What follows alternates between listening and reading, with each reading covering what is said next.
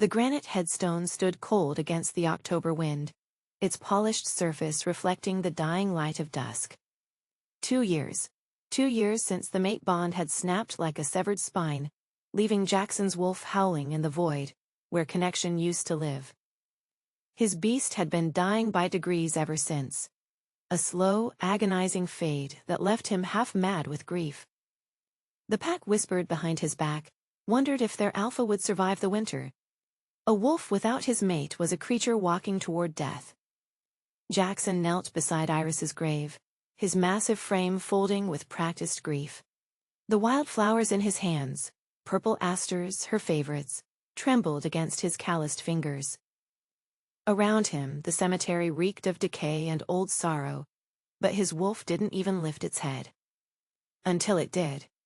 The scent hit him like lightning splitting oak. Vanilla and rain, yes, but underneath, something wild and untamed that made his wolf surge upright for the first time in forever. Ancient, powerful, wrong. No human smells like that. His claws pressed against the inside of his skin, threatening to break through. The beast in his chest stretched, testing boundaries that had held firm for 2 years of grief-induced dormancy. Footsteps whispered against dead leaves. A woman approached through the cemetery's shadows, her arms cradling white roses. She moved with unconscious grace, but there was something deliberate in her path, like she'd walked this route before.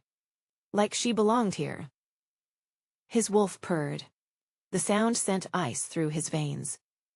Wolves didn't purr for anyone except their mates. And his mate was 6 feet under, reduced to ash and memory. She stopped 3 feet away. Close enough that he could hear her heartbeat. Steady, too steady for a human facing down a predator. Her scent wrapped around him like silk and steel, making his teeth ache with want.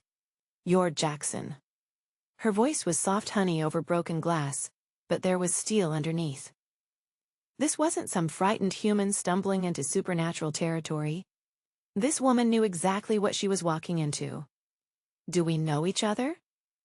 His words came out rougher than intended, alpha dominance bleeding through despite his grief.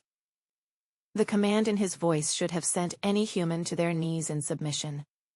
She flinched, a barely perceptible movement that spoke of practiced control. Instead of submitting, she straightened, chin lifting with deliberate courage. "I'm Sage, Iris's best friend." The name hit him like a physical blow. Iris had mentioned her, the human who'd somehow wormed her way past every wall his mate had built. The friend who'd known secrets he'd never been trusted with. His wolf circled restlessly, drinking in her scent. There was something more here, something that made his beast want to bare its throat in submission one moment, and pin her against the nearest tree the next. "She talked about you."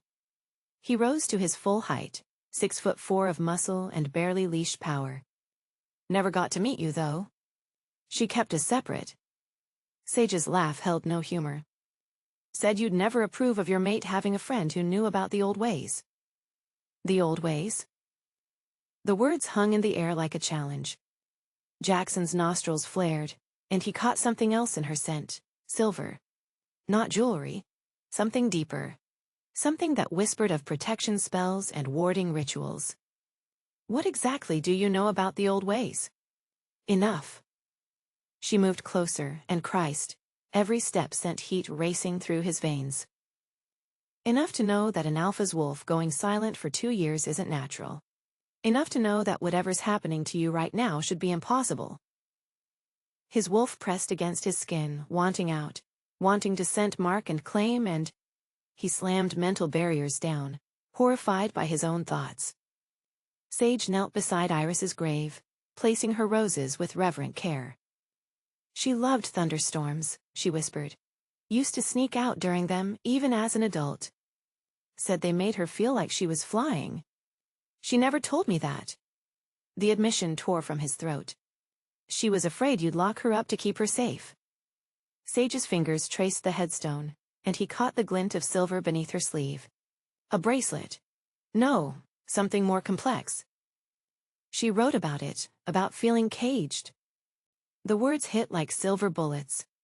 His wolf snarled, pacing now, agitated by this woman's proximity and the truths she carried. In the distance, he could hear his pack stirring, sensing their alpha's distress through the bond they all shared. She kept a diary, Sage continued, her voice barely audible. Wrote about dreams that felt more real than her waking life.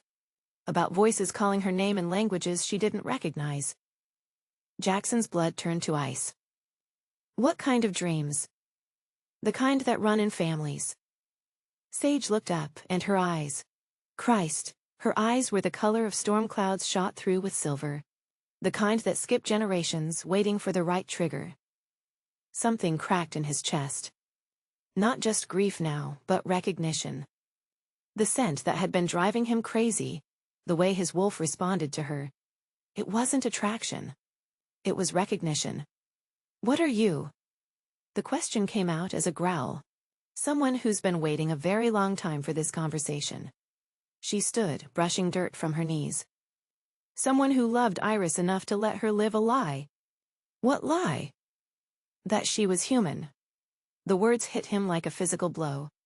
His wolf howled, a sound of betrayal and understanding that threatened to tear him apart. Iris hadn't been human. Had never been human.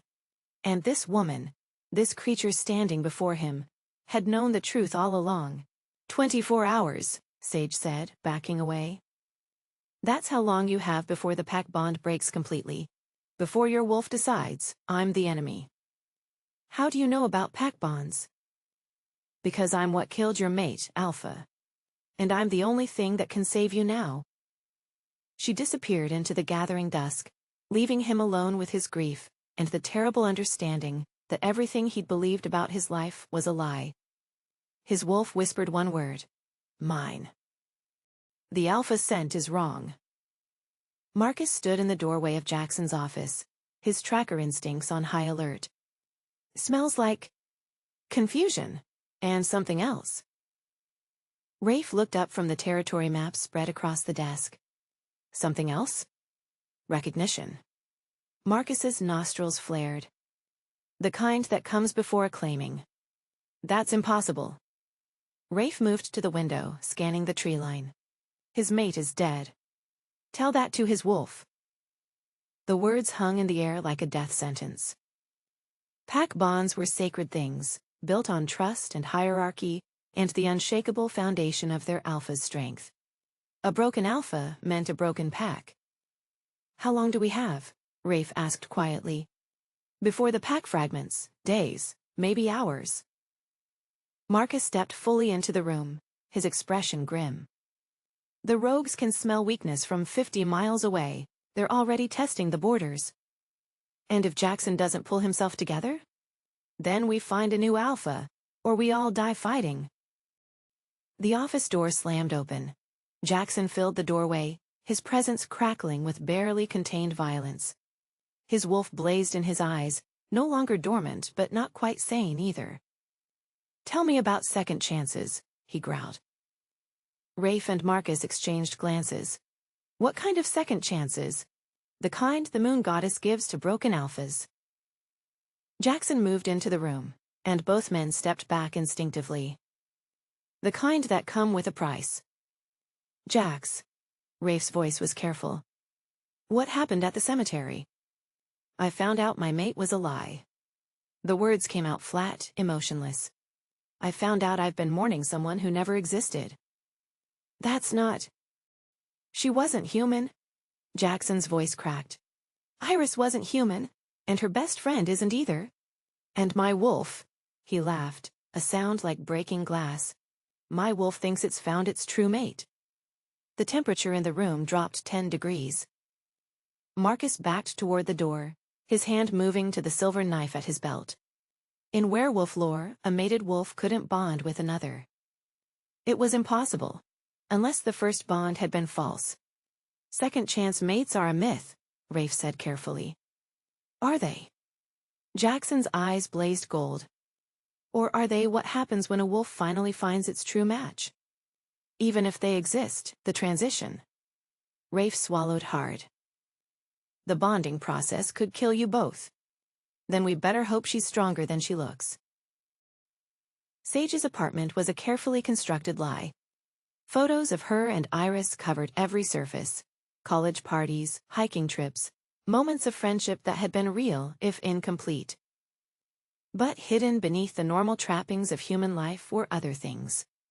Things that would make most people run screaming. Silver circles drawn in salt beneath every window. Rowan branches hanging from the ceiling. A collection of books that included titles like Bloodline Magics and The Shapeshifter Wars. She wasn't human. Had never been human. But she'd played the part so long, sometimes she almost believed it herself. Her phone buzzed. A text from an unknown number. "This is Jaxon. We need to talk. Now." She stared at the message, her hands trembling. She'd known this moment would come eventually. Had been preparing for it since the day Iris died. Since the day she'd accidentally killed her best friend. "I know. Coffee shop on 5th Street. 1 hour, no. My territory. My rules. I'm not Pack Alpha. Your rules don't apply to me." They do now. The words sent a chill down her spine. She knew what he meant. Knew what his wolf had recognized at the cemetery. She was his true mate. The bond that should have formed years ago, if she hadn't been hiding what she was. If Iris hadn't been in the way. 1 hour, come alone, I'm always alone. The response came quickly. Not anymore. Sage set the phone down with shaking hands. Outside, storm clouds gathered on the horizon, and she could smell rain on the wind. Her grandmother's voice echoed in her memory. "When the storm comes, child, you'll know it's time."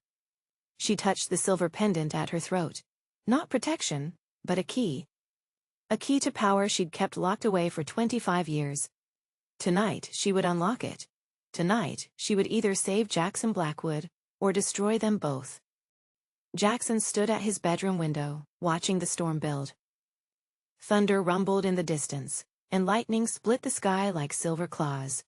The wedding photo on his nightstand caught his eye. Iris smiling in white lace, beautiful and perfect and completely fake. How had he not seen it? How had he not smelled the lie on her skin?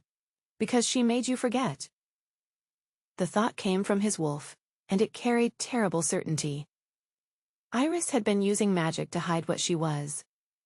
Magic that had fooled even an alpha's senses. But magic always came with a price. His phone buzzed. A text from Sage. "I'm coming. Don't do anything stupid. Too late for that. I mean it, Jaxon. If you try to claim me before I explain everything, it'll kill us both. Then explain fast." The storm broke as he hit send, rain lashing against the windows like tears. In the distance, he could hear his pack howling, a sound of confusion and fear that made his chest ache. They needed their alpha. Needed him whole and strong and ready to fight. But first, he needed answers. First, he needed to know why his wolf was singing for a woman who claimed to be his mate's killer. "She's coming," his wolf whispered. "Our true mate. Our salvation. Our damnation." Lightning split the sky, and Jaxon Blackwood prepared to meet his fate. Chapter 2. Forced Proximity. The storm had passed, leaving the world washed clean and gleaming. Sage stood at the edge of pack territory, her car loaded with boxes that felt heavier than lead. Iris's things. The remnants of a life cut short, secrets wrapped in silk scarves and hidden in jewelry boxes. She'd been storing them for 2 years, unable to face giving them back. Unable to let go of the last pieces of her best friend. But after yesterday's revelation at the cemetery, holding on to them felt like clinging to a lie. The pack house loomed before her, all timber and stone and windows that reflected the morning sun like golden eyes. She could smell them. Dozens of wolves scattered throughout the territory, their scents layered like a complex symphony. And underneath it all, the rich, dark scent of their alpha. Jaxon. Her wolf stirred restlessly. Not her wolf, she wasn't pack, had never been pack. But the creature that lived in her bones, the one she'd kept locked away for 25 years, recognized the call of its mate. Even if that mate would probably kill her once he learned the truth. She grabbed the first box and walked up the stone path. The front door opened before she could knock. Jaxon filled the doorway, 6'4" of barely leashed power. His hair was disheveled, his eyes bloodshot, and he looked like he'd spent the night wrestling demons. The scent of his distress hit her like a physical blow. Confusion, rage, and underneath it all, a bone-deep longing that made her knees weak. "You came," he said, his voice rough with exhaustion. "I said I would." She held up the box. "Iris's things, I thought you should have them." His jaw clenched. "I don't want them." "You need them. To understand who she really was." They stared at each other across the threshold, the weight of unspoken truths hanging between them. Finally, he stepped aside. "Come in, before my pack decides you're a threat." The house was exactly what she'd expected, masculine and comfortable, with leather furniture and stone fireplaces. But there were feminine touches too. Throw pillows and soft pastels, fresh flowers in crystal vases. Photos of Jaxon and Iris smiling at the camera, perfect and happy and completely fake. "She redecorated," Sage said, setting the box on the coffee table. "This isn't how you would have chosen to live." "How would you know?" "Because I know you." The words slipped out before she could stop them. "I've been watching you for years, Jaxon. Through her eyes, through her stories, through her tears." He went very still. "Her tears?" "She cried about you, a lot." Sage opened the box, revealing silk scarves and leather journals. "She loved you, but she was drowning in that love. You were so determined to protect her, you forgot to let her breathe. She never said." "She couldn't, you wouldn't have listened." Sage pulled out a journal, leather-bound and worn. She wrote about it instead. About feeling like a bird in a cage, even a golden one. Jackson's hands clenched into fists. "Show me." Sage opened the journal to a page she'd memorized. "Listen to this. Jaxon brought me flowers today. White roses, because he thinks they're pure and innocent, like me. But I hate white roses. They smell like death. I want red ones, wild ones, ones that have thorns. But if I tell him that, he'll think I'm changing, becoming something dangerous. So I smile and put them in water and pretend they're beautiful." The words hit him like physical blows. Sage watched his face crumble, watched the careful control he'd maintained for 2 years finally shatter. "She hated the flowers," he whispered. "She hated a lot of things. The way you chose her clothes. The way you decided what she could and couldn't do. The way you made her feel like she was made of glass." Sage closed the journal. "She loved you, Jaxon, but she was suffocating." He moved toward her, and she saw the exact moment his wolf took over. His eyes blazed gold, and the air around him crackled with barely contained violence. "You're telling me I killed her?" "I'm telling you that you both were living a lie." Sage stood her ground, even though every instinct screamed at her to run. "She wasn't the perfect mate you thought she was. And you weren't the perfect husband she needed." "Then what was she?" "Complicated. Beautiful. Broken." Sage's voice cracked.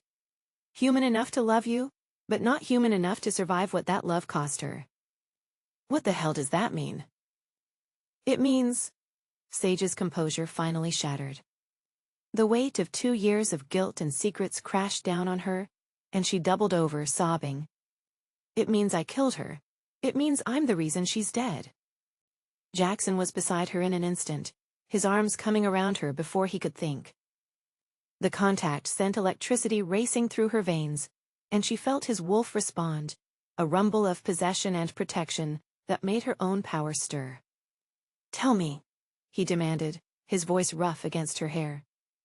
"Tell me what happened." "She called me that night. Said she was going to tell you the truth about what she was. About what we both were."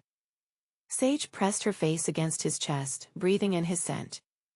"But she was scared. Terrified that you'd reject her if you knew." "I wouldn't have."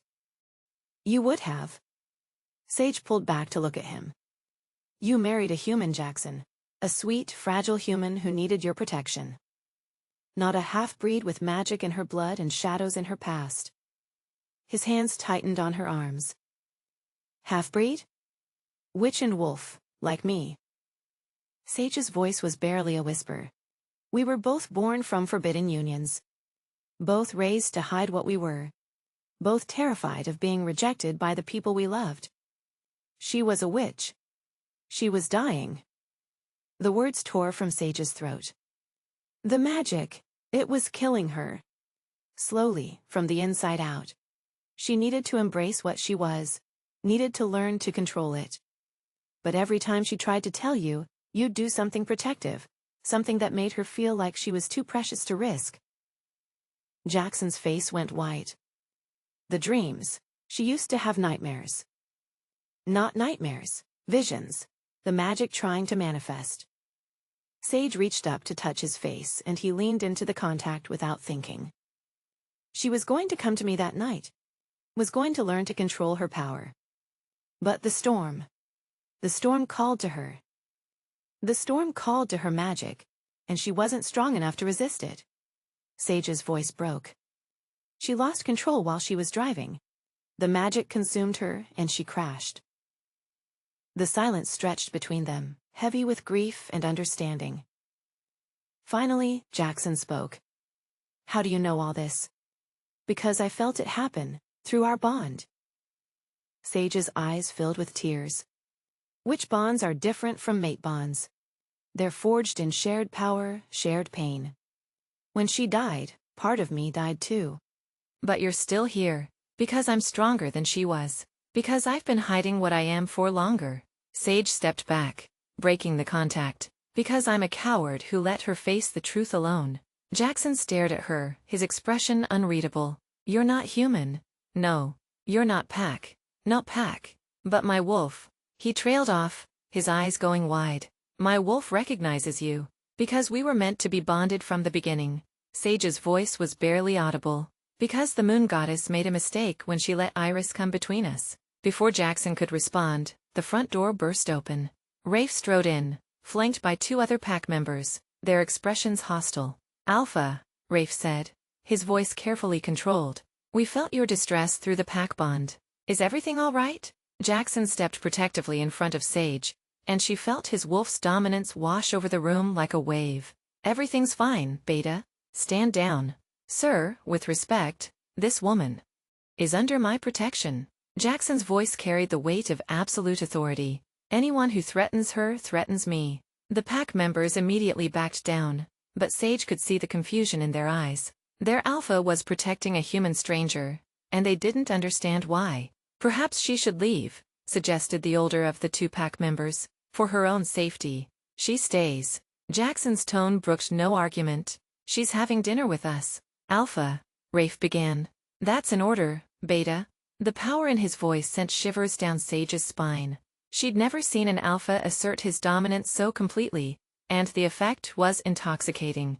Her own power responded, recognizing the strength in him, the control that spoke to something primal in her blood. I should go, she said quietly. I don't want to cause problems. You're not causing problems. Jaxon turned to her, his eyes still blazing gold. Your family. Iris would have wanted you here.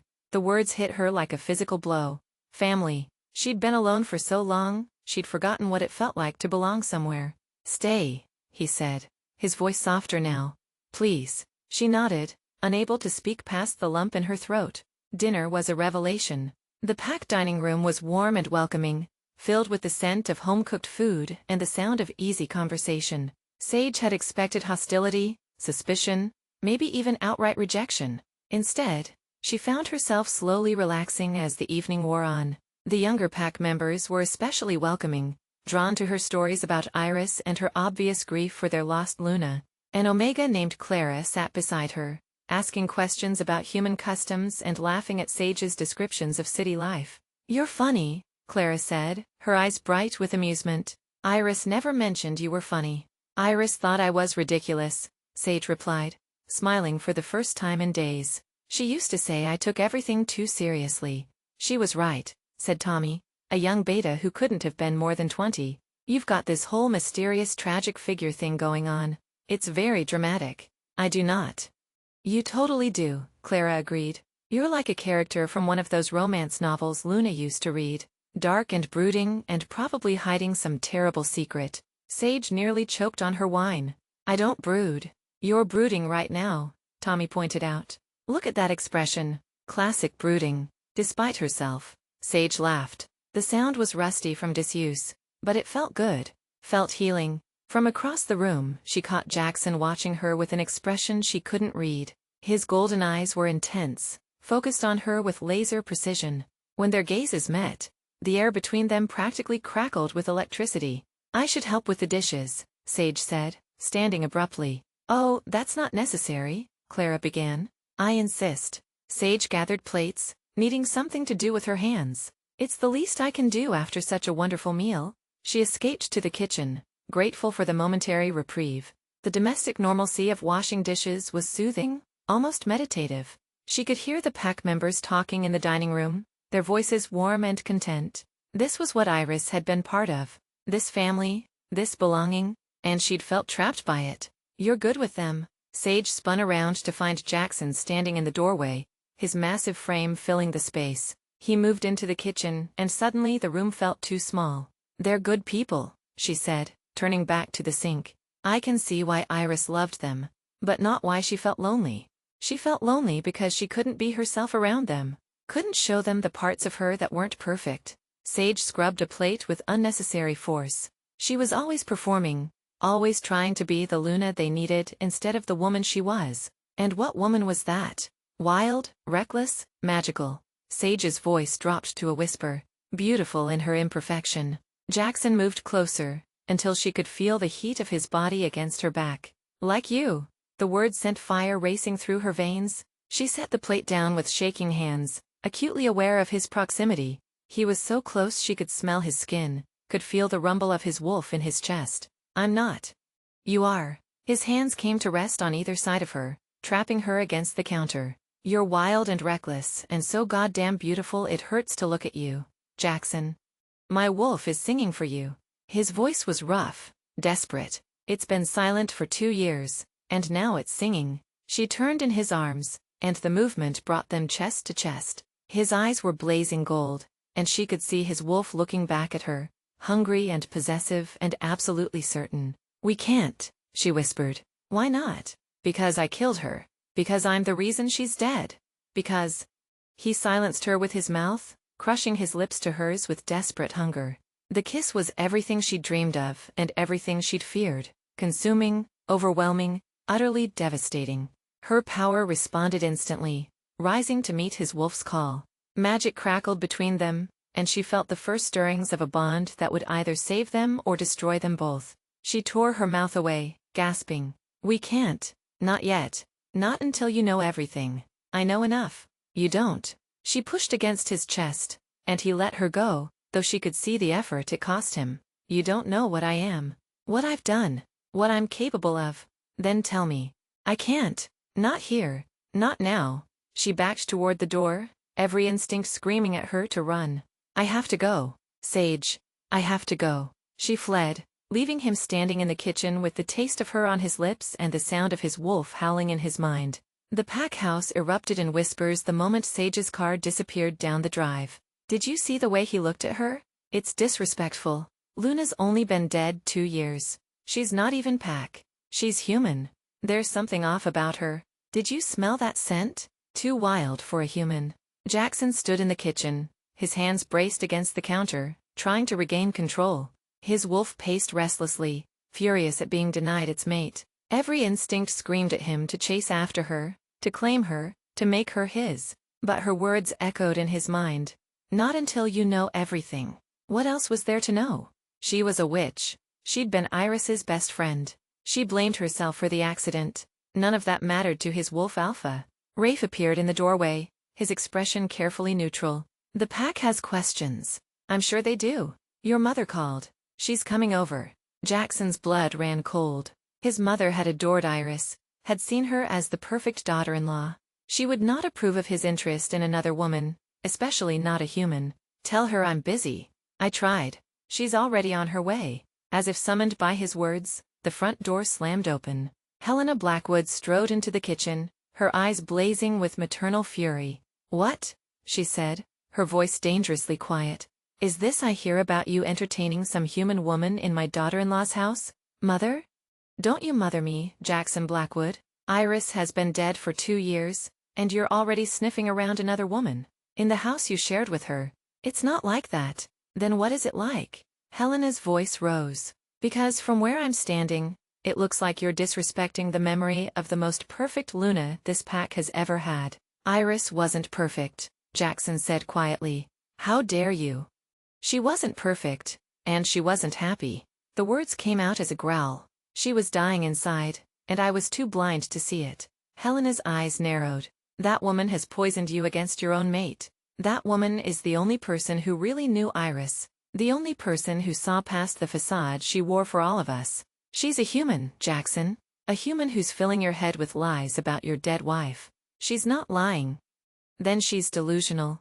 Iris was perfect. She was everything a Luna should be. Gentle, obedient, devoted. She lived for you, died for you, and now you're betraying her memory with some random human. The words hit him like physical blows. His mother was voicing every fear, every doubt that had been eating at him since the cemetery. Was he betraying Iris? Was he dishonoring her memory by feeling something for another woman? I won't have it, Helena continued. I won't have some human destroying what's left of my daughter-in-law's legacy. You will stay away from that woman, or I will make sure the pack knows exactly what kind of alpha you've become. Are you threatening me? I'm reminding you of your duty. To your pack. To your mate's memory. To the family that's counting on you to be strong. Helena's voice softened. Iris loved you, son. Don't let some stranger's lies make you forget that. She left as abruptly as she'd arrived, leaving Jaxon alone with his guilt and his wolf's howling rage. Sage made it 3 miles before she had to pull over. The sobs came in waves, tearing through her chest like claws. She'd known this would happen, had known that getting close to Jaxon would only lead to pain. But she'd done it anyway, drawn by the need to ease his suffering and her own desperate longing for connection. The kiss had been everything she'd dreamed of and everything she'd feared. His wolf had called to her power, and for a moment, she'd felt what it would be like to be truly bonded to someone, to be loved for exactly what she was. But the moment had passed, and reality had crashed back down. She was a killer, a monster, a creature who'd let her best friend die because she'd been too cowardly to intervene. She didn't deserve love, didn't deserve a mate, didn't deserve the happiness that had been dancing just out of reach. Her phone buzzed. A text from an unknown number. This is Helena Blackwood. Stay away from my son. Iris was everything to him, and I won't let you destroy that with your lies. Sage stared at the message, her heart breaking all over again. Jaxon's mother saw her as a threat, a homewrecker trying to steal her son from his perfect dead wife.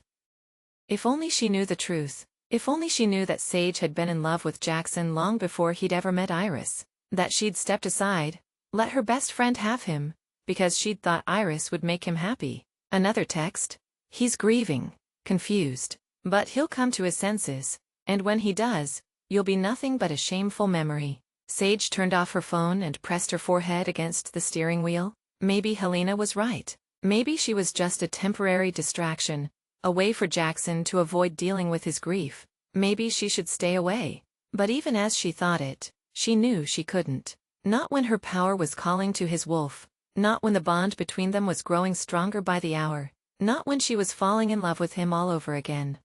Jaxon stood in his bedroom, staring at the hole he'd punched in the wall. His knuckles were bloody, but the pain was nothing compared to the ache in his chest. His wolf was furious, pacing and snarling and demanding they go after their mate. But his mind was a chaos of guilt and confusion, torn between loyalty to the dead and the desperate need for something real. Iris's photo smiled at him from the nightstand, perfect and beautiful and completely false. He'd loved her, had built his entire world around her, but now he was beginning to understand that he'd loved an illusion. The real Iris had been wild and complicated and magical. She'd been dying inside the perfect life he'd built for her, and he'd been too blind to see it. Now another woman was offering him truth. Raw, painful, devastating truth. And his wolf was singing for her like she was salvation itself. But at what cost? His mother was right about one thing. The pack needed stability. They needed an alpha who was strong and focused, not torn between grief and impossible desire. His phone buzzed. A text from Sage. I'm sorry. For everything. For tonight. For the kiss. for bringing chaos into your life. Your mother is right. You deserve better than a broken woman with blood on her hands. He stared at the message, his heart clenching. She was pulling away, just like he'd known she would. Just like everyone eventually did. But this time, he wasn't going to let her go without a fight. My mother doesn't speak for me. And you're not broken. You're the strongest person I know. You don't know me. Then let me learn. It's too dangerous. For who? For everyone. The conversation ended there, but Jaxon knew it wasn't over. His wolf had claimed her, and there was no going back from that. The bond between them was growing stronger, and soon it would be impossible to ignore. He just hoped they would both survive what came next. Outside, thunder rumbled in the distance, and Jaxon found himself thinking about storms, about wild women who danced in the rain and perfect wives who hid their true selves behind careful smiles. For the first time in 2 years, he knew exactly what he wanted. He wanted the storm. Chapter 3. The Pull. 2 weeks. 14 days since Sage had tasted salvation on Jaxon's lips and fled like the coward she was. 14 nights of lying awake, her body aching for a touch that would damn them both. 14 mornings of staring at her phone, fighting the urge to text him, to hear his voice, to surrender to the bond that grew stronger with each passing hour. Her apartment had become a prison. The photos of her and Iris felt like accusations, and the silver wards she'd carefully placed around every window hummed with restless energy. Her power was stirring, responding to the call of her mate, and no amount of protective magic could silence it completely. Work was her only refuge. The Crescent Falls Library was a sanctuary of quiet and order, filled with the comforting scent of old books and the gentle hum of human thoughts. Here, she could pretend to be normal. Here, she could forget about golden eyes and midnight promises. Most days, "You look terrible," said Miranda, her co-worker, as Sage shelved returns in the history section. "Are you sleeping at all?" "Some." Sage avoided her eyes, focusing on the spine of a book about local folklore.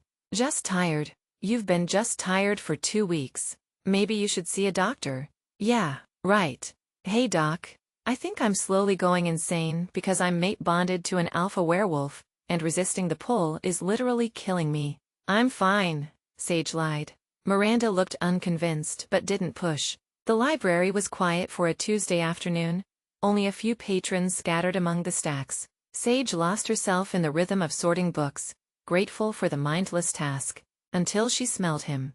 Pine and rain, leather and something darker, wilder. Her wolf, not her wolf, she wasn't pack, stirred restlessly, recognizing the scent of home, of mate. She turned, and there he was.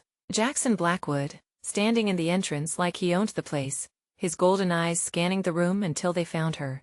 The impact of his gaze hit her like a physical blow, and she had to grip the bookshelf to keep from falling. He'd lost weight. The realization struck her with unexpected force. His jaw was sharper, his cheekbones more pronounced.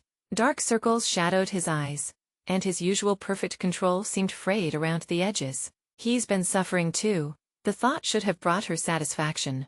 Instead, it made her chest ache with guilt and longing. He approached slowly, like she was a wild animal he was afraid to spook. "Sage Jaxon." Her voice came out rougher than she intended. "What are you doing here?"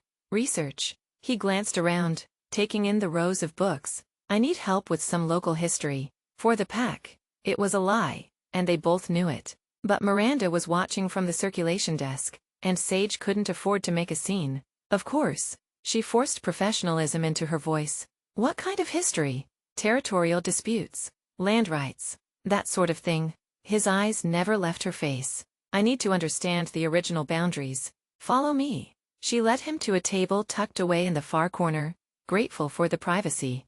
Her hands shook as she pulled books from the shelves, county records, old maps, settler accounts. She could feel his gaze on her, burning through her professional facade. "These should help," she said, setting the books on the table. "The Peterson account is particularly detailed about the early territorial claims." "Thank you." He sat down, his massive frame making the chair look fragile. "Will you help me go through them?" "Say no. Walk away. Don't do this to yourself." "Of course." She sat across from him, careful to keep the table between them. But even that distance felt like nothing. The bond between them hummed with awareness, and she could smell his scent, feel his presence like a physical touch. "Here." She opened one of the books, pointing to a map. "This shows the original wolf territories from the 1800s. Your pack's land was much smaller then." He leaned forward to look, and their shoulders brushed. The contact sent electricity racing through her veins, and she heard his sharp intake of breath. "Sorry," she whispered, starting to pull away. His hand covered hers, stopping her. "Don't." The word was barely audible, but it carried the weight of command. Not his alpha authority, something deeper, something that spoke to the bond growing between them. "Jaxon. I haven't slept in 2 weeks." His voice was rough, broken. "Haven't eaten. Haven't been able to think about anything except you. You have to stop." She tried to pull her hand away, but he held firm. "This isn't healthy. For either of us. My wolf is dying without you." His thumb traced across her knuckles, and she bit back a moan. "It's been singing for you since the cemetery. Getting stronger every day." "That's not. It's not possible." "That's what everyone keeps telling me." His eyes blazed gold. "But here we are." She stared at their joined hands, fighting the urge to turn her palm up, to intertwine their fingers. "The books." "Fuck the books." He moved his chair closer, until his knee brushed hers under the table. "I didn't come here for research." "Then why did you come?" "Because I needed to see you. Because I've been driving by your apartment every night like some lovesick teenager." A bitter laugh escaped him. "Because I'm losing my mind." The confession hit her like a physical blow. "You can't." "Can't what?" "Can't want you? Can't dream about you? Can't imagine what it would be like to hold you, to taste you, to make you mine?" His voice dropped to a whisper. "Too late, sweetheart. Way too late." Heat flooded her cheeks. The endearment, spoken in that rough, intimate tone, sent desire spiraling through her. "People can see us. Let them. Your pack." "My pack wants me to be happy. To be whole." He lifted their joined hands, pressing a kiss to her knuckles. "You make me feel whole. I make you feel guilty." She finally pulled her hand away, immediately missing the contact. "I make you question everything you thought you knew about your mate." "Maybe I needed to question it." "Don't say that." "Why not? It's the truth." He sat back, but his gaze remained intense. "Tell me about her last months. Really tell me." Sage's stomach clenched. "I don't think. I need to know. I need to understand what I missed." She closed her eyes, remembering. She was restless, more than usual. She kept talking about traveling, about seeing the world. But every time she brought it up, you'd find a reason why it wasn't safe. "I was protecting her. You were suffocating her." The words came out sharper than she intended. She felt like a prisoner in her own life. His jaw clenched. "She could have told me." She tried. "But you didn't want to hear it." Sage opened her eyes, meeting his gaze. "You wanted the perfect mate, not the complicated woman." "That's not." "It is." She leaned forward, driven by a sudden need to make him understand. "She came to me crying one night. Said she was thinking about leaving." The color drained from his face. "Leaving? Just for a while. To figure out who she was outside of being your mate." Sage's voice dropped to a whisper. "She loved you, Jaxon. But she was drowning in that love. She was going to leave me." The words came out flat, emotionless. She was going to ask for space. Time to find herself. Sage reached across the table, then stopped, her hand hovering in the air. "She never got the chance. Because she died instead. Because she died trying to work up the courage to tell you." Guilt crashed over her in waves. "I should have pushed her harder. Should have made her talk to you sooner." "You think it's your fault." "I know it's my fault." The admission tore from her throat. "I was her friend. I was supposed to protect her." "From what?" "From herself. From the magic. From—" She trailed off, unable to finish. "From me." She couldn't meet his eyes. "You loved her. But you loved an idea of her. And she was killing herself trying to be that idea." Silence stretched between them, heavy with pain and understanding. Finally, Jaxon spoke. "I failed her. You both failed each other." Sage's voice was barely audible. "But that doesn't mean—" "Doesn't mean what?" He leaned forward, his intensity making her breath catch. "Doesn't mean I deserve a second chance? Doesn't mean I deserve happiness. It means you deserve better than a broken woman who let her best friend die. You're not broken. I'm not whole either." She stood abruptly, needing distance. "I should get back to work, Sage." "Don't." She backed away from the table, from his golden eyes, from the promise of everything she couldn't have. "Just don't." She fled to the restroom, locking the door behind her. Her hands shook as she gripped the sink, staring at her reflection in the mirror. Her eyes were too bright, her cheeks flushed. She looked like a woman on the edge of surrender. "Get it together.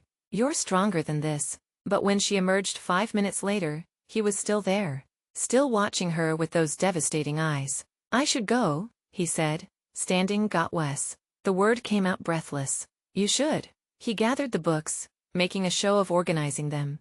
"Thank you for your help." "Of course." He walked toward the exit, then stopped, turned back. "Sage? Yeah, I'm not giving up." "You should." "I'm not Iris." His voice was quiet, certain. "I won't let fear keep me from what I want." "And what do you want?" "You." The word hung between them like a confession. "I want you." He left her standing there, her heart pounding and her power stirring restlessly beneath her skin. Through the window, she watched him walk to his truck, his movements fluid and predatory. "You want him too." The thought came from somewhere deep inside, from the part of her that had been locked away for 25 years, the part that recognized its mate and wanted to claim him. She pressed her hand to the glass, watching him drive away. Her reflection stared back at her, and for a moment, she could have sworn she saw golden eyes looking through her own. Jaxon made it 2 blocks before he had to pull over. His hands shook as he gripped the steering wheel, his wolf clawing at his chest. The scent of her was everywhere, in his clothes, his hair, his lungs. Vanilla and rain and something wilder, something that called to every primal instinct he possessed. "Mine." The word echoed in his mind, and he couldn't tell if it was his thought or his wolf's. Maybe it didn't matter. Maybe they were finally in agreement. She wanted him. He'd seen it in her eyes, felt it in the way her pulse had jumped when he'd touched her hand.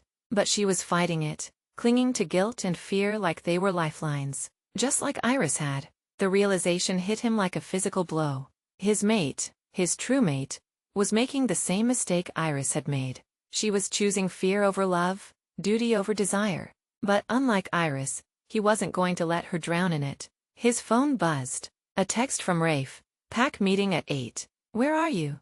He'd forgotten about the meeting. Had forgotten about everything except storm gray eyes and the taste of salvation on his lips. "On my way." But he didn't move. Couldn't move. The bond between them was pulling tight, and every instinct screamed at him to go back. To claim what was his. Another text. "Alpha? The rogues hit the eastern border again.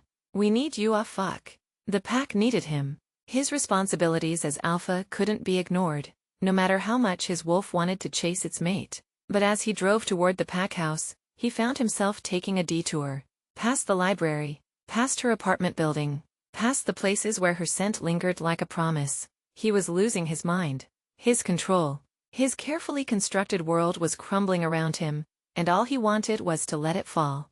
For her. For the woman who made his wolf sing and his heart race. For the chance at something real. Sage barely made it through the rest of her shift. Every patron who approached her desk made her jump. Every sound in the stacks had her looking up, hoping and dreading to see Jackson's broad shoulders moving between the shelves. "You're distracted," Miranda observed as they closed up. "More than usual." "Just tired." "Was that the guy? The one who's been making you look like a kicked puppy?" Sage's head snapped up. "What guy?" "The gorgeous one who looks like he could bench press a car." Miranda grinned. "The one who spent 2 hours pretending to research local history while actually staring at you." "He wasn't staring, honey. That man was staring like you were the last piece of chocolate in the world and he was starving." Miranda's expression turned serious. "Are you okay?" He didn't seem threatening. "But with men like that, he's not dangerous. To anyone but me, if you say so." Miranda grabbed her purse. "But be careful. Men that intense don't usually take no for an answer." Sage locked up the library and walked to her car, hyper-aware of every shadow, every sound. Her power was restless, responding to the lingering traces of Jackson's scent. She felt like a wire pulled too tight, ready to snap. Her phone buzzed. A text from an unknown number. "I meant what I said. I'm not giving up." Her heart hammered against her ribs. She shouldn't respond, should delete the message and pretend it never happened. Instead, she found herself typing. "You should. I'm not good for you. Let me be the judge of that. You don't know what you're asking for. I'm asking for a chance. One real conversation. No running, no hiding." "I can't." "You can. You just won't." The words hit too close to home. She stared at the message, her thumb hovering over the keyboard. "This isn't fair. to either of us. Life isn't fair. But this, whatever this is between us, it's real. It's impossible. So was my mate being a witch. So was falling for my dead wife's best friend. Impossible seems to be my specialty. Despite everything, she found herself smiling. That's not funny. It's a little funny. I should go. I know. But you're still texting me. I'm an idiot. You're perfect. The words stole her breath. She sat in her car in the library parking lot, staring at the screen until her vision blurred. Good night, Jaxon. Good night, sweetheart. She drove home in a daze, her body humming with awareness. Her apartment felt too small, too empty. She moved through the rooms like a ghost, unable to settle. In her bedroom, she caught sight of herself in the mirror. Her hair was mussed, her lips swollen from biting them. She looked like a woman who'd been thoroughly kissed, even though he'd barely touched her. What are you doing? The question echoed in her mind as she lay in bed, staring at the ceiling. She was playing with fire, engaging with him like this. Every text, every look, every moment of connection was another link in the chain binding them together. But she couldn't stop. Couldn't resist the pull any more than she could stop breathing. Her phone buzzed again. One final message. Sweet dreams. She closed her eyes, and for the first time in weeks, she dreamed of something other than Iris's death. She dreamed of golden eyes and midnight promises. She dreamed of coming home. The pack meeting was a disaster. Jaxon sat at the head of the conference table, trying to focus on reports of rogue activity and border patrols. But his mind kept wandering to storm gray eyes and the taste of possibility on his lips. The eastern border is compromised, Marcus was saying. 3 attacks in the past week. They're getting bolder. What do you recommend? Jaxon asked, forcing himself to pay attention. Increase patrols. Show of force. Maybe reach out to the neighboring packs for backup. Do it, sir? Rafe leaned forward. Are you all right? You seem distracted. Jackson's jaw clenched. I'm fine. With respect, Alpha, you're not. The voice came from the back of the room. Elena, one of his senior pack members, stood with her arms crossed. The pack is worried. Worried about what? About you. About your fixation on that human woman. The temperature in the room dropped 10 degrees. Jackson's wolf stirred, responding to the challenge in her tone. Careful, Elena. Someone has to say it. She stepped forward, her chin lifted in defiance. You've been distracted for weeks, driving by her apartment, showing up at her work. It's not healthy. My personal life is none of your concern. It is when it affects the pack. Elena's voice hardened. When it dishonors the memory of our Luna? The words hit like a physical blow. Around the table, he could see the agreement in his pack's eyes. They thought he was betraying Iris. Thought he was weak, distracted, unfit to lead. Maybe they were right. The meeting is over, he said quietly. Alpha. I said it's over. Power rolled off him in waves, and the pack members immediately stood, heads bowed in submission. Everyone out. They filed out in silence, leaving him alone with Rafe. His beta sat quietly for a moment, then spoke. They're not wrong, you know. About what? About you being distracted. About this not being healthy. Rafe's voice was careful. Jax, I've never seen you like this. Not even when Iris died. This is different. How? Because this is real. The words came out raw, honest. What I had with Iris, it was built on lies, on expectations and assumptions. This is real. Real enough to destroy your pack? The question hung in the air like a challenge. Jaxon stared at his hands, at the wedding ring he still wore out of habit. I don't know, he admitted. Then figure it out. Because right now, you're not fit to lead. And if you're not fit to lead, someone else will have to. The threat was subtle but clear. Jaxon met his beta's eyes, seeing the worry there, the genuine concern for both him and the pack. Give me time. How much time? I don't know. Then figure that out too. Rafe stood. Because the pack won't wait forever, and neither will the rogues. He left Jaxon alone in the conference room, staring at the ring on his finger, a symbol of a love that had been built on lies, a promise that had been broken long before Iris died. With deliberate movements, he slipped the ring off and placed it on the table. It sat there like an accusation, catching the light from the overhead fixture. He thought about Sage, about the way she'd looked at him in the library, the fear in her eyes, the longing she couldn't hide. She was fighting this just as hard as he was, clinging to guilt and loyalty to a woman who'd been dying inside their perfect life. But unlike Iris, Sage wasn't going to disappear into the night. She wasn't going to let fear win. Neither was he. He picked up his phone and typed a message. I need to see you. One conversation. No running, no hiding. Just truth. The response came quickly. I can't. You can.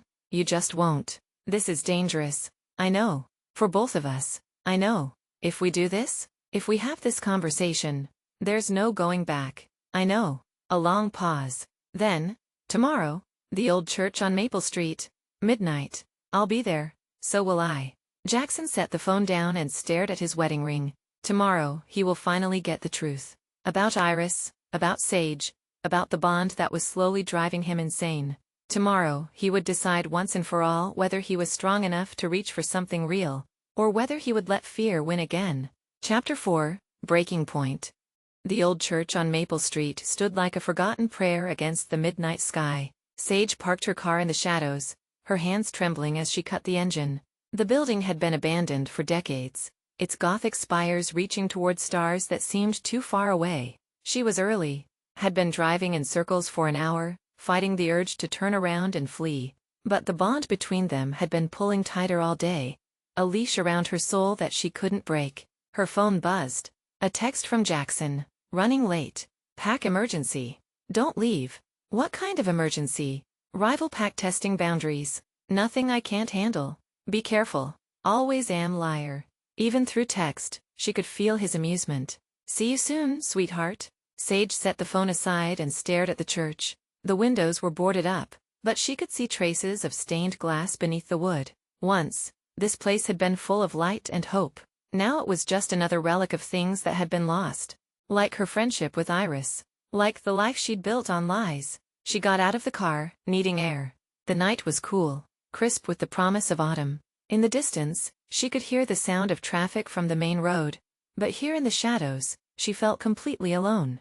Until she wasn't. The scent hit her first. Musk and aggression and something that made her skin crawl. Not Jaxon's clean pine and rain. Something darker, more feral. She spun around, searching the shadows. Her power stirred restlessly, responding to a threat she couldn't see. Well, well. The voice came from behind her. What do we have here? Sage whirled to find three men stepping out of the darkness. They moved with predatory grace, their eyes reflecting the streetlight like mirrors. Wolves. But not pack wolves. These carried the scent of violence and chaos. Rogues. You're on private property, she said, backing toward her car. You need to leave. Private property? The leader, tall, scarred, with teeth that were too sharp, laughed. This is neutral ground, little human. No one's territory. I'm not looking for trouble. No? Then what are you doing here at midnight, smelling like? He inhaled deeply, and his eyes went wide. Holy shit. You smell like Blackwood. Fear spiked through her. I don't know what you're talking about. You reek of alpha pheromones. Blackwood's been marking you. The rogue's smile turned predatory. Which means you're leverage. I'm nobody. You're his weakness. The rogue stepped closer, and she caught the scent of old blood on his clothes. The great Jaxon Blackwood, brought low by a human pet. Don't call me that. What should I call you? His whore? His distraction? The rogue's laugh was ugly. Doesn't matter. You're coming with us. I don't think so. Sage felt her power surge, responding to the threat. Magic crackled along her skin, and the air around her shimmered with heat. The rogues stopped, their casual arrogance faltering. What the hell? I said no. Her voice carried power now. The authority of 25 years of carefully controlled magic. Leave, now shit. She's not human. The second rogue, younger, more nervous, took a step back. We should go. We're not going anywhere. The leader's eyes blazed with sudden hunger. A witch marked by an alpha? Do you know what kind of price that would bring?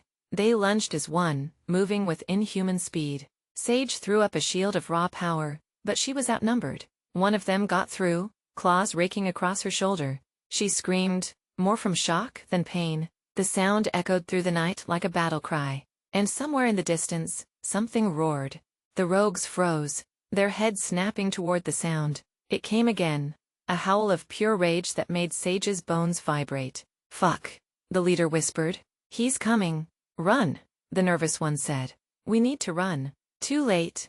The leader's voice was grim. He's already here. The shadow that burst from the tree line wasn't human. It was massive, black as midnight, with eyes that burned like golden fire. The wolf was beautiful and terrible, all muscle and fury and deadly grace. Jaxon. He hit the first rogue with the force of a freight train, sending the man flying into the side of the church. The impact was sickening, the crack of bones, the wet sound of flesh hitting stone. The second rogue tried to shift, but Jaxon was faster. Teeth closed around the man's throat, and there was a brief, terrible struggle before the rogue went limp. The leader, the one who'd called her a whore, backed away, his hands raised. "Easy, Alpha. We were just having a conversation." Jackson's wolf turned toward him, and Sage had never seen anything more beautiful or terrifying. This was an apex predator, a creature born to hunt and kill and dominate. Power radiated from him in waves, making the air itself seem to vibrate.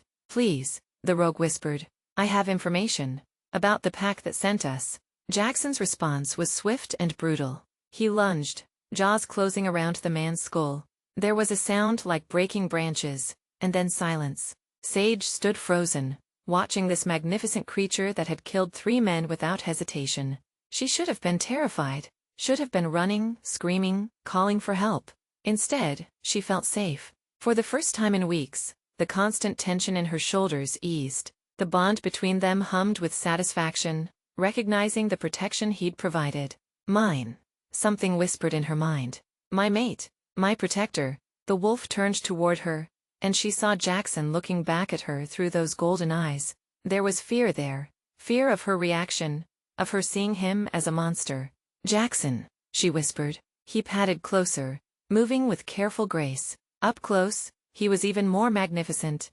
Black fur shot through with silver, muscles rippling beneath his coat. He was easily twice the size of a normal wolf, a creature of power and legend. She reached out without thinking, her fingers sinking into his fur. He went very still, a low rumble building in his chest. Not a growl, a purr. "You're beautiful," she breathed. The wolf, Jaxon, leaned into her touch, his eyes closing. She felt the moment he began to shift, bones cracking and reforming, fur receding.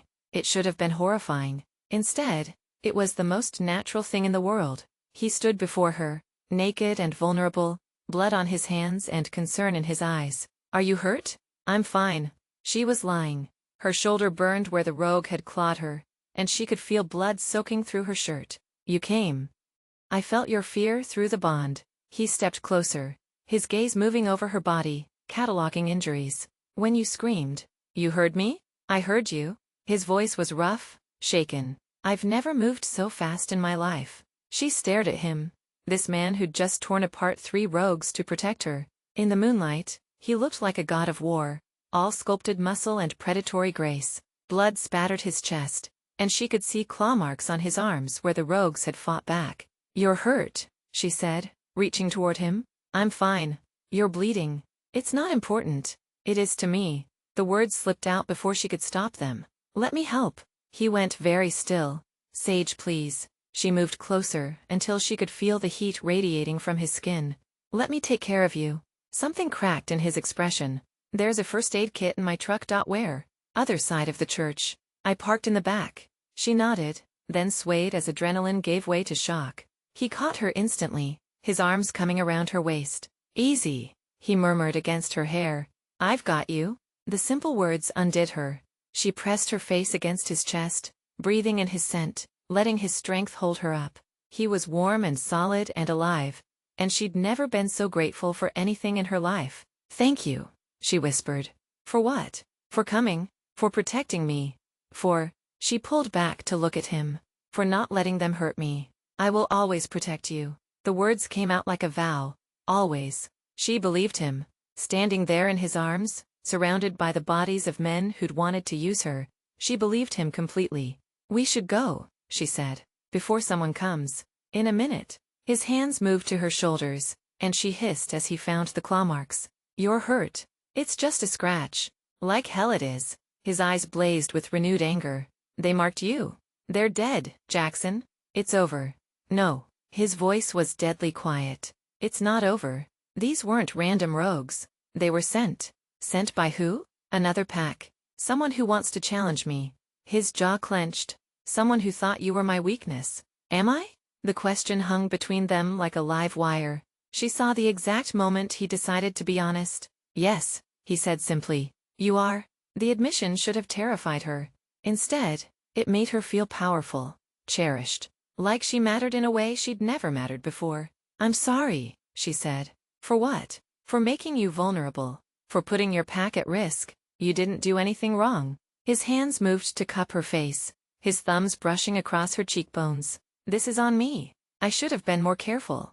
You can't protect me from everything. Watch me. The words were a promise and a threat. She stared into his golden eyes, seeing the determination there, the absolute certainty that he would tear the world apart to keep her safe. The first aid kit, she said weakly. Right. He stepped back, immediately missing his warmth. Stay close. They made their way around the church, Sage trying not to stare at the play of muscles across his back. Even covered in blood and dirt, he was magnificent. Her mate, her protector, her werewolf. The thought should have shocked her. Instead, it felt like coming home. His truck was parked in the shadows, a massive black beast that suited him perfectly. He retrieved the first aid kit from behind the seat, then pulled on a pair of jeans from a duffel bag. You carry spare clothes? She asked. Occupational hazard. He gestured to a nearby picnic table. Sit. Let me see your shoulder. She perched on the edge of the table, suddenly nervous. It's really not that bad. I'll be the judge of that. He opened the kit, pulling out antiseptic and gauze. This might sting. I can handle it. He moved behind her, his fingers gentle as he peeled back her torn shirt. She felt his sharp intake of breath as he saw the damage. Bastards, he muttered. How bad? Bad enough. He cleaned the wounds with careful precision, his touch surprisingly gentle for such large hands. You'll need stitches. I can go to the hospital. No, the word came out sharp. Too many questions. I'll take you to the pack house. Our healer can take care of you. I don't want to impose. You're not imposing. He moved to face her, his expression serious. Sage, what happened tonight changes things. Those rogues knew about you, knew about us. There is no us, isn't there? He stepped closer, until she could feel the heat of his body. You think I haven't noticed? The way you react to me? The way your scent changes when I'm near? I don't know what you're talking about. You're lying. His voice dropped to a whisper. Your pulse is racing. Your pupils are dilated. You want me as much as I want you. She did. God help her, she did. But wanting and having were two different things. It doesn't matter what I want, she said. It's the only thing that matters. You're a werewolf. The words came out strangled. You're a werewolf. And I'm whatever I am. We're not even the same species. We're mates. He said it like it was the most natural thing in the world. Species doesn't matter. Pack law doesn't matter. Nothing matters except this. He gestured between them. This bond. I don't understand any of this. She pressed her hands to her temples, overwhelmed. My best friend was married to a werewolf. There are other packs, rogues, challenges. I don't know how to process any of it. You don't have to process it all at once. His voice was gentle now, patient. But you need to accept that you're part of this world now. Whether you like it or not. Because of you. Because of us. He reached out, his fingers brushing her cheek. Because of what we are to each other. She closed her eyes, leaning into his touch. This is insane. Most of the best things are. Your pack will accept you. Because I accept you. Because you're mine. Mine. The word sent heat spiraling through her veins. She opened her eyes to find him watching her with an intensity that made her breath catch. I'm scared, she admitted. So am I, his thumb traced across her lower lip. But I'm more scared of losing you. You never had me. Didn't I? He leaned closer, until his forehead rested against hers. Then why does it feel like I'm dying when you're not near? Why does my wolf sing for you? Why did I tear apart 3 rogues with my bare hands because they dared to touch you? She had no answer, no defense against the truth in his words. I need to get you to the pack house, he said quietly. You're losing blood. She looked down at her shoulder, surprised to see red seeping through the makeshift bandage. I can drive. No, he scooped her up before she could protest, cradling her against his chest. You're in shock. And I'm not letting you out of my sight, Jaxon. No arguments. Not tonight. He carried her toward his truck, and she found herself relaxing into his strength. Tonight, you let me take care of you. And tomorrow? Tomorrow we figure out what comes next. He settled her in the passenger seat, buckling her seatbelt with careful precision. As he walked around to the driver's side, she caught sight of the church in the side mirror. The bodies of the rogues were gone, dissolved into shadow and moonlight. "What happened to them?" she asked as he started the engine. "They're not your concern anymore." "But Sage." He reached over, his hand covering hers. "There are things in this world that are dark and violent and ugly. I do what I have to do to protect what's mine. Don't ask me to apologize for that." She stared at their joined hands, processing the implication. "You killed them, yes. All of them. Yes. And you don't feel guilty about it." "No." His voice was matter-of-fact. "They threatened you. They would have hurt you, used you, possibly killed you. I have no regrets." The casual way he said it should have terrified her. Instead, it made her feel safe, protected, like she mattered enough to fight for. "Thank you," she said quietly. "For what?" "For keeping me safe. She squeezed his hand. "For showing me who you really are." He brought her hand to his lips, pressing a gentle kiss to her knuckles. "You haven't seen anything yet, sweetheart." The promise in his words sent heat racing through her veins. As they drove through the night toward the pack house, she found herself wondering what other secrets he was hiding, and whether she was brave enough to discover them. The pack house was ablaze with light when they arrived, wolves streaming out to meet them. Sage felt a moment of panic as she saw the concern in their faces, the way they moved with predatory grace. "It's all right," Jaxon said, sensing her distress. "They're worried about you." "About me? You're under my protection. That makes you family." The words hit her like a physical blow. Family. She'd been alone for so long, she'd forgotten what it felt like to belong somewhere. Rafe appeared at Jackson's side, his expression grim. "We felt the violence through the pack bond." "What happened?" "Rogues. 3 of them." Jaxon lifted Sage from the truck, and she didn't protest. They were waiting for her. Waiting? Rafe's eyes narrowed. This wasn't random. No. Someone sent them. Jackson's jaw clenched. Someone who knows about her. The rival pack? Most likely. Jaxon carried her toward the house, the pack parting before them. "Double the patrols. I want to know who's been watching us." "Already done." Rafe fell into step beside them. "How is she?" "Injured. Scared. But alive." Jackson's arms tightened around her. "That's all that matters." Sage found herself the center of attention as they entered the pack house. Wolves pressed close, their concern tangible. She caught fragments of conversation. "Is she hurt? What happened?" "The alpha's mate." "I'm not his mate," she said quickly. The words fell into sudden silence. Every eye turned to her, and she felt the weight of their scrutiny. "You're under my protection," Jaxon said quietly. "That's all they need to know." "For now," added an older woman with silver hair and knowing eyes. "I'm Dr. Sarah Chen, the pack healer. Let's get you patched up." She led them to a medical room that looked like it belonged in a hospital. Sage found herself on an examination table, suddenly aware of how she must look, blood-stained, disheveled, clinging to their alpha like a lifeline. "I can handle this," she said, trying to sit up. Jackson's voice was firm. "You're in shock. Let Sarah help you." "I'm fine." "You're not fine." Dr. Chen moved to examine her shoulder, her touch professional but gentle. "You have 3 parallel claw marks, one of which is deep enough to need stitches. You've lost blood. Your blood pressure is low, and you're showing signs of shock." "I've had worse." "Have you?" The doctor's eyes were sharp, missing nothing. "What else aren't you telling us?" Sage glanced at Jaxon, uncertainty in her expression. He nodded encouragingly. I have some experience with supernatural injuries," she admitted. "What kind of experience?" "The kind that comes from having magic in your blood." The revelation sent a ripple of shock through the room.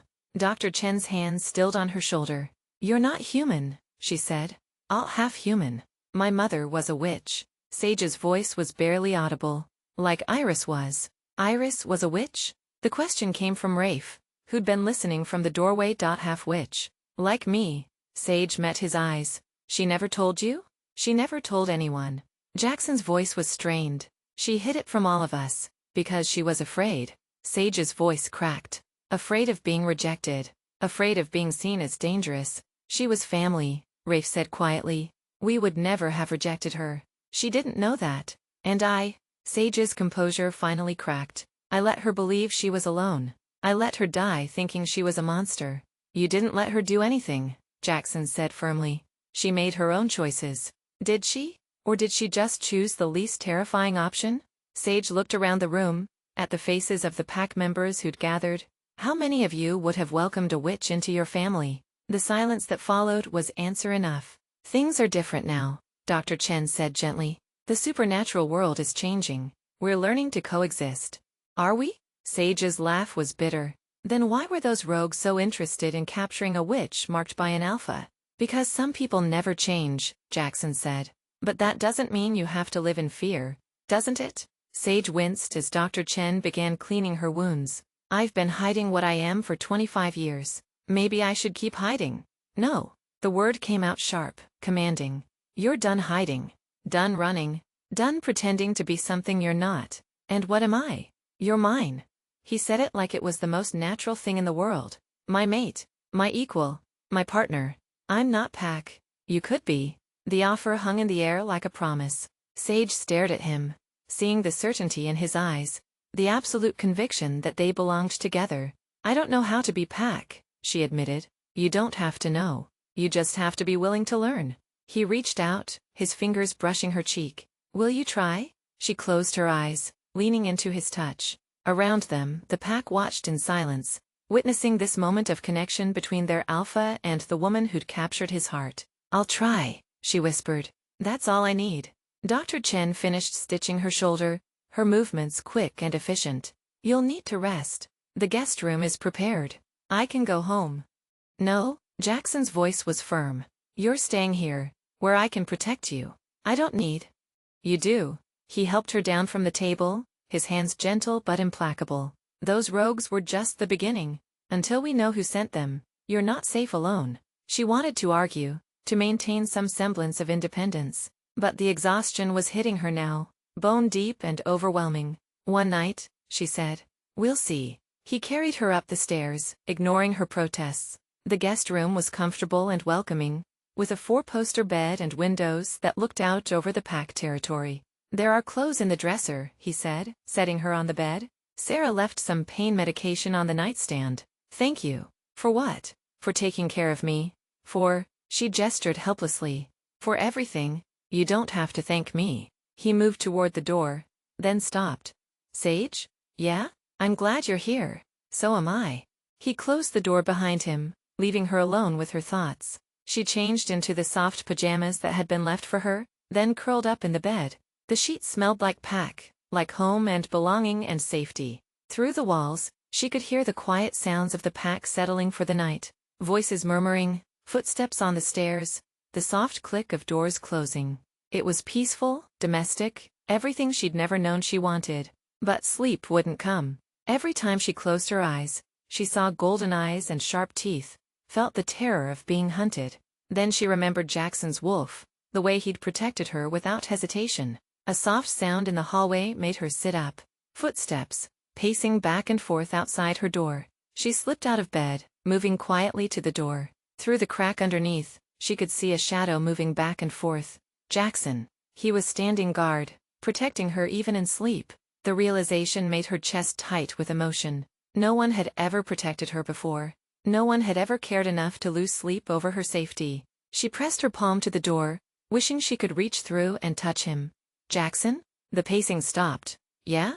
You don't have to stand guard. Yes, I do. You need sleep. I need to know you're safe. I am safe. I'm here, with your pack, in your territory. She rested her forehead against the door. I'm as safe as I can be. Not safe enough. It has to be enough. For tonight. She closed her eyes. Please, Jaxon. Rest. A long silence.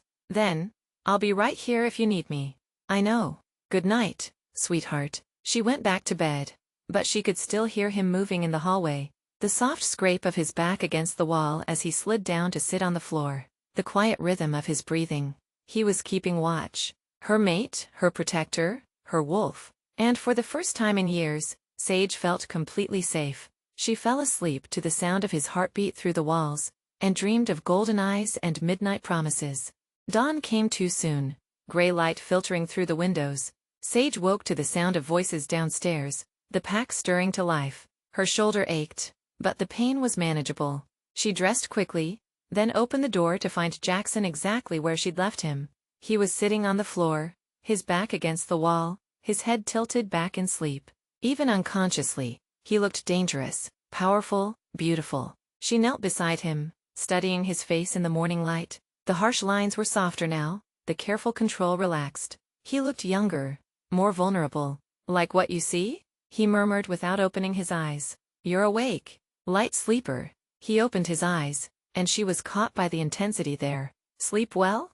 "Better than I have in weeks." She stood, suddenly self-conscious. "Thank you for staying. Thank you for letting me." They stared at each other, the weight of the night between them. Everything had changed. She'd seen him as a wolf, felt his protection, accepted his care. There was no going back from that. "I should go," she said. "Should you? My life is waiting. My job, my apartment, my responsibilities. Your life is here." He stood, moving closer. "With me, with us. I can't just abandon everything." "Why not? What's keeping you there?" The question hung in the air, and she realized she didn't have an answer. Her apartment was just a place to sleep. Her job was just a way to pay bills. Her life was empty, hollow, meaningless. Until him. "I'm scared," she admitted. "Of what?" "Of this. Of you. Of what it means." She gestured between them. "Of losing myself in it." "You won't lose yourself." He reached out, his fingers brushing her cheek. "You'll find yourself." "How can you be so sure?" "Because I found myself the moment I met you." His voice was rough, honest. "Everything before was just existing. You make me feel alive." The words stole her breath. She stared into his golden eyes, seeing the truth there, the absolute certainty. "Stay," he said quietly. "Just for today. Let me show you what your life could be." She should say no, should walk away before she got in too deep. But the bond between them was pulling tight, and she was tired of fighting it. "One day," she said. "One day." He smiled, and it was like the sun coming out after a storm. "Come on. Let me show you what pack life is really like." As they walked downstairs together, Sage felt something shift inside her. For the first time in years, she wasn't running from something. She was running toward it. Toward him. Toward home. Toward a life she'd never dared to imagine. And for the first time in forever, she wasn't afraid. Chapter 5. Confession. Sage woke to the sound of hushed voices and the scent of coffee brewing downstairs. For a moment, she forgot where she was. Forgot about rogues and wolves and the man who'd torn apart 3 attackers to protect her. Then she shifted, and the pull of stitches in her shoulder brought it all rushing back. The pack house. Jackson's territory. The place where she'd finally stopped running. Soft footsteps approached her door, followed by a gentle knock. "Sage, you awake?" Clara's voice, warm and concerned. Sage sat up, wincing as the movement pulled at her injured shoulder. "Come in." The door opened to reveal not just Clara, but Tommy and an older woman she didn't recognize. They filed in carrying breakfast trays, their expressions a mixture of concern and curiosity. "How are you feeling?" Clara asked, setting a tray on the bedside table. "Dr. Chen said you lost quite a bit of blood." "I'm fine." "Really?" Sage accepted the coffee gratefully, breathing in the rich aroma. "You didn't need to."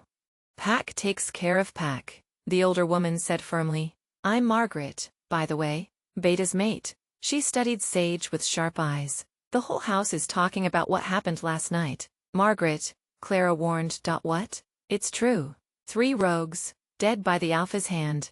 Haven't seen him that violent since." She trailed off, her expression softening. "Well, since Iris died." The name hung in the air like a ghost. Sage felt her chest tighten, guilt and confusion warring in her mind. "He was protecting me," she said quietly. "Oh, honey." Margaret's voice was gentle now. "He was doing more than that. You should have seen him carry you in here, like you were made of spun glass and dragon fire all at once." "He was being kind?" "Kind?" Tommy laughed, but there was no humor in it. "Alpha doesn't do kind. He does necessary. He does duty. But what he did last night?" He shook his head. "That was something else entirely." Clara shot him a warning look. "What Tommy means is that we're all grateful you're safe." "Are you?" Sage set down her coffee cup, studying their faces. "Because I get the feeling some of the pack isn't happy about my being here." The 3 pack members exchanged glances. Finally, Margaret spoke. "The pack is divided. Some see you as the Alpha's second chance. Others see you as..." She hesitated. "As what?" "As a threat to Luna's memory." The words hit like physical blows. Sage closed her eyes, feeling the weight of their judgment, their loyalty to a woman who'd been hiding her true nature from all of them. "I'm not trying to replace her," she said. "Aren't you?" The question came from Tommy, his young face serious. "Because that's what it looks like from where we're sitting." "Tommy," Clara hissed. "No, it's okay." Sage opened her eyes, meeting his gaze. "You're right to be protective of her memory. She was your Luna. She was dying inside." The words came from the doorway, delivered in a voice like gravel and steel.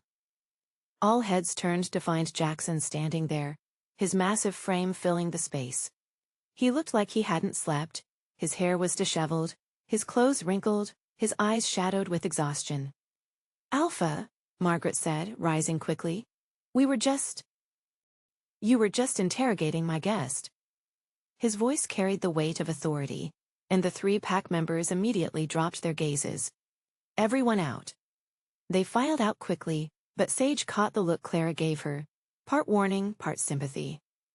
Then they were alone, and the air in the room felt charged with electricity. "You didn't have to do that," Sage said. "They were out of line. They were protecting their Luna's memory." She stood, testing her balance. "Which is exactly what they should be doing. Is it?" He moved closer, and she could smell his scent, pine and rain and something wilder. "Even if that memory is built on lies? Don't." The word came out sharper than she intended. "Don't dishonor her like that." "I'm not dishonoring her. I'm facing the truth." His golden eyes were intense, focused on her with laser precision. "Something I should have done years ago." "Jaxon, we need to talk." He moved to the window, his posture rigid. "Really talk, no more dancing around the truth. I should go." She moved toward the dresser where her clothes were folded. "I've imposed on your hospitality long enough. You're not going anywhere." The words came out flat, commanding. She turned to face him, seeing the alpha authority in his posture, the absolute certainty in his expression. "Excuse me? You heard me. You're not leaving. Not until we settle this." "Settle what?" "This." He gestured between them. "Whatever this is. This bond, this pull, this thing that's driving us both insane. There's nothing to settle." "Isn't there?" He stepped closer, and she could feel the heat radiating from his body. "You think I don't know what you're planning?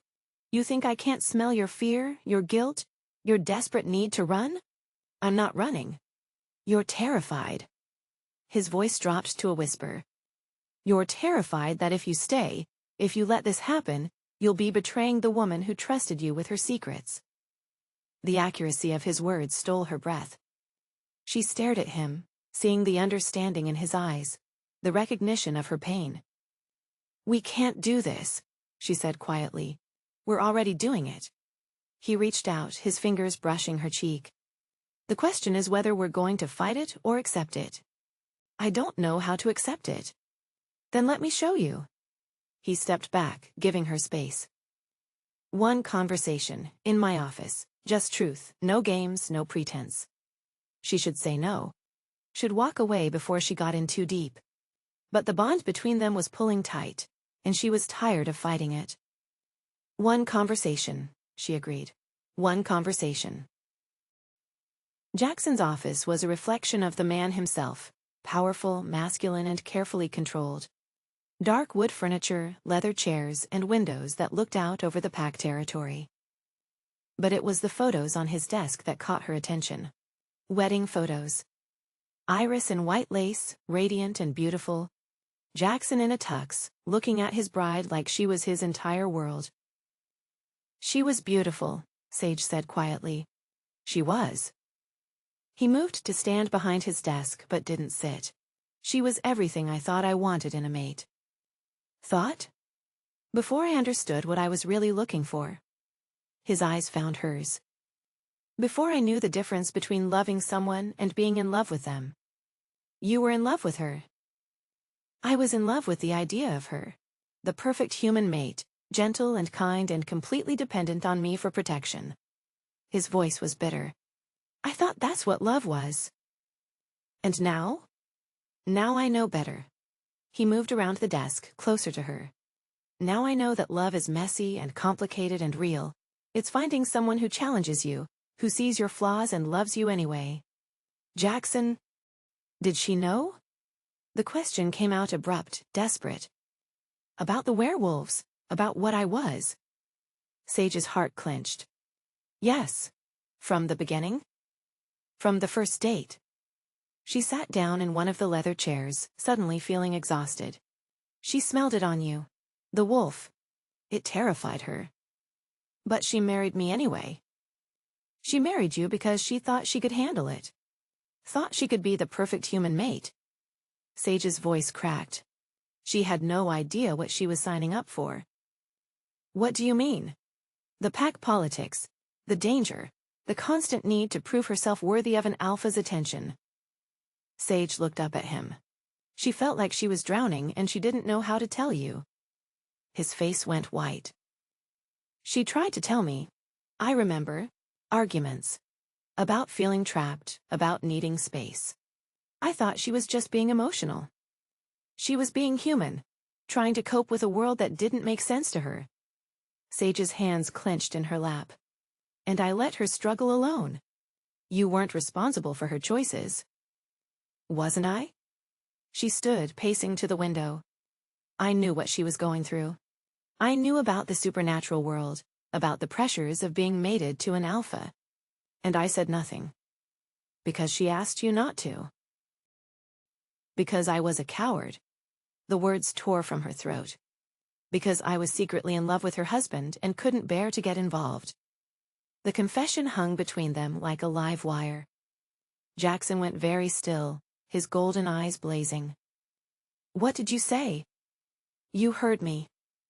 She turned to face him, tears streaming down her cheeks. I loved you. From the moment Iris introduced us, I loved you. And I hated myself for it. Sage. She was my best friend. My sister in everything but blood. And I wanted her husband. She laughed bitterly. So when she needed me most, I stayed away. Because I couldn't trust myself around you. You think that makes you a monster? Doesn't it? It makes you human. He moved closer, his voice gentle. It makes you real. It makes me a terrible friend. It makes you a woman who fell for the wrong man at the wrong time. He reached out, his fingers brushing away her tears. There's no shame in that. There's shame in letting it affect my judgment, in letting her die alone because I was too selfish to help. You didn't let her die. His hands cupped her face, forcing her to look at him. She made her choices. She chose to hide what she was, chose to struggle alone, chose to get in that car during a storm. I could have stopped her. How? By telling her husband's secrets? By betraying the pack that trusted you?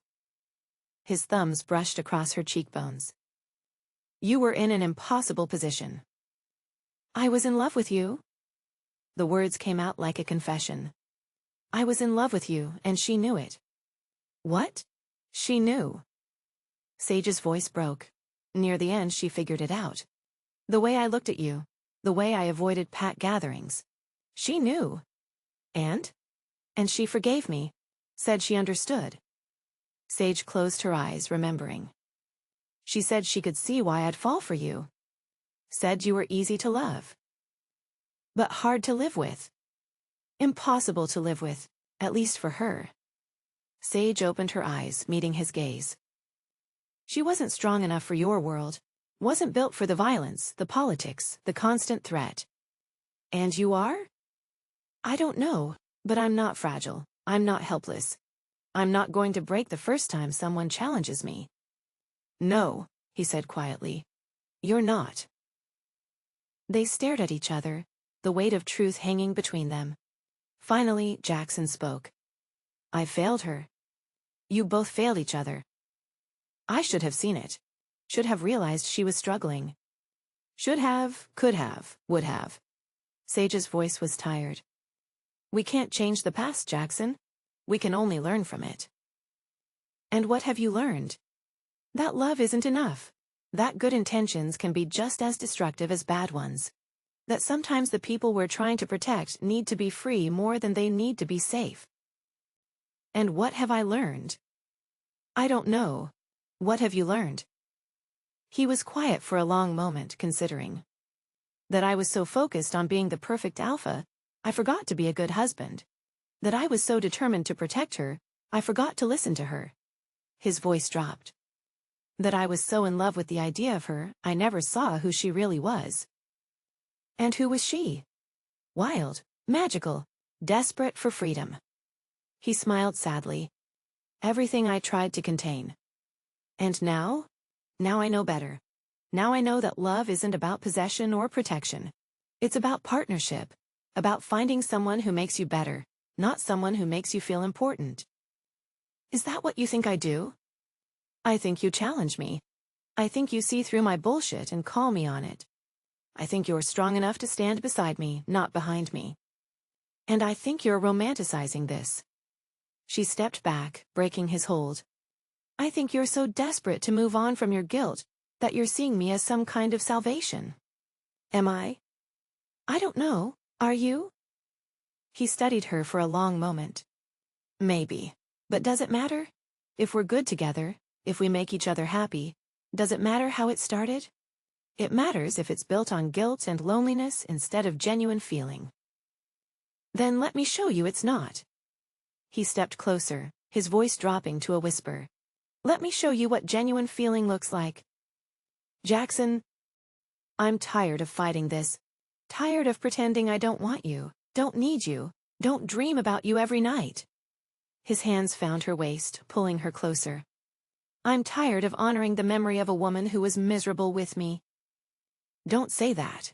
It's the truth. She was miserable, and I was oblivious. But you... He leaned down, his forehead resting against hers. You see me, the real me. Not the alpha, not the perfect husband, not the grieving widower. Just me. I see a man who's struggling with guilt and loss and impossible choices. I see a woman who's been alone too long, who's forgotten what it feels like to be loved. His voice was rough, intimate. Let me remind you. We can't. We can. His lips brushed her temple. We can choose to be happy. Choose to live instead of just survive. What about Iris? What about her? She's gone, Sage. She's been gone for 2 years.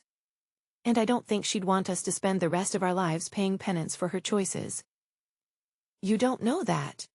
I know she loved you. I know she wanted you to be happy. His hands moved to cup her face. I know she'd understand. Would she? She'd have to, because I'm not letting you go. His voice was fierce, certain. I'm not letting guilt and fear rob us of something real. Jaxon.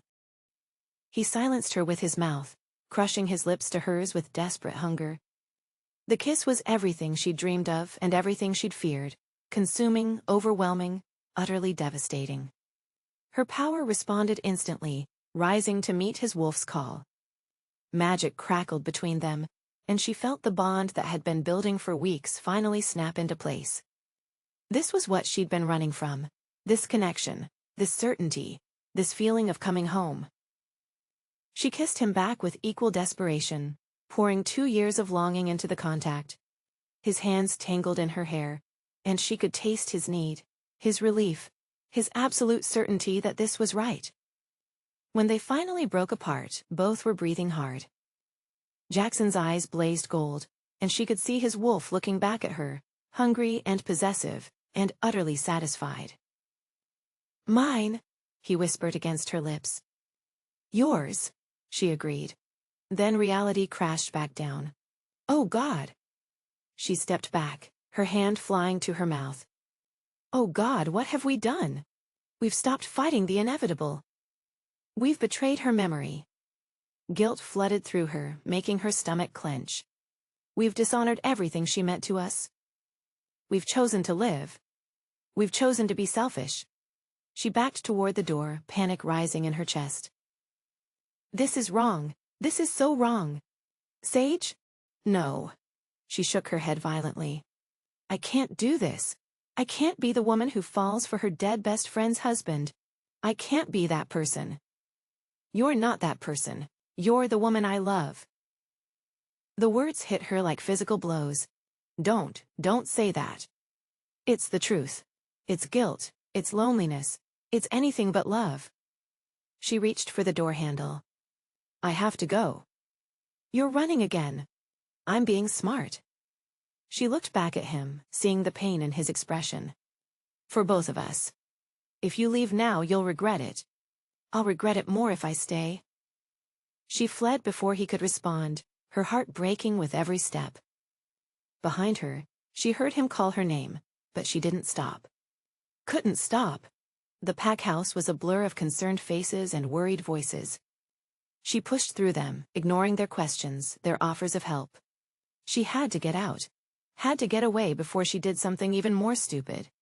Like admitting she loved him too. The pack house erupted in chaos after Sage's departure. Jaxon stood in his office, staring at the door she'd slammed behind her, his wolf howling in his mind. Every instinct screamed at him to chase after her, to claim her, to make her understand that what they had was real. But the look in her eyes, the guilt, the self-loathing, the absolute certainty that she was betraying her best friend, held him back. She needed time, space, the chance to come to terms with what had happened between them. Even if it killed him to give it to her. He silenced her with his mouth, crushing his lips to hers with desperate hunger. The kiss was everything she'd dreamed of and everything she'd feared, consuming, overwhelming, utterly devastating. Her power responded instantly, rising to meet his wolf's call. Magic crackled between them, and she felt the bond that had been building for weeks finally snap into place. This was what she'd been running from, this connection, this certainty, this feeling of coming home. She kissed him back with equal desperation, pouring 2 years of longing into the contact. His hands tangled in her hair, and she could taste his need, his relief, his absolute certainty that this was right. When they finally broke apart, both were breathing hard. Jackson's eyes blazed gold, and she could see his wolf looking back at her, hungry and possessive, and utterly satisfied. Mine, he whispered against her lips. Yours, she agreed. Then reality crashed back down. Oh God! She stepped back, her hand flying to her mouth. Oh God, what have we done? We've stopped fighting the inevitable. We've betrayed her memory. Guilt flooded through her, making her stomach clench. We've dishonored everything she meant to us. We've chosen to live. We've chosen to be selfish. She backed toward the door, panic rising in her chest. This is wrong. This is so wrong. Sage? No. She shook her head violently. I can't do this. I can't be the woman who falls for her dead best friend's husband. I can't be that person. You're not that person. You're the woman I love. The words hit her like physical blows. Don't say that. It's the truth. It's guilt. It's loneliness. It's anything but love. She reached for the door handle. I have to go. You're running again. I'm being smart. She looked back at him, seeing the pain in his expression. For both of us. If you leave now, you'll regret it. I'll regret it more if I stay. She fled before he could respond, her heart breaking with every step. Behind her, she heard him call her name, but she didn't stop. Couldn't stop. The pack house was a blur of concerned faces and worried voices. She pushed through them, ignoring their questions, their offers of help. She had to get out. Had to get away before she did something even more stupid. Like admitting she loved him too. The pack house erupted in chaos after Sage's departure. Jaxon stood in his office, staring at the door she'd slammed behind her, his wolf howling in his mind. Every instinct screamed at him to chase after her, to claim her, to make her understand that what they had was real. But the look in her eyes, the guilt, the self-loathing, the absolute certainty that she was betraying her best friend, held him back. She needed time, space, the chance to come to terms with what had happened between them. Even if it killed him to give it to her. Then what are you going to do? I'm going to be the alpha they need. And I'm going to hope that when Sage is ready, she'll come back to me. And if she doesn't, then I'll learn to live with the consequences. Sage drove aimlessly through the streets of Crescent Falls, her mind a chaos of guilt and longing. The taste of Jackson's kiss lingered on her lips, and she could still feel the bond between them humming with connection. Mine, he'd whispered. Yours, she'd replied. And meant it. That was the worst part. Not that she'd kissed him, but that she'd wanted to. Not that she'd felt the bond snap into place, but that she'd welcomed it. For those few moments in his arms, she'd felt complete. Whole, like she'd finally found the missing piece of herself. Then reality had crashed back down, and she'd remembered who she was. What she'd done. What she'd failed to do. Her phone buzzed. A text from an unknown number? Where are you? The pack is worried. She didn't recognize the number, but she could guess who it was. One of the pack members, probably Clara or Tommy. People who'd welcomed her into their family, and were now wondering why she'd fled like a thief in the night. She turned off her phone without replying. The highway stretched out before her, empty and inviting. She could keep driving, could leave Crescent Falls behind, start over somewhere new. Somewhere without memories of Iris, without the constant reminder of her failures. Somewhere without golden eyes and midnight promises. But even as she thought it, she knew she couldn't do it. Not again. She'd run once before, after Iris's death, and it had solved nothing. The guilt had followed her, the loneliness had consumed her, and she'd ended up right back where she started. Running away wasn't the answer. It never had been. But neither was staying. Not when her presence was tearing apart the pack that had welcomed her. Not when her feelings for Jaxon were threatening to destroy everything he'd built. She pulled over at a rest stop, sitting in her car as the sun set behind the mountains. Other travelers moved around her, families on vacation, truckers making their routes, people going about their normal lives. People who didn't have to worry about supernatural politics or impossible bonds, or the ghost of a dead best friend. Her phone buzzed again. This time, she looked. I'm sorry, I shouldn't have pushed. But I'm not sorry for what I feel. Jay. Her heart clenched. She stared at the message, her thumb hovering over the keyboard. She could ignore it, could pretend she hadn't seen it, could keep running until the bond between them finally snapped. But the bond wasn't going to snap. She understood that now. It was real, permanent, unbreakable. The question was whether she was strong enough to accept it. Strong enough to honor Iris's memory while building something new. Strong enough to love again. I need time, she typed back. How much time? I don't know. I'll wait, you shouldn't have to. I want to. Jaxon, I love you. That's not going to change, no matter how far you run. The words stole her breath. She stared at the screen, her vision blurring with tears. He loved her. This man who'd torn apart 3 rogues to protect her, who'd stood guard outside her door all night, who'd kissed her like she was his salvation. He loved her. And she loved him back. The realization hit her like a physical blow. She loved him. Not just wanted him. Not just felt bonded to him. But loved him. Completely, desperately, irrevocably. Which made everything so much worse. I know, she typed back. I love you too. That's the problem. That's not a problem. That's a gift. It's a betrayal. It's a second chance. I can't. You can. You just won't. I need time. I'll wait. Promise me something. Anything. Don't put your life on hold for me. Don't neglect your pack, your responsibilities, your duty. I'm not worth that. You're worth everything. I'm not. I'm just a woman who's too afraid to grab happiness when it's offered. You're the woman I love. That makes you worth everything. She closed her eyes, the tears falling freely now. He made it sound so simple. So easy, like love was enough to overcome guilt and fear and the weight of the past. Maybe it was, but she wasn't ready to find out. I have to go, I know. Take care of yourself, you too. And Jaxon, yeah? Thank you. For everything. Don't say goodbye like this is the end, isn't it? It's the beginning, you'll see. She turned off her phone and sat in the gathering darkness, watching the stars appear one by one. Somewhere behind her, a pack was probably arguing about their alpha's choices. Somewhere behind her, a man was probably standing at his window, watching the road and waiting for her to come home. Somewhere behind her, a life was waiting that could be everything she'd ever dreamed of, if she was brave enough to claim it. But bravery had never been her strong suit. Running had. Hiding had. Protecting herself from the possibility of happiness had.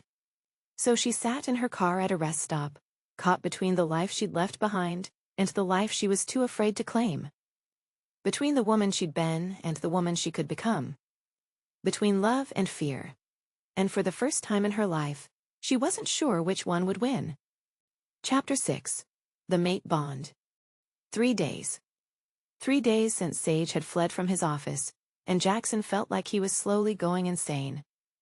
Sleep had become impossible. Every time he closed his eyes, he could smell her scent, feel the phantom weight of her body in his arms. His wolf paced restlessly beneath his skin, whining and snarling by turns, demanding he track down their mate and claim her properly.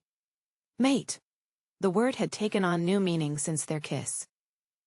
Not just a hope or a possibility, but a certainty that thrummed through his very bones.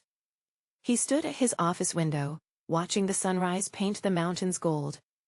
Behind him, his desk was covered with reports he couldn't focus on. Pack business that seemed meaningless when half his soul was missing. A knock at the door interrupted his brooding. Come in. Elder Moira entered, her silver hair gleaming in the morning light. At 73, she was the pack's repository of old knowledge, keeper of traditions that stretched back centuries. You look like hell, she said without preamble. Good morning to you too, Elder. Don't get smart with me, boy. I've been watching you pace these halls for 3 days like a caged animal. She settled into one of his chairs, her sharp eyes studying him. When's the last time you slept? I don't need. When's the last time you ate? When's the last time you shifted? When's the last time you acted like an alpha instead of a lovesick pup? The words hit their mark. Jaxon turned from the window, his jaw clenched. I'm handling my responsibilities. Are you? Because from where I'm sitting, it looks like you're falling apart. Moira leaned forward. Tell me about the girl. There's nothing to tell. There's everything to tell. The whole pack can smell your distress. Your wolf is broadcasting his needs so loudly it's affecting the younger wolves. Her voice sharpened. So don't lie to me, Jaxon Blackwood. Tell me about your mate. The word hung in the air between them. Jaxon sank into his chair, suddenly exhausted. I don't know if she is, he admitted. You don't know? Moira's eyebrows shot up. Boy, you've been married. You know what a mate bond feels like. That's just it. This is different. Stronger. More? He searched for words. More everything. Ah. Understanding dawned in the elder's eyes. You think you might have found your true mate. Is that possible, after Iris? Sit down, child. Let me tell you about the old ways. Jaxon obeyed, leaning back in his chair as Moira's voice took on the cadence of ancient stories. In the old days, before we integrated with human society, werewolves understood that there were different types of bonds. Compatible mates, chosen mates, and true mates. She counted them off on her fingers. Most wolves settle for compatible. Someone who complements their wolf, shares their values, can bear their children. It's a good life, a stable life. Like what I had with Iris. Exactly. Then there are chosen mates, wolves who decide to bond based on politics, pack alliances, mutual benefit. Functional, but not passionate. And true mates? True mates are rare. 1 in 1,000, maybe less. They're soul-deep bonds, created by the moon goddess herself. When true mates find each other, nothing else matters. Not pack politics, not family expectations, not even death itself. What do you mean, not even death? True mates can find each other across lifetimes. And sometimes... She paused, choosing her words carefully. Sometimes a wolf who's lost their compatible mate can find their true mate later in life. A second chance. More than that. The chance they were meant to have all along. Moira's eyes were kind but serious. The moon goddess works in mysterious ways, Jaxon. Sometimes she lets us make mistakes, learn lessons, grow into the people we need to be before she gives us what we truly need. And you think Sage is my true mate? I think you're exhibiting all the signs of a true mate bond. The restlessness, the inability to focus, the physical distress when separated from her. She leaned forward. Tell me, can you feel her? Even when she's not here? Jaxon closed his eyes, concentrating. There. A faint pull to the north, like a compass needle pointing toward home. Yes. And does she feel different from other women? Does touching her feel like coming home? Yes. The word came out strangled. Then you have your answer. Moira stood, smoothing her skirt. The question is, what are you going to do about it? She's running from me.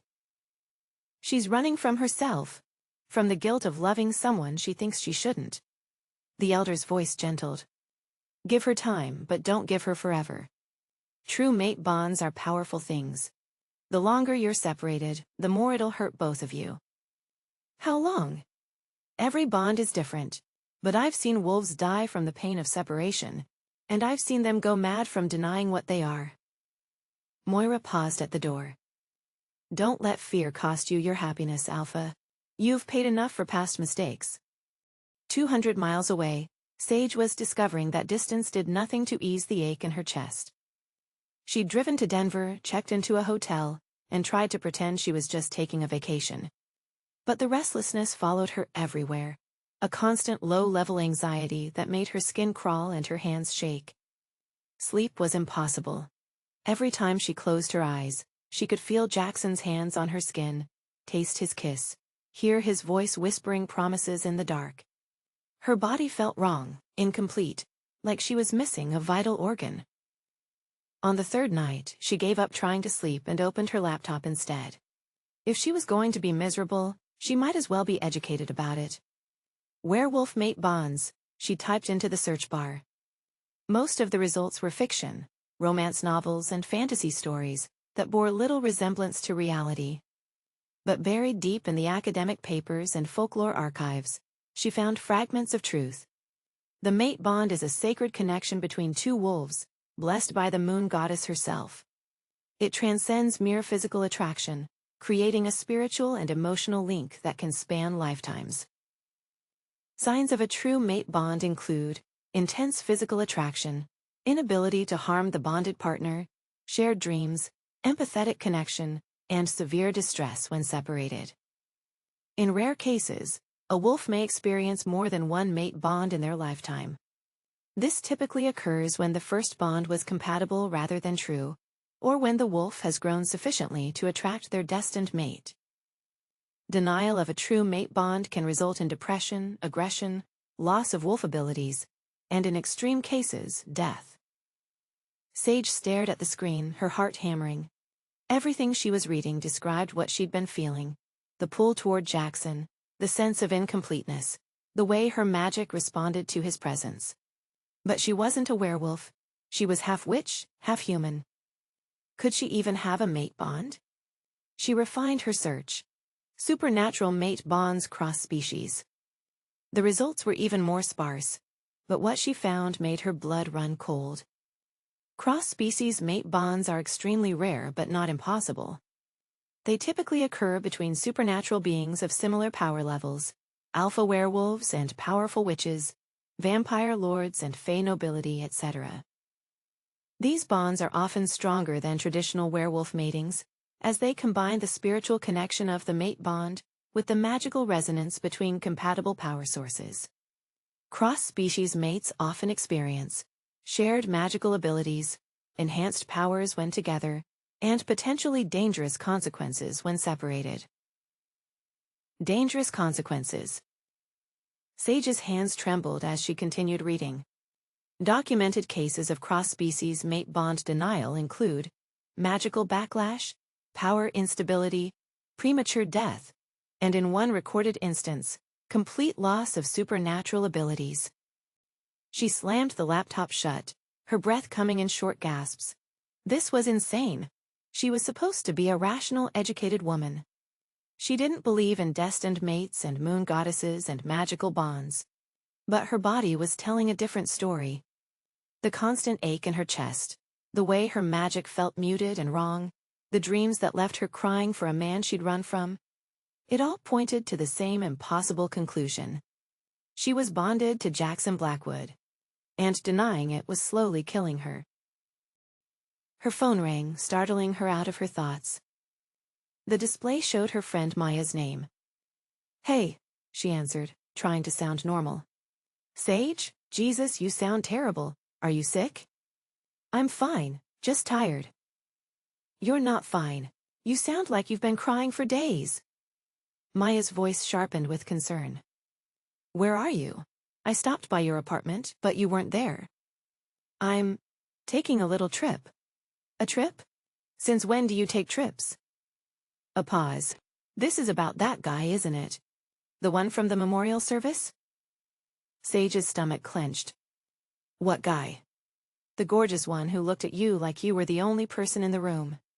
The one who made you blush for the first time in 2 years." Maya's voice was knowing. "What did he do?" "Nothing. He didn't do anything."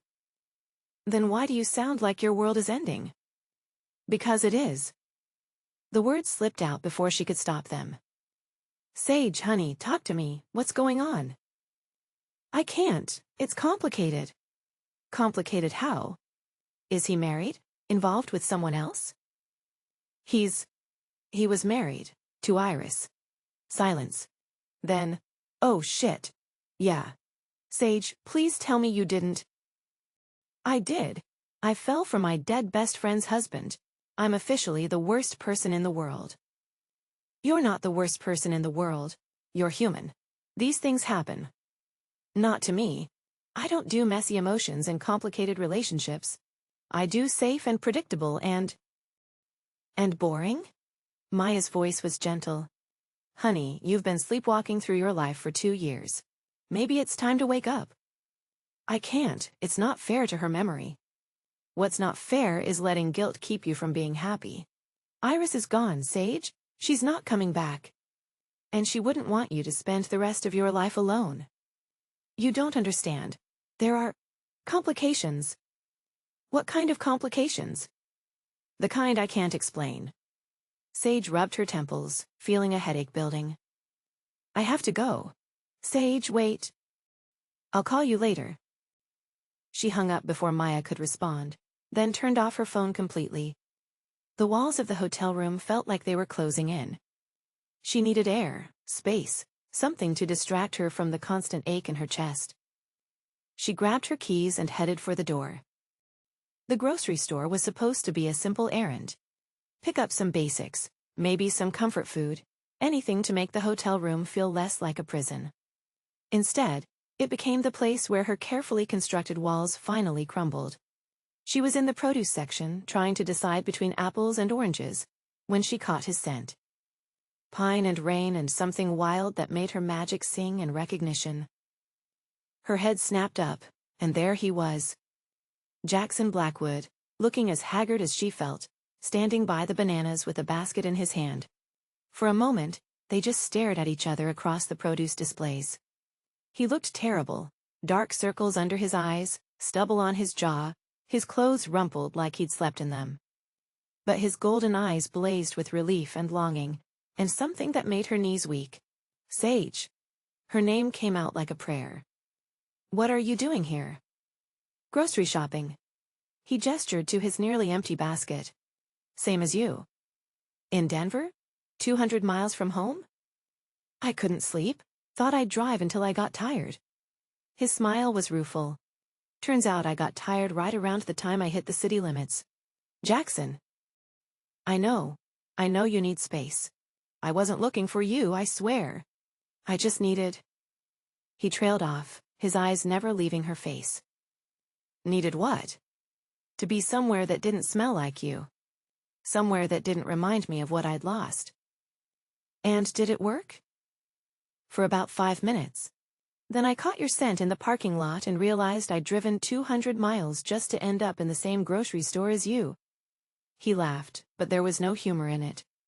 Either that's the world's biggest coincidence or we're bonded. The words came out flat, matter of fact. His basket hit the floor with a clatter. What did you say? I've been researching. Mate bonds, cross-species connections, supernatural genetics. She moved closer, drawn by an invisible thread. I think we're bonded, Jaxon. Really bonded. You think? I know, I can feel you, even when you're not here. I can't sleep, can't eat, can't focus on anything except this constant ache in my chest. She was close enough now to see the flecks of gold in his eyes. Can you feel it too? Every second of every day. His voice was rough. It's like missing a limb. Then we're both going crazy. Or we're both exactly where we're supposed to be. The words hung between them, heavy with possibility. Around them, other shoppers continued their errands, oblivious to the drama playing out in the produce section. This is insane, Sage whispered. Yeah. He reached out, his fingers barely grazing her cheek. But it's real. The simple touch sent electricity racing through her veins. Her magic responded instantly, rising to meet his wolf's call. She could feel his pulse matching hers, could sense the relief flooding through him at the contact. People are staring, she said, suddenly aware of the attention they were drawing. Let them stare. Jaxon. Sage, is that you? The voice cut through their moment like a blade. Sage turned to see Marcus approaching, his expression a mixture of concern and confusion. Marcus, her ex-boyfriend. The safe, predictable man she'd dated for 6 months before realizing she felt nothing for him. Marcus, hi. She stepped back from Jaxon, immediately missing his warmth. What are you doing here? Business trip. I was about to ask you the same thing. His eyes moved between her and Jaxon, taking in their proximity, the obvious tension. Are you all right? You look... I'm fine. You look like you've been crying. Marcus moved closer, his protective instincts kicking in. Is this guy bothering you? No, he's not. Actually, we were having a private conversation. Jackson's voice carried an edge of warning. Maybe you should move along. Excuse me? Marcus turned to face him fully, his chest puffing out. I don't know who you think you are, but... I'm her mate. The words came out flat, certain. And you're interrupting. Her what? Marcus looked at Sage, confusion clear on his face. Sage, what is he talking about? It's complicated, Marcus. Complicated how? You've been dating this guy? For how long? We're not dating. The words tasted like ash in her mouth. Then what? We're bonded. Jaxon stepped forward, his body radiating menace. Soul deep, permanently, irrevocably bonded. Which means you need to back off before I do something we'll both regret. Jaxon, don't. Sage could feel his wolf rising, could sense the danger building. He's not a threat. He's touching you. She looked down to see Marcus's hand on her arm, a gesture of comfort she hadn't even noticed. But Jaxon had noticed. His eyes blazed gold, and she could see the muscle in his jaw ticking. Marcus, you need to go. I'm not leaving you with some psycho who thinks he owns you. He doesn't own me. The words came out sharper than she intended. But he's right about one thing. We are bonded. And if you don't leave right now, he's going to shift into a wolf and tear your throat out in the middle of the produce section. Marcus stared at her like she'd grown a second head. A wolf? Sage, what the hell are you talking about? She's talking about the supernatural world, Jaxon said, his voice deadly quiet. The one you're not part of. The one where men like me protect what's ours. Supernatural? You're both insane. Maybe, but we're insane together. Sage moved between them, her hand finding Jackson's chest. Marcus, please, just go. The moment her palm touched his skin, Jackson's tension eased. His eyes faded from gold back to brown, and she felt his wolf settle, reassured by her touch. What did you just do? Marcus backed away, his face pale. His eyes just changed color. Magic, Sage said simply.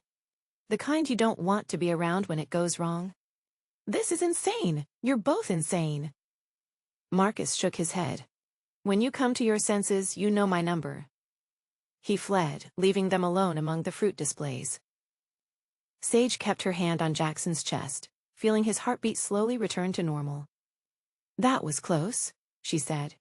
Too close. I almost shifted. He covered her hand with his. You stopped me. I calmed you. You controlled me, with a touch. His eyes were wide with wonder. That's not normal, Sage, even for mates. Nothing about this is normal. No, it's not. He turned his hand over, lacing their fingers together. But it's real, and it's ours. She stared at their joined hands, feeling the bond between them pulse with life. What do we do now? Now we stop running. We stop pretending this isn't happening. We stop letting fear make our decisions for us. And then? Then we figure out what it means to be bonded. Together. He squeezed her hand. If you're willing. I'm terrified. So am I, but I'm more terrified of living without you. What about the pack? What about Iris's memory? What about our happiness? He stepped closer, his free hand cupping her cheek. What about the chance to build something real, something lasting, something that honors the past without being chained to it? You make it sound so simple. Maybe it is. Maybe we've been making it complicated because we're afraid of what simple means. She leaned into his touch, feeling the rightness of it in her bones. I don't know how to do this. Neither do I, but we'll figure it out together. Promise. I promise. He leaned down, his forehead resting against hers. Come home with me, Sage. Come home where you belong. Is that what you are? Home? I am if you'll let me be. She closed her eyes, feeling the bond between them settle into place like a key turning in a lock. This was it, the moment of decision. The choice between fear and love, between running and staying, between the safe life she'd built, and the dangerous one that called to her soul. Okay, she whispered, okay? I'll come home with you. She opened her eyes, meeting his gaze. But slowly, carefully, with room for mistakes and second-guessing and probably a lot of tears. I can work with that. And with the understanding that I'm still terrified this is all wrong. I can work with that too. And with the promise that if I need to run again, you'll let me. That one's going to be harder. His smile was rueful. But I'll try. That's all I can ask. Is it? Because I'm asking for a lot more than that. His thumb brushed across her cheekbone. I'm asking for your trust, your faith, your willingness to believe that what we have is worth fighting for. And what are you offering in return?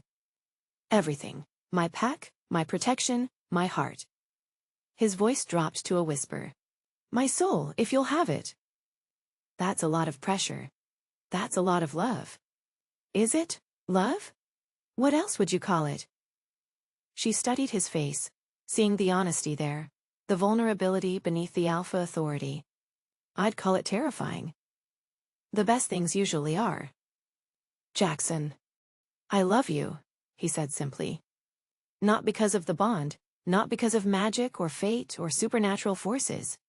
I love you because you're brave and stubborn and real, because you challenge me and calm me and make me want to be better than I am. And I love you because you see me. Not the mask I wear, not the walls I've built, but the real me underneath. She took a shaky breath, even when I don't want to be seen. Especially then. So what now? We go home and live happily ever after? We go home and work on it, day by day, choice by choice, until we build something worth keeping. And if we can't? Then we'll have tried, and that's more than most people get. She nodded, feeling something settle in her chest. Not peace. That would come later, if at all. But acceptance. The recognition that running hadn't solved anything. That fear was a poor substitute for living. Take me home, Jaxon. Are you sure? No, but I'm tired of being sure. I'm tired of being safe. I'm tired of being alone. You won't be alone, not anymore. Promise? I promise. He kissed her then, right there in the produce section, with the fluorescent lights humming overhead, and the scent of fresh fruit all around them. It was gentle this time, tender. A promise rather than a claim. When they broke apart, both were smiling. We're going to have to come back for groceries, Sage said, looking at their abandoned baskets.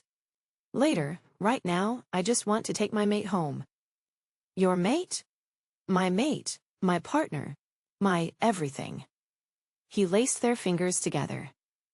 If you'll have me, I'll have you. The words came out strong, certain. All of you. Forever. Forever's a long time. Good, I'm tired of temporary. As they walked out of the store together, Sage felt the bond between them settle into something steady and sure. She was still scared, still uncertain about what the future held. But for the first time in 2 years, she was ready to find out. Ready to stop running and start living. Ready to come home. Chapter 7, Acceptance. The pack house looked different in the afternoon light. Less imposing, more welcoming. Sage sat in the passenger seat of Jaxon's truck, her hands clenched in her lap as they approached the circular driveway. You can still change your mind, Jaxon said quietly. I'm not changing my mind. She looked at him, seeing the concern in his golden eyes. I'm just nervous. They'll accept you. They have to. Because you're their alpha? Because you're my mate. He reached over, covering her hands with his. And because once they get to know you, they'll see what I see. What do you see? Strength, loyalty, a woman who'd rather face her fears than live in hiding. His thumb traced across her knuckles. A woman worth fighting for. The simple words sent warmth spiraling through her chest. 3 hours ago, she'd been ready to run forever. Now she was here, about to face a pack of werewolves, who might or might not accept her as their alpha's mate. What if they hate me? They won't hate you. What if they think I'm trying to replace Iris? Then we'll show them you're not. We'll show them you're something entirely different. He lifted her hand to his lips, pressing a gentle kiss to her palm. Something better. Better? Better for me. Better for the pack. Better for everyone who's been watching me stumble through the last 2 years. She studied his face, seeing the sincerity there. You really believe that? I know it. Before she could respond, the front door opened and pack members began streaming out. Sage recognized some of them. Clara, Tommy, Dr. Chen, Rafe. Others were strangers, their expressions ranging from curious to hostile. Showtime, Jaxon murmured. He got out of the truck and came around to her side, offering his hand. She took it, feeling the bond between them pulse with strength. Whatever happened next, they'd face it together. The pack gathered in a loose semicircle, their body language telling her everything she needed to know. About half looked welcoming, curious about their alpha's choice.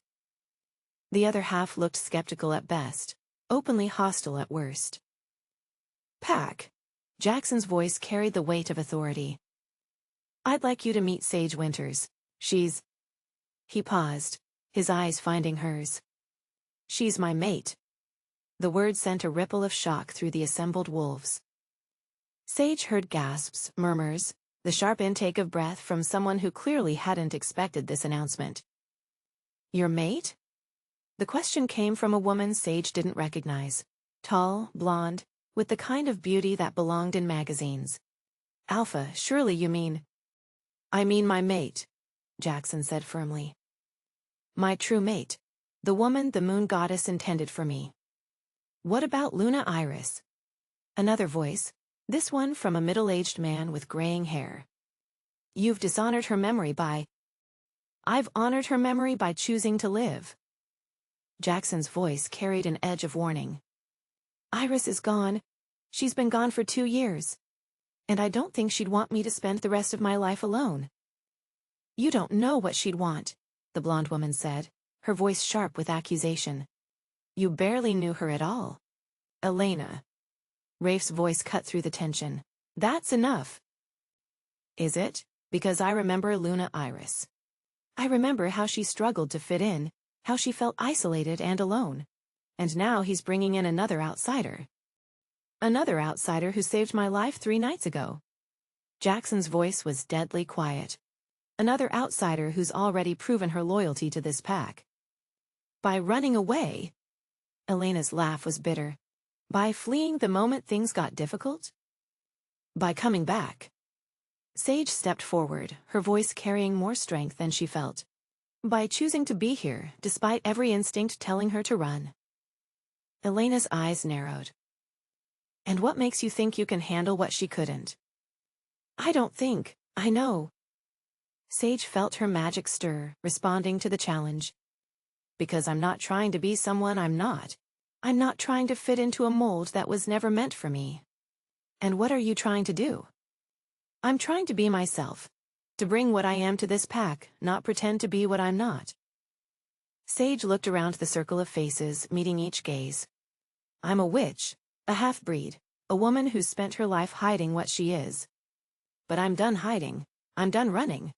I'm done letting fear make my decisions. Pretty words, Elena said. But words are easy. Actions are what matter. Then judge me by my actions. Sage stepped closer to the blonde woman, feeling Jaxon's presence behind her like a shield. Give me a chance to prove myself. And if you fail, if you run again, if you break our alpha's heart the way... Elena. Jaxon's voice cracked like a whip. Stand down. Alpha, I'm only... You're questioning my judgment. You're disrespecting my mate. You're undermining pack unity. He moved to stand beside Sage, his hand finding hers. Stand down or face challenge. The words sent a chill through the assembled pack. Challenge was serious business. A formal duel that could result in exile or death. Elena's face went pale, but she nodded. Of course, Alpha. I was only concerned for pack welfare. Pack welfare is my responsibility, as is choosing my mate. Jaxon's gaze swept the circle. Anyone else have concerns they'd like to voice? Silence. Then Clara stepped forward, a smile on her face. Welcome to the pack, Sage. We're glad you're here. Speak for yourself, someone muttered. I am speaking for myself, and for everyone who's watched our alphas suffer for 2 years. Clara's voice carried surprising authority. We want him to be happy. We want him to find love again. And if that love is with you, then we welcome it. Thank you, Sage said quietly. Don't thank me yet. Wait until you've survived your first pack dinner. Clara's grin was infectious. That's when you'll know if you really belong here. Pack dinner was organized chaos. Sage stood in the massive kitchen, watching in amazement as 23 werewolves somehow managed to prepare a meal for 50 without killing each other. The logistics alone should have been impossible, but they moved with practiced ease, each person knowing their role. Here. Clara thrust a knife into her hands. You're on vegetable duty. I don't really cook. You do now. Pack meals are a group effort. Clara gestured to the mountain of vegetables on the counter. Start with the onions. And try not to cry. Wolves can smell tears from 3 rooms away. Sage picked up an onion, testing its weight. Around her, the pack women worked with efficient grace, their conversation flowing easily between English and what sounded like a mixture of Spanish and something more ancient. What language is that? She asked. Pack tongue, said Margaret, the older woman who'd brought her breakfast. It's what we use when we don't want the pups to understand. Or when we're gossiping about the alpha, added a younger woman with short dark hair. I'm Lucy, by the way, Beta's daughter. Sage. She started peeling the onion, focusing on the task to avoid the curious stares. How long have you all been doing this? Pack dinners, forever. It's tradition. Lucy began seasoning a massive pot of sauce. Community meals 3 times a week, more during full moons or special occasions. It's about more than food, Margaret added. It's about pack bonds, shared stories, making sure everyone's fed and cared for. Iris loved them, Clara said quietly. At first, she said it reminded her of big family dinners. And later? Sage asked, though she suspected she knew the answer. Later she found excuses to skip them. Said the noise gave her headaches. Clara's expression was sad. She isolated herself more and more as time went on. She was overwhelmed, Sage said, choosing her words carefully. The pack world was so different from what she was used to. Tell us about her human life, Lucy said. We only knew her as Luna. What was she like before? Sage paused in her chopping, memories flooding back. She was vibrant, spontaneous. She'd call me at 2 a.m. to go stargazing, or show up at my door with ice cream and terrible movies. She did that here too at first, Clara said. Remembered everyone's birthdays, organized game nights, tried to mother the younger wolves. But then she started pulling back, Margaret added. Stopped participating, stopped initiating. We thought she was just settling in, finding her rhythm. She was drowning, Sage said quietly. The expectations, the politics, the constant need to be perfect. It wasn't natural for her. Is it natural for you? The question came from Elena, who'd been silent until now. I don't know, but I'm not going to try to be perfect. I'm just going to try to be useful. Sage gestured to the vegetables she'd been chopping. And apparently that starts with onions. A few of the women laughed. The tension in the kitchen eased slightly. So what can you do? Lucy asked. Besides magic, I mean. I can research, organize, problem solve. I'm good with computers, decent with finances. I can fight when I have to. Sage shrugged. I'm not domestic, but I'm willing to learn. Research could be useful, Margaret said thoughtfully. We've been having trouble with the county zoning commission. Someone with good computer skills might be able to help. I'd be happy to take a look. And the fighting? Elena's voice carried challenge. You said you can fight. I can defend myself. I've had to, over the years. Sage met her gaze. Not everyone is comfortable with witches. Show us, Elena said. What? Show us. If you're going to be Luna, you need to be able to protect the pack. Show us what you can do. The kitchen fell silent. Sage felt every eye on her, assessing, judging. This was a test, and they all knew it. Here. Why not? A little demonstration, nothing dramatic. Elena's smile was sharp. Unless you're not comfortable. I'm comfortable. Sage set down the knife, feeling her magic stir. But I should warn you, my magic responds to emotion, and right now I'm feeling a little challenged. Should we be worried? Clara asked. Probably. Sage closed her eyes, centering herself. Her magic rose like a tide, eager to be used after days of suppression. She could feel it crackling along her skin, seeking an outlet. She opened her eyes and gestured to the vegetables on the counter. Every onion, carrot, and potato lifted into the air, spinning slowly. With another gesture, they began chopping themselves, the knives moving with precise, inhuman accuracy. Telekinesis, Lucy breathed. Holy shit. Language, Margaret said automatically, but her eyes were fixed on the floating vegetables. That's not all. Sage gestured again, and the gas burners on the stove lit themselves. Pots began stirring their contents without anyone touching them. The massive roast in the oven turned itself, ensuring even cooking. Practical magic, she said. Not flashy, but useful. Can you fight with it? Elena asked. Do you really want to find out? The two women stared at each other, tension crackling between them. Finally, Elena looked away. No, I think we've seen enough. Good. Sage lowered her hands, and the vegetables settled back onto the counter, perfectly chopped. Because I didn't come here to fight you. I came here to be part of this pack. Even if we don't want you? Elena's voice was quieter now, less hostile.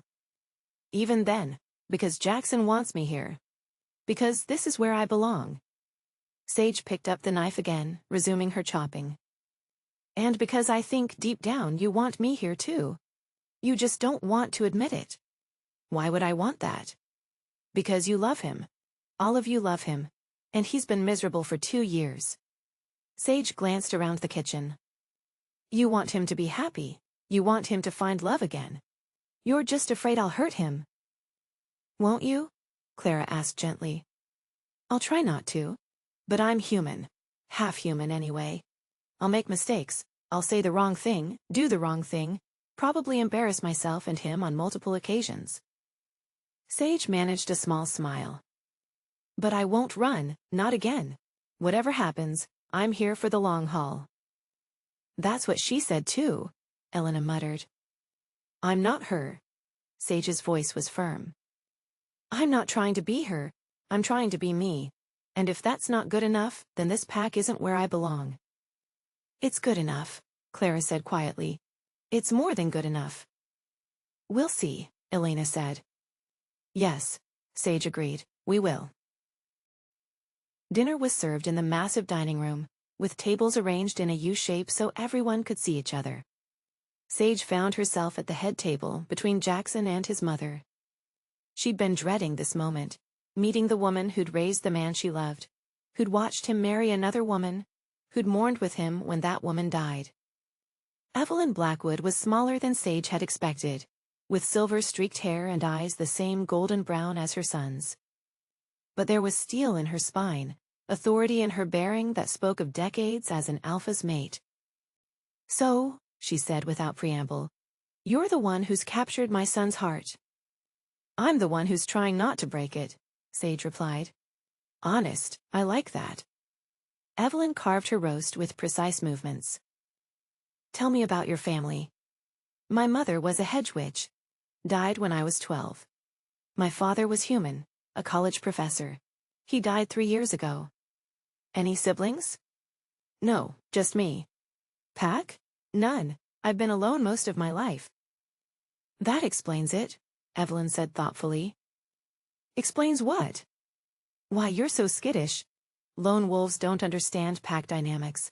They're used to depending only on themselves. Evelyn's gaze sharpened. But you're not a lone wolf anymore. You're part of this family now. That means you have obligations. I understand. Do you? Because being Luna isn't just about loving the alpha. It's about loving the pack, protecting them, putting their needs before your own comfort. Evelyn's voice was quiet but firm. It's about being strong enough to make hard decisions, diplomatic enough to handle pack politics, and wise enough to know when to fight and when to yield. I'm not sure I'm qualified for all that. None of us are when we start. But we learn, we adapt, we become what our pack needs us to be. Evelyn paused. The question is, are you willing to try? I'm willing to try. I'm not willing to lose myself in the process. Good. A Luna who loses herself is useless to everyone. Evelyn's expression softened slightly. My son lost himself when Iris died. He's been finding his way back ever since.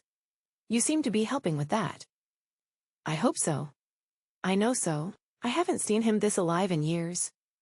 Evelyn reached over, patting Sage's hand. Welcome to the family, dear. Try not to let it kill you. I'll do my best. That's all any of us can do. After dinner, Jaxon led her to his office to discuss pack business. The room was warm and inviting, with a fire crackling in the fireplace and comfortable chairs arranged near the windows. How are you feeling? He asked, settling into the chair across from her. Overwhelmed, nervous, surprisingly hopeful. She curled up in her chair, tucking her feet under her. Your pack is intense. They're protective. It comes from centuries of having to defend themselves against threats. He leaned forward, his elbows on his knees. What did you think of my mother? She's formidable. I can see where you get your authority. And Elena? She's going to be a problem. But not an insurmountable one. Sage studied his face. She was in love with you. Elena has always been ambitious. She wanted to be Luna. And now she sees me as the outsider who stole her chance. Something like that. Jackson's expression was troubled. I should have handled that better. Made it clear earlier that she was never a possibility. Why wasn't she? Because I didn't love her. Love her, respect her, trust her to have my back in battle, yes. But romantic love? No, never. He met her gaze. I've only felt that twice in my life. Twice. With Iris, and with you. His voice dropped. But what I feel for you is different. Deeper, more real. How can you be sure? Because with Iris, I was always trying to be the perfect husband. With you, I can just be myself. He reached over, taking her hand. You've seen me at my worst, covered in blood, losing control, making mistakes. And you're still here. I'm still here because I love you. Not despite your flaws, but because of them. She squeezed his hand. Because you're real. Because you're not trying to be perfect for me. I'm trying to be worthy of you. You already are. Am I? Because I look at you and see this incredible woman who's brave enough to face down a pack of hostile werewolves, powerful enough to make vegetables chop themselves, smart enough to see through Elena's bullshit in 5 minutes. He shook his head. And I wonder what the hell you see in me. I see a man who's strong enough to admit his mistakes. Who's willing to learn from them? Who puts his pack's needs before his own comfort? She leaned forward. I see a man who's worth fighting for. Is that what you're doing? Fighting for me? I'm fighting for us. For this. She gestured between them. For the chance to build something real and lasting and beautiful. Even if it's hard. Especially if it's hard. The best things usually are. He stood, moving to the window that looked out over the pack territory. There's something I need to tell you. About pack law, about Luna duties, about what it means to be my mate. I'm listening. Being Luna isn't just a title. It's a responsibility. You'll be expected to mediate disputes, comfort grieving pack members, help train the young wolves. You'll be a target for anyone who wants to challenge me. He turned back to her. And you'll be expected to give me heirs. Children? Eventually, when we're ready, when the pack is stable. His expression was serious. But that's not a demand, it's a hope.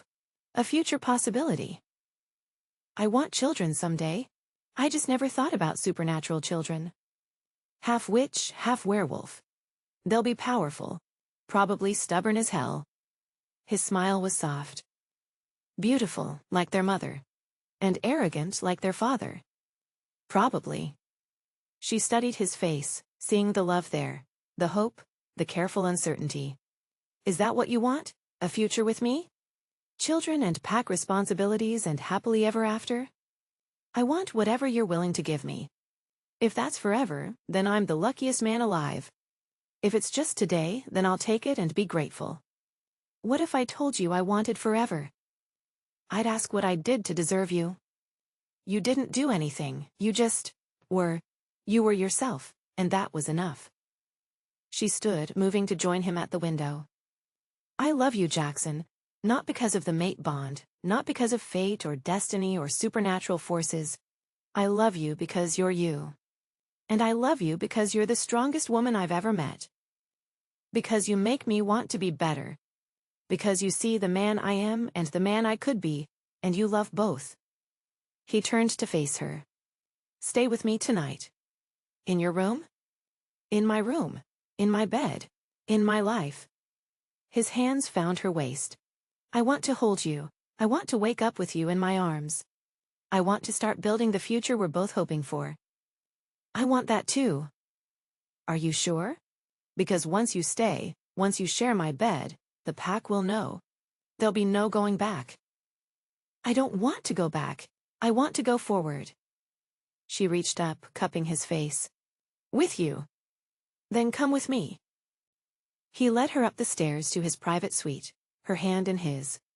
The room was masculine but warm, with a massive bed and windows that looked out over the forest. It smelled like him. Pine and rain and something wild. I'm nervous, she admitted. So am I. Really? Really, it's been a long time since I've shared this space with anyone. He moved to the dresser, pulling out a soft t-shirt. Here, this will be more comfortable than what you're wearing. She took the shirt, feeling the fabric between her fingers. It was soft, worn, and it smelled like him. Turn around. Sage. Please, I need to go slow. He turned his back, giving her privacy. She changed quickly, the shirt falling to mid-thigh. It was like being wrapped in his scent, his warmth. Okay, she said. He turned back and his breath caught. God, you're beautiful. I'm terrified. Of me? Of this. Of how right it feels. Of how much I want it. She moved to the bed, sitting on the edge. I've never shared a bed with anyone. Not really. Not like this. We don't have to do anything you're not ready for. I know, but I want to. I want to be close to you, to feel your arms around me, to know that when I wake up, you'll be there. I'll be there. He moved to the other side of the bed, pulling back the covers. The mattress dipped under his weight as he settled beside her, keeping careful distance. Come here, he said softly. She moved closer, until her head was resting on his chest.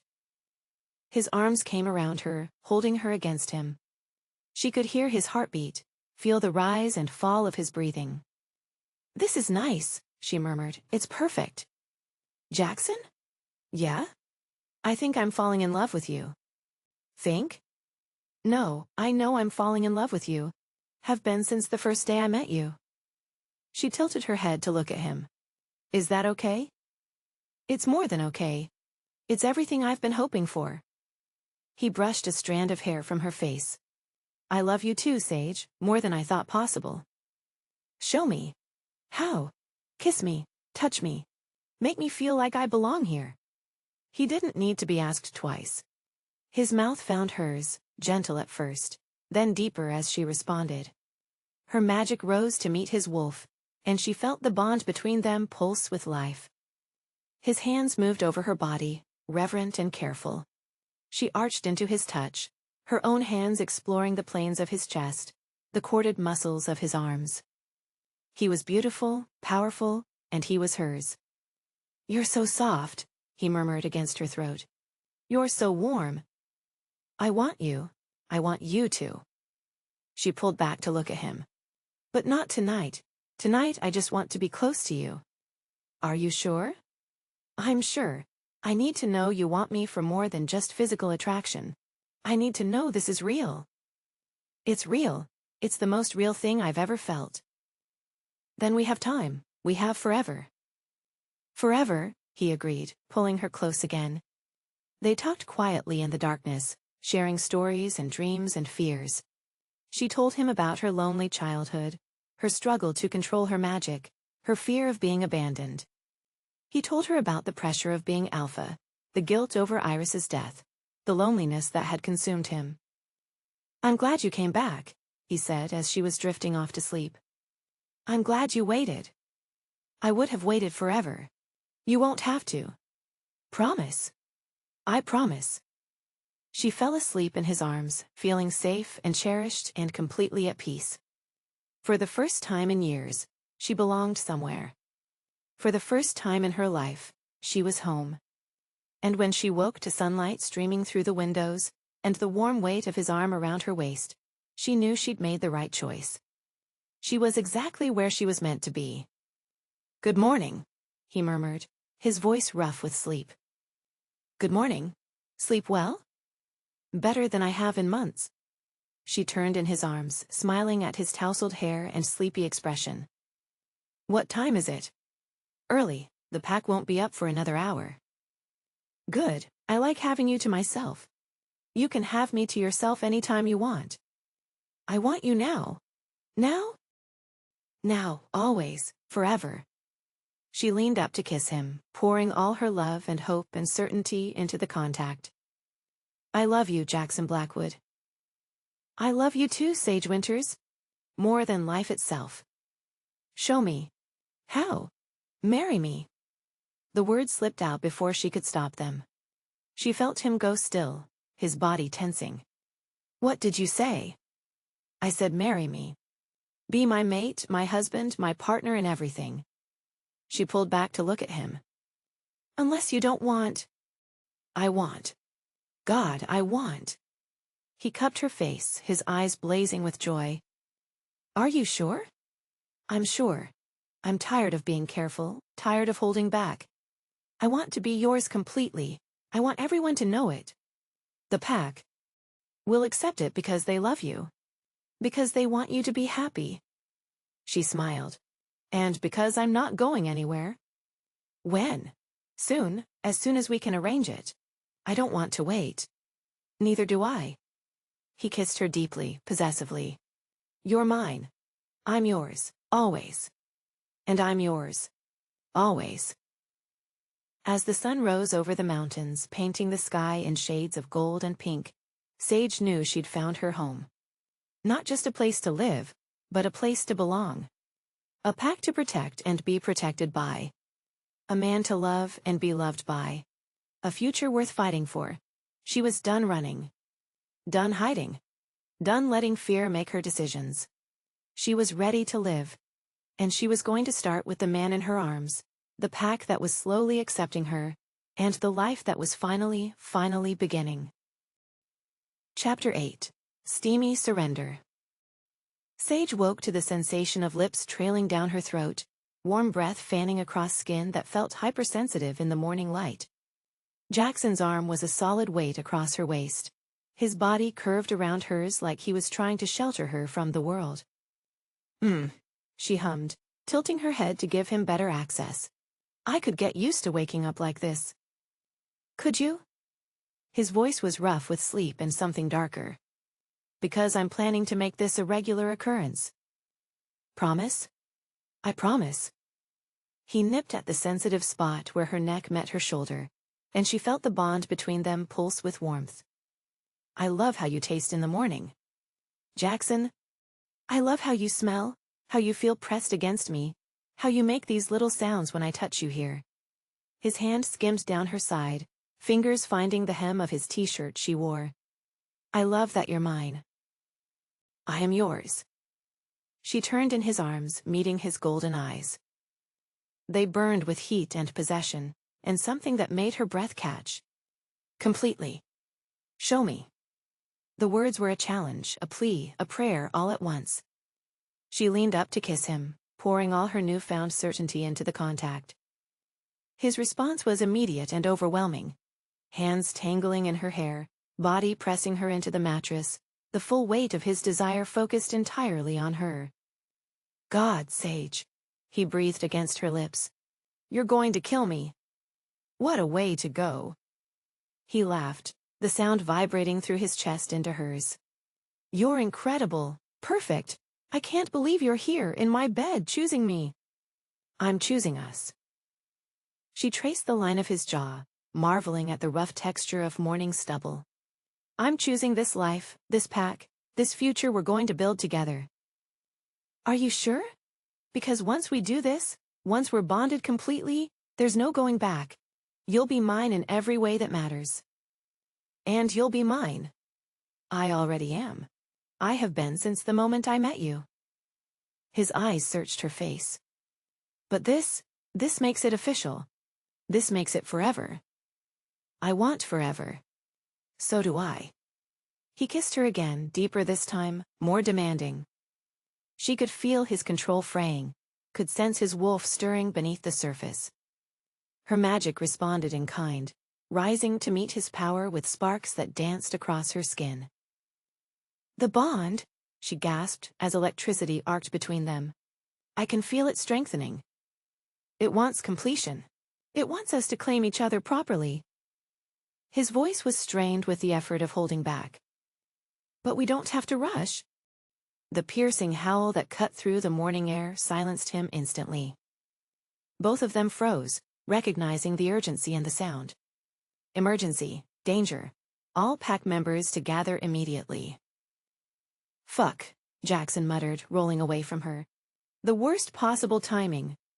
Another howl joined the first, then another. The entire pack was responding to the call. Sage sat up, her heart racing with sudden adrenaline. What is it? Trouble. He was already out of bed, reaching for clothes. Could be rogues, rival pack, human authorities. Won't know until I get downstairs. What do you need me to do? Stay here. Stay safe. Let me handle. Like hell. She was up and moving toward her clothes from yesterday. If there is a threat to this pack, I'm not hiding in your bedroom like some helpless damsel. Sage. I'm your mate. That makes their safety my responsibility too. She pulled on her jeans, her movements sharp with determination. Besides, you might need my particular skills. He stared at her for a moment, conflict clear in his expression.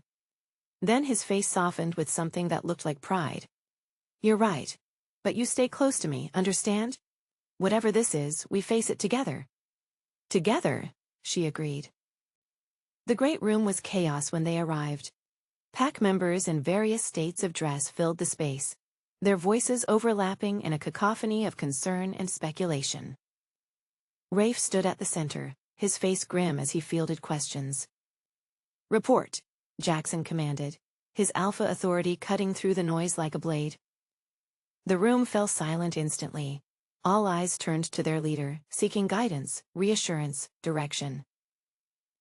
Border Patrol found tracks at the eastern boundary, Rafe said without preamble. At least 8 wolves moving in formation toward the town.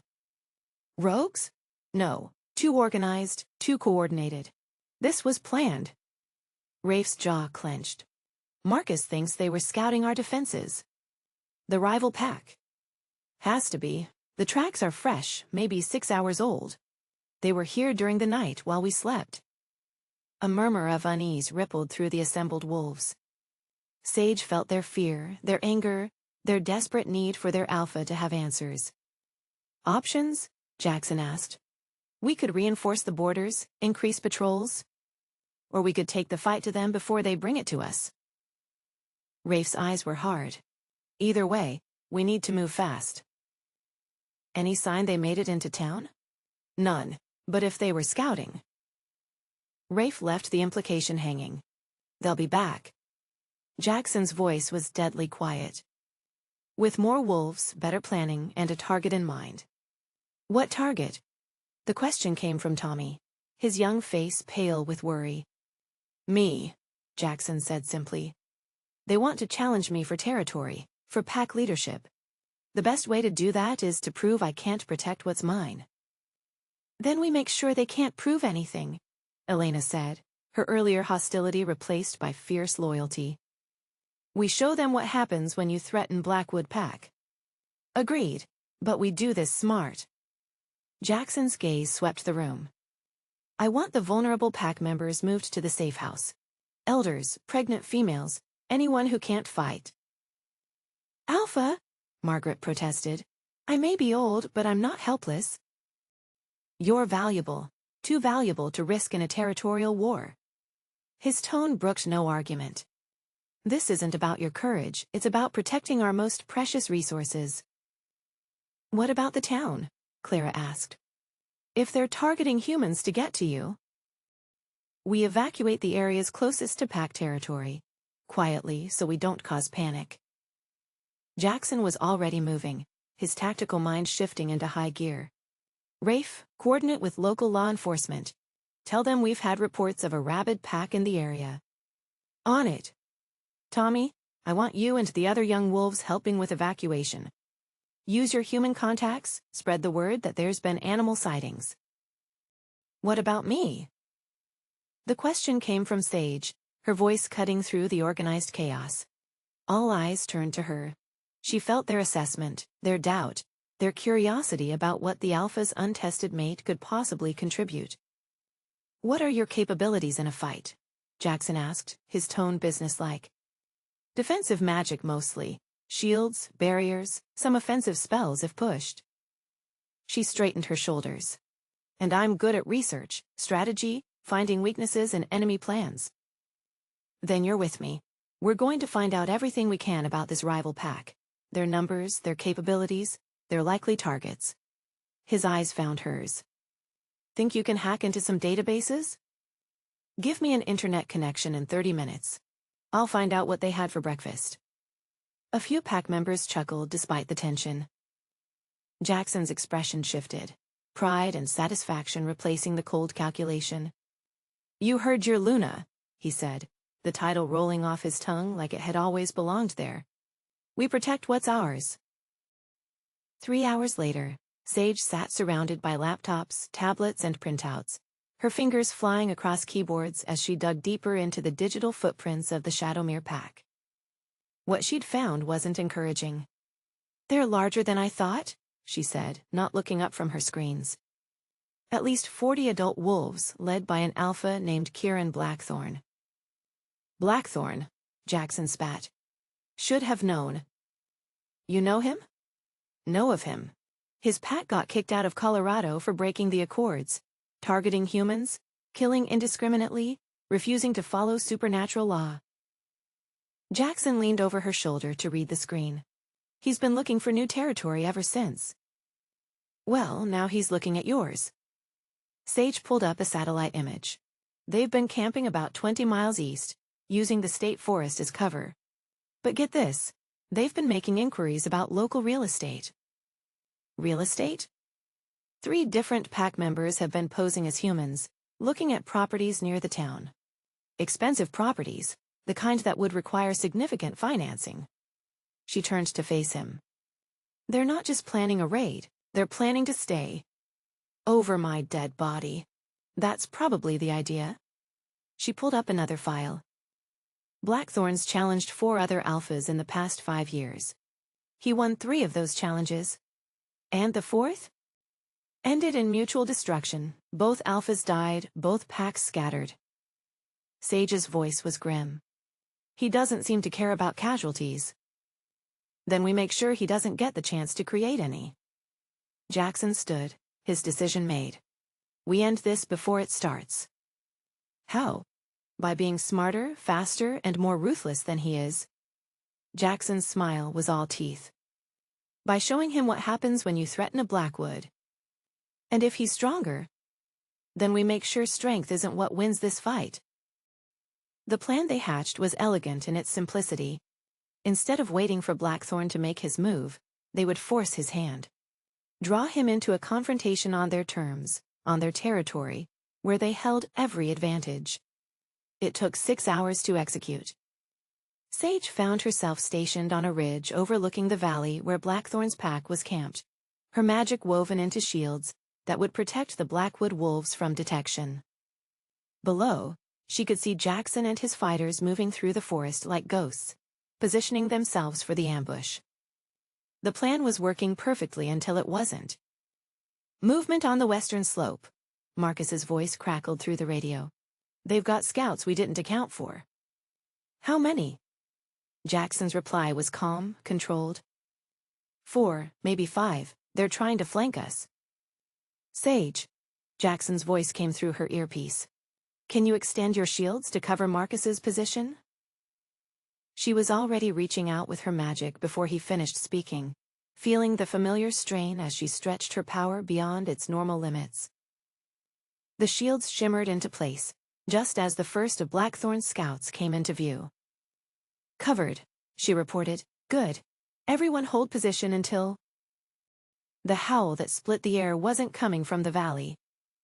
It was coming from behind them, from the direction of the packhouse. "Fuck!" Rafe's voice was tight with fury. "It's a diversion. The main force is hitting the territory." "Fall back," Jaxon ordered. "Everyone fall back to defend." "No," Sage's voice cut through the chaos. "If you fall back, you lose the advantage. They'll scatter, regroup, hit you again when you're not expecting it. I can't leave the packhouse undefended." "You're not leaving it undefended. You're leaving it defended by me." She was already moving, her magic coiling around her like living armor. "I can get there faster than you can. Hold your position." "Absolutely not." "Jaxon." Her voice carried all the authority of a woman who'd made her choice. "Trust me." A pause, then, "Don't you dare get yourself killed." "Wouldn't dream of it." She ran through the forest, her magic clearing the path ahead of her, branches bending away, obstacles dissolving before her feet. Behind her, she heard the sounds of battle as Jackson's ambush finally sprung into action. The packhouse was under siege when she arrived. At least a dozen wolves circled the building, testing the defenses, looking for weak points. Inside, she could see the shapes of the pack members who'd been left behind: elders, pregnant females, young wolves too inexperienced to fight. They were terrified. And they were trapped. Sage didn't hesitate. She threw herself into the battle with a fury that surprised even her magic lashing out like whips of pure energy. The attacking wolves scattered before her assault, confused and overwhelmed by powers they didn't understand. But there were too many of them. For every wolf she drove off, 2 more took its place. Her shields were holding but barely. Her magic was running low, and she could feel exhaustion creeping in at the edges. That's when she felt it, the bond between her and Jaxon blazing to life like a star-going supernova. Power flooded through the connection, his strength becoming hers, his will reinforcing her own. Together, his voice whispered in her mind. "We fight together." The change was instantaneous. Her magic blazed brighter, her shield solidified into walls of pure force. The attacking wolves found themselves facing not a tired half-witch, but the combined power of an alpha and his mate. It was over in minutes. By the time Jaxon arrived with the rest of the pack, Sage was sitting on the front steps of the pack house, surrounded by unconscious wolves, and looking like she'd wrestled a tornado. "Jesus Christ," he breathed, taking in the scene. "What did you do?" "Protected what's mine." She stood, swaying slightly from exhaustion. "Is everyone?" "Everyone's fine. You saved them." He was beside her in an instant, his hands checking for injuries, his eyes blazing with pride and relief, and something that looked like awe. "You beautiful, crazy, magnificent woman. You saved them all." "We saved them. I felt you through the bond. Your strength, your power." She leaned into him, letting him support her weight. "We did this together." "Together," he agreed, his voice rough with emotion. The pack members who'd been inside came streaming out, their faces shining with gratitude and respect. Margaret reached Sage first, pulling her into a fierce embrace. "Thank you," the older woman whispered. "Thank you for protecting us. Thank you for being worth protecting." One by one, the pack members approached her, Clara beaming with pride. Tommy, his young face awed. Even Elena, her expression grudging but respectful. "I was wrong about you," Elena said quietly. "You're not trying to replace our Luna. You are our Luna." "I'm trying to be." "You are." Jackson's voice carried absolute certainty. "You put yourself at risk to protect the pack. You fought like a warrior, led like a queen, and saved lives without hesitation." His eyes found hers. "You're everything a Luna should be." "Does this mean I passed the test?" "There was never a test. But if there had been, you would have passed it with flying colors." The celebration that night was unlike anything Sage had ever experienced. The great room was packed with pack members, their voices raised in songs that sounded as old as the mountains themselves. Food covered every surface, and drink flowed like water. "Here," Clara thrust a mason jar into Sage's hands. "You've earned this." Sage sniffed the clear liquid and nearly choked. "What is it?" "Pack moonshine, made from a recipe that's been in the family for 200 years. Clara's grin was wicked. "Fair warning, it's stronger than it tastes." "How much stronger?" "Put it this way.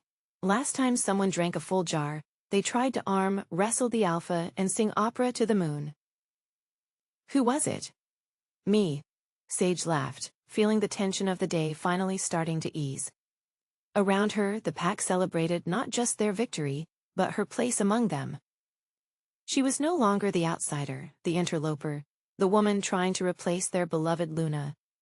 She was pack, she was family, she was home. "To our Luna!" someone shouted, raising their glass. "To Sage!" the pack roared in response. She drank to their toast, then another, then another. The moonshine was smoother than she'd expected, with a warmth that spread through her chest and a kick that didn't hit until it was too late. "Easy there," Jaxon murmured, appearing at her side. "That stuff is dangerous." "I can handle it." The words came out slightly slurred, and she realized with alarm that she was well on her way to drunk. I'm a witch. I have a high tolerance for things. Apparently not for werewolf moonshine. Apparently not. She leaned against him, feeling warm and loose and wonderfully dizzy. You smell good. Do I? Like pine trees and rain and safety. She turned in his arms, her hands finding the solid wall of his chest. Like home. You're drunk. I'm happy. She tilted her head back to look at him. I'm gloriously, magnificently, completely happy. Do you know how long it's been since I felt happy? How long? 2 years. 2 long, miserable, lonely years. Her fingers traced the line of his jaw. And then you came along with your golden eyes and your protective instincts, and your ridiculous devotion to a pack that doesn't deserve you. They deserve me, and they deserve you. Do they? Because I feel like I'm dreaming. Like I'm going to wake up tomorrow and find out none of this was real. It's real. His hands found her waist, steadying her. We're real. Prove it. How? Kiss me. Touch me. Take me upstairs and show me exactly how real this is. Sage. I want you. The words came out bold, shameless. I want you so much I can barely breathe. I want to feel your hands on my skin, your mouth on mine, your body claiming mine in every way possible. You're drunk. I'm honest. For the first time in my life, I'm completely, totally honest. She pressed closer until there was no space between them. I love you, Jaxon Blackwood. I love your strength and your kindness, and your absolutely ridiculous need to protect everyone around you. I love the way you look at me like I'm something precious. I love the way you make me feel safe and desired, and completely myself. I love you too. Then show me. Take me upstairs and show me. Not like this. Not when you're not fully yourself. But I am myself. This is me, without the fear and the walls and the careful control. She cupped his face in her hands. This is me, choosing you with everything I am. And tomorrow? When the alcohol wears off and the fear comes back? Tomorrow I'll still choose you. Sober, scared, completely terrified. I'll still choose you. Her voice dropped to a whisper. But tonight, I want to choose you without fear. I want to be brave enough to take what I want. And what do you want? You, all of you, forever. He stared down at her, conflict clear in his expression. She could see the desire there, the desperate need to claim her, to make her his in every way possible. But she could also see the restraint, the determination to do right by her even when she wasn't thinking clearly. Come on, he said finally. Let's get you some water and something to eat. That's not what I want. It's what you need. He took care of her with a gentleness that made her heart ache. Water, food, aspirin for the headache she was definitely going to have in the morning. He helped her change into one of his t-shirts, his touch careful and respectful even when she tried to pull him into bed with her. Stay with me, she pleaded. I am staying. I'm right here. In the bed. Hold me. Sage. Please. I know you think I'm too drunk to make good decisions, and maybe you're right. But I'm not too drunk to know that I want to fall asleep in your arms. He relented, climbing into bed beside her, letting her curl against his side. She could feel the tension in his body, the careful control he was maintaining. Thank you, she murmured against his chest. For what? For taking care of me. For being honorable even when I'm being not honorable. You're being honest, there's honor in that. Is there? There's beauty in it. There's courage in it. His hand stroked through her hair. There's everything I love about you in it. I meant what I said. About wanting you, about choosing you. The alcohol didn't create those feelings, it just made me brave enough to voice them. I know. Do you? Because I feel like you think this is all going to disappear in the morning. Like I'm going to wake up and regret everything. Are you? No. She tilted her head to look at him. I'm going to wake up and want you just as much. Maybe more because I'll be sober enough to really appreciate what I'm getting. And what are you getting? A man who loves me enough to say no when I'm not thinking clearly. A man who puts my well-being before his own desires. A man who sees me at my worst and still thinks I'm worth protecting.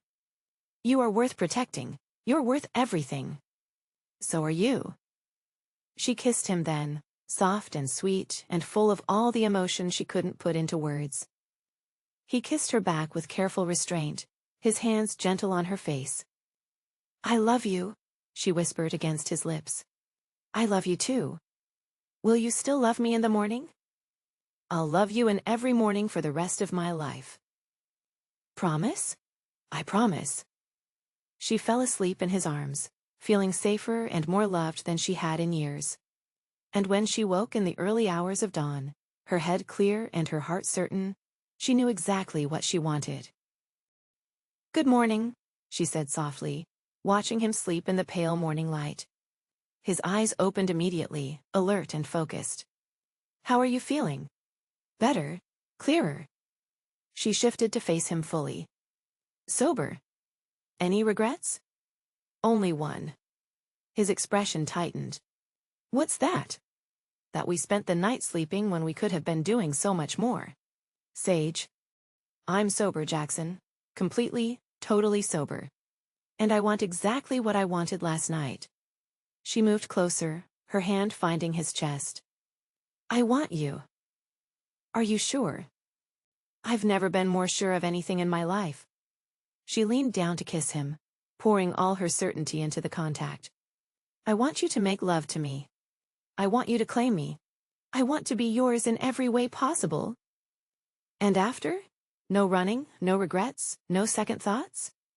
After, I want to wake up in your arms every morning for the rest of my life.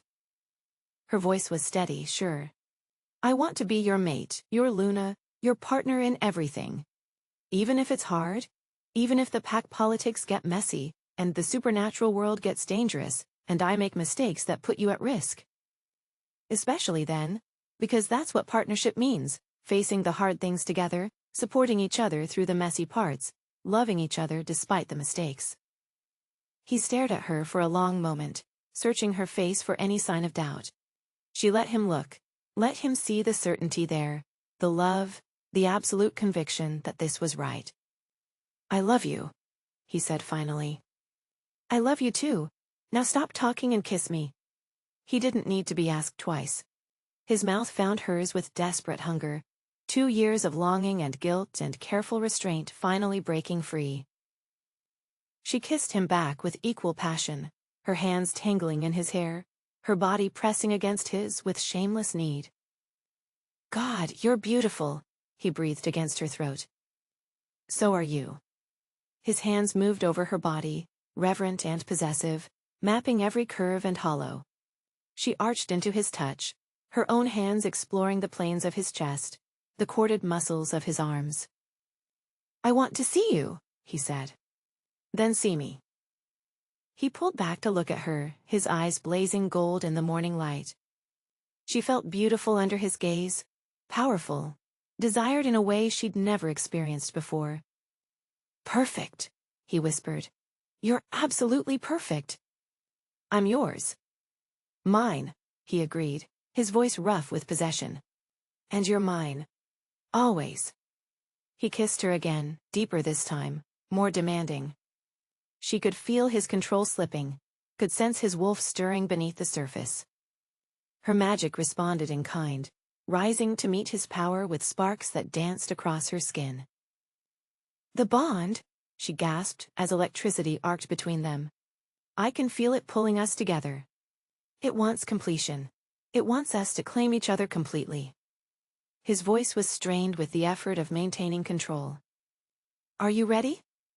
I've been ready since the moment I met you. This will change everything. Once we're bonded, once you accept my claim, there's no going back. I don't want to go back. I want to go forward with you. Then let me love you. Let me show you what you mean to me. Yes. The word was barely out of her mouth before he was moving, his hands and mouth worshipping her body with a reverence that made her feel like a goddess. Every touch sent fire racing through her veins. Every kiss made her magic sing in harmony with his wolf. When he finally claimed her, when their bodies joined in the most intimate way possible, she felt the bond between them explode into completion. It was overwhelming, beautiful, perfect. Two souls finally finding their missing piece. "I love you," he gasped, his body trembling with the effort of control. "I love you too," she managed, her voice breaking with emotion. They moved together, finding a rhythm as old as time itself, their bodies speaking a language that needed no words. The bond between them pulsed with every heartbeat, growing stronger with every touch, every kiss, every whispered declaration of love. When release finally claimed them, it was with a force that left them both shaking. Sage felt tears streaming down her cheeks, not from pain, but from the sheer overwhelming beauty of it all. "Are you all right?" Jaxon asked, his voice rough with concern. "I'm perfect." She touched her face, surprised by the wetness there. "Why am I crying?" "Because you're letting go. All the grief, all the guilt, all the fear you've been carrying, you're finally letting it go." "Are you crying too?" "Yeah." He wiped his eyes, his expression sheepish. "Guess I had some things to let go of too." "Iris?" "The guilt. The feeling that I'd failed her, that I didn't deserve a second chance at happiness." He cupped her face in his hands. "You've given me that second chance. You've given me everything. You've given me a home, a family, a reason to stop running and start living." She leaned into his touch. "You've given me yourself. Do you accept?" His voice carried an edge of formality that made her heart race. "Do you accept my claim? Do you choose to be my mate, my Luna, my partner in all things?" "I accept. I choose you, Jaxon Blackwood. I choose us." "Then let me mark you. Let me make you mine in the way of our people." She nodded, tilting her head to expose the curve of her neck. She felt his breath against her skin, felt the sharp edge of teeth that weren't quite human. The bite, when it came, was swift and sure. Pain flared for an instant, then transformed into something else entirely. Pleasure, completion, a sense of rightness that went bone deep. "Mine," he whispered against her throat. "Yours," she agreed. "Always yours." The mark on her neck burned with magical fire, the bond between them settling into something permanent and unbreakable. She was his now, completely and irrevocably.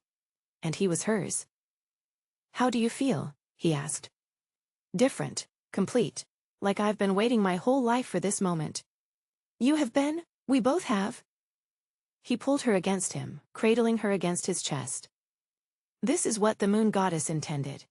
This is what we were always meant to be. Mates, partners, two halves of one soul finally made whole." They lay together in the growing light, their bodies intertwined, their hearts beating in perfect synchronization. Sage had never felt so safe, so loved, so completely at peace. "What happens now?" she asked. "Now we live, we love, we lead this pack together and face whatever challenges come our way. Together. Together, always together." As the sun rose over the mountains, painting the sky in shades of gold and pink, Sage knew she'd found her home. Not just a place to live, but a place to belong. A pack to protect and be protected by. A man to love and be loved by. A life worth living. She was done running. Done hiding. Done letting fear dictate her choices. She was Luna now, mate, partner. Home. And she was exactly where she belonged. "I love you," she whispered against his chest. "I love you too," he replied. "Forever and always. Forever and always." The promise hung in the air between them, as binding as any vow. They had found each other across pain and loss and impossible odds. They had chosen love over fear, hope over despair, together over alone. And they would face whatever came next the same way, together, unbreakable, forever changed by the love they'd found in each other. Chapter 9. The Storm.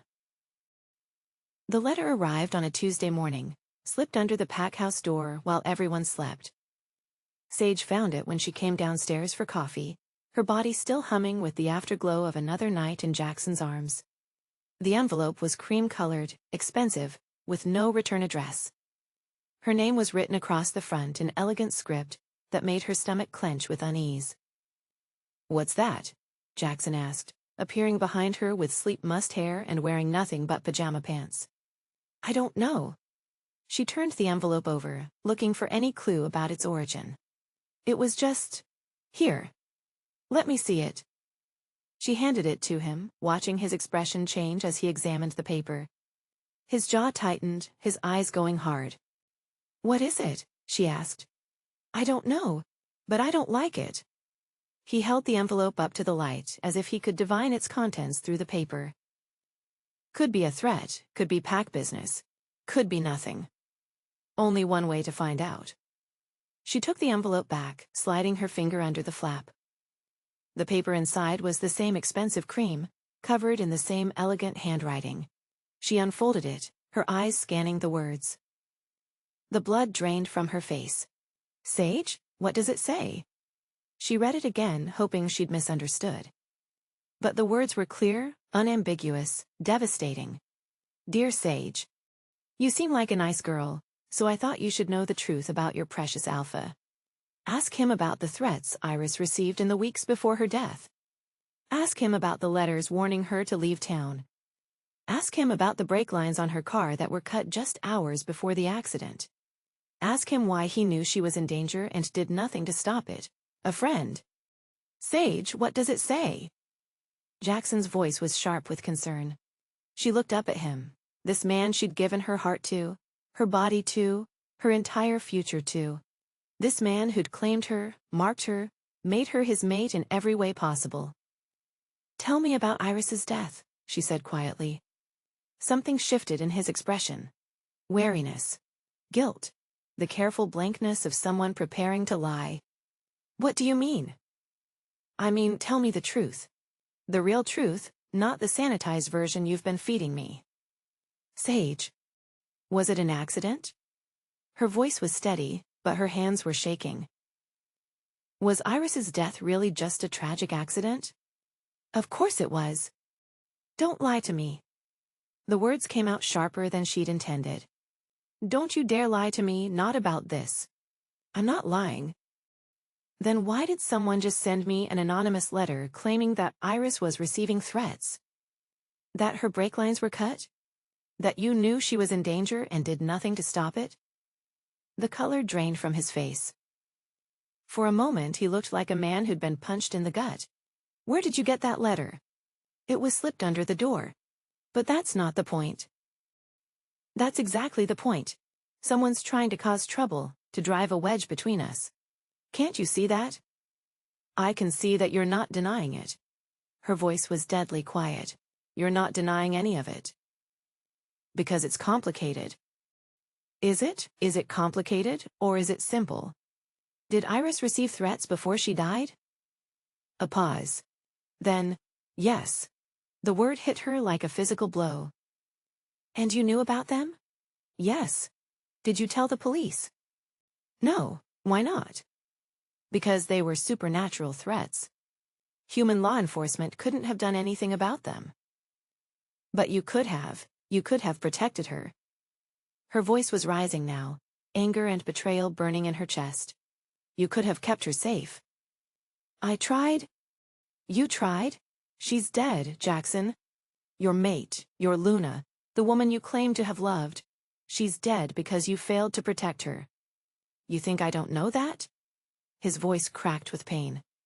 "You think I don't live with that guilt every single day?" "I think you lied to me.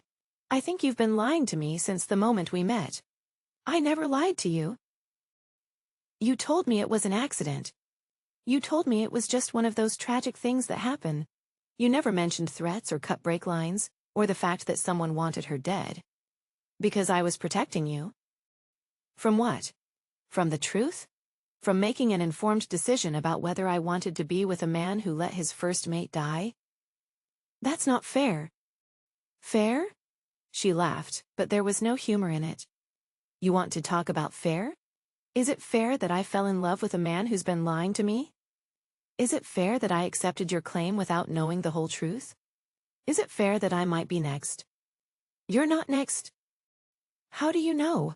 How can you possibly know that, when you didn't even know Iris was in danger until it was too late? Because I'll protect you. Like you protected her? The words hung in the air between them like a poison. She saw him flinch, saw the pain lance across his face, and part of her wanted to take it back. But a larger part, the part that felt betrayed and lied to and utterly foolish, wanted to hurt him the way he'd hurt her. That's not fair, he said quietly. Neither is lying to your mate.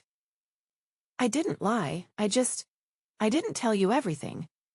What else didn't you tell me? What other secrets are you keeping? What other ways could I die that you think I don't need to know about? There's nothing else. How can I believe you? How can I trust anything you say when you've been hiding something this important from me? Because I love you. You loved her too, and she's dead. That's different. Is it? Or are you just a man who's very good at loving women from a distance, but very bad at protecting them when it matters? Stop. His voice was raw with pain. Just stop. Why? Because the truth hurts? Because you don't like having your failures pointed out? Because you're not thinking clearly, you're letting someone else's poison turn you against me. I'm thinking more clearly than I have in weeks. I'm seeing you for who you really are instead of who I wanted you to be. And who am I? A man who lets the people he loves die. The silence that followed was deafening. She could hear her own heartbeat, could feel the mate bond between them screaming in protest at the wounds they were inflicting on each other. If that's what you think of me, he said finally, then maybe you should leave. Maybe I should. Fine, fine. They stared at each other across the kitchen, two people who'd been desperately in love just minutes before, now feeling like strangers. The bond between them pulsed with pain, with anger, with the bitter taste of betrayal. I'll pack my things, she said. I'll have someone drive you. I can drive myself. Not while you're this upset. Don't. Her voice was sharp with warning.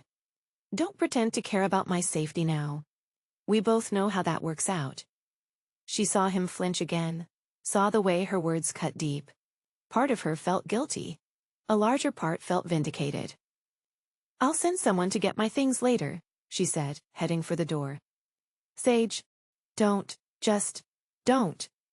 She walked out of the pack house, out of the life she'd been building, out of the love she'd thought would last forever. And she didn't look back. Her apartment felt like a tomb. Sage sat on her couch, staring at the walls she'd abandoned just days ago, trying to process what had happened. The space felt too small, too quiet, too empty after the warmth and chaos of the pack house. The mate bond was a constant ache in her chest, a physical pain that made it hard to breathe. She'd read about this in her research, the agony of separated mates, the way the bond would fight any attempt to break it. But she hadn't expected it to be this intense, this overwhelming. Her phone buzzed. A text from Clara. Are you okay? The whole pack is talking about what happened. Another from Tommy. Alpha won't say what's wrong. Did you guys break up? And another from Margaret. Child, whatever happened, it can be fixed. Come home, home. The word made her chest tighten with longing. The pack house had felt like home in a way this apartment never had. But how could she go back to a man who'd lied to her? How could she trust someone who'd kept such a massive secret? A knock at her door interrupted her brooding. She opened it to find her best friend Sarah standing in the hallway, her face creased with worry. I heard you were back, Sarah said. Mind if I come in? How did you hear? Small town, word travels fast. Sarah pushed past her into the apartment. Especially when the local hermit suddenly moves in with a mysterious man, then moves out again 3 days later. It's complicated. It always is with you. Sarah settled onto the couch, patting the cushion beside her. Talk to me, what happened? Sage sat down, not sure where to start. How could she explain about werewolves and mate bonds and the supernatural world that existed beneath the surface of their quiet town? I found out he'd been lying to me, she said finally. About what? His past, his first wife, the circumstances of her death. Sarah's expression darkened. Please tell me you're not dating a murderer. No, nothing like that. But he failed to protect her. She died because he didn't take threats against her seriously enough. And you're worried the same thing could happen to you? I'm worried about more than that. I'm worried about the fact that he lied to me. I'm worried about what else he might be hiding. I'm worried that I fell in love with a fantasy instead of a real person. So what are you going to do? I don't know. Part of me wants to go back, to work through this, to find a way to trust him again. But another part of me thinks maybe this is a sign. Maybe I should cut my losses and move on. What does your gut tell you? My gut tells me to run. To pack up and leave town before I get in any deeper. Then maybe you should listen to it. Sage looked at her friend, seeing the concern there, the genuine care. Sarah had been trying to get her to leave town for years, convinced that Sage's isolated life was unhealthy. You think I should leave? I think you should do whatever makes you happy, and from where I'm sitting, this guy doesn't seem to be making you happy. He did. Before this happened, I was happier than I'd been in years. And now? Now I feel like I don't know him at all. Then maybe it's time to start over somewhere else. Fresh start, new city, new life. I can't just run away. Why not? You don't have family here. Your job is freelance. Your apartment is month to month. What's keeping you here besides him?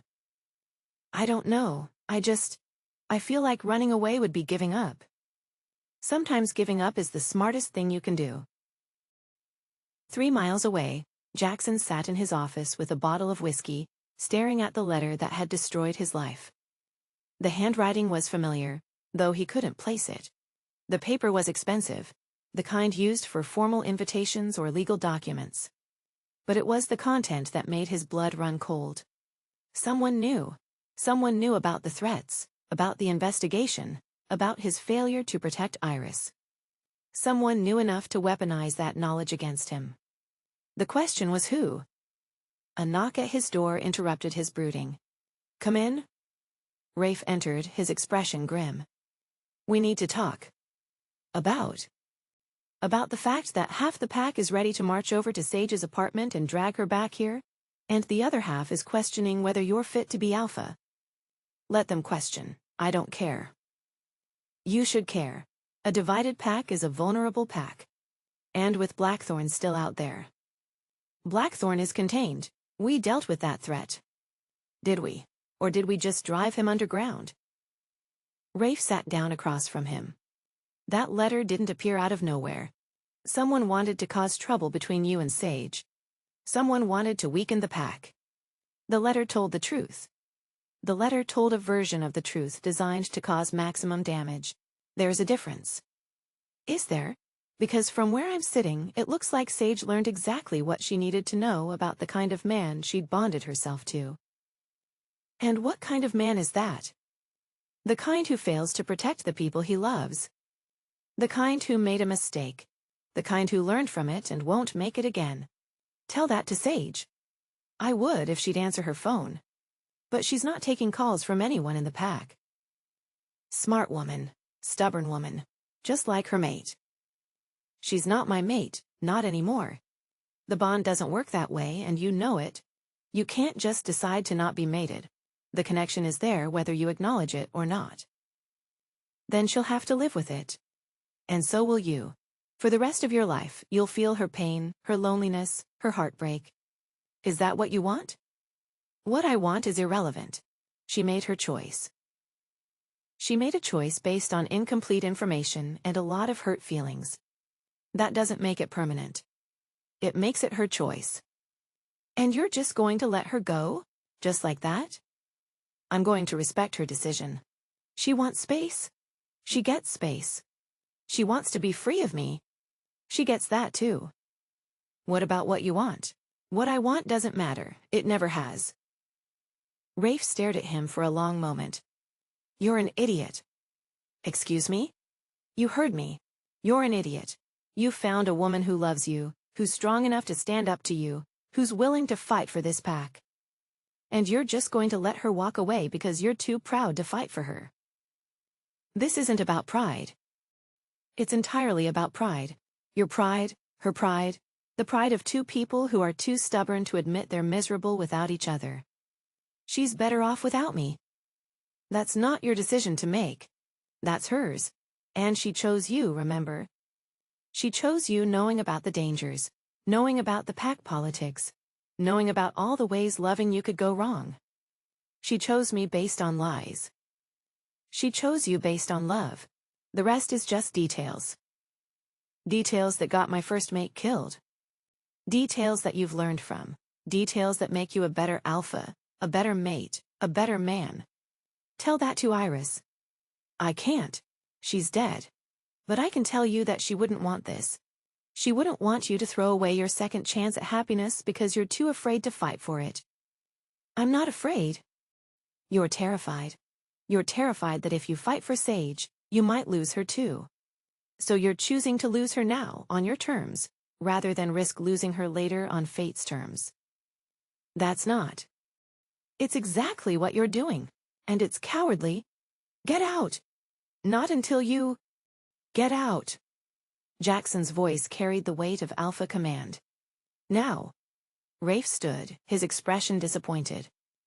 You're making a mistake. I'm making the only choice I can live with. Are you? Because from where I'm sitting it looks like you're barely living at all. After Rafe left, Jaxon poured himself another drink, and tried to ignore the way the mate bond was screaming in his chest. Sage was in pain. He could feel it through the connection. A constant ache that made it hard to concentrate on anything else. But feeling her pain was nothing compared to knowing he'd caused it. The howl that cut through the night was pure anguish. Sage bolted upright in her bed, her heart racing. The sound was coming from the direction of the pack territory, mournful and desperate, and utterly heartbroken. She knew that voice. Even in its wolf form, she knew that voice. Jaxon. The mate bond between them pulsed with shared pain, and she felt tears streaming down her cheeks. He was calling for her, his wolf crying out for its mate, and every instinct she had was screaming at her to go to him. But she couldn't. She wouldn't. Not when she couldn't trust him. Not when she didn't know what other secrets he might be keeping. The howl came again, and this time other voices joined it. The pack, calling back to their alpha, sharing his pain, offering what comfort they could. She pressed her hands over her ears, trying to block out the sound. But it was no use. The bond between them meant she felt his anguish as acutely as if it were her own. Maybe it was her own. She'd been in her apartment for 3 days now, and she felt like she was slowly dying.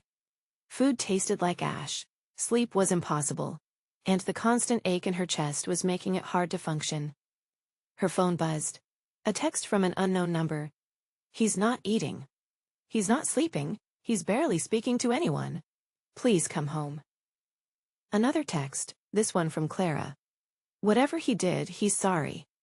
Please give him another chance. And another from Tommy.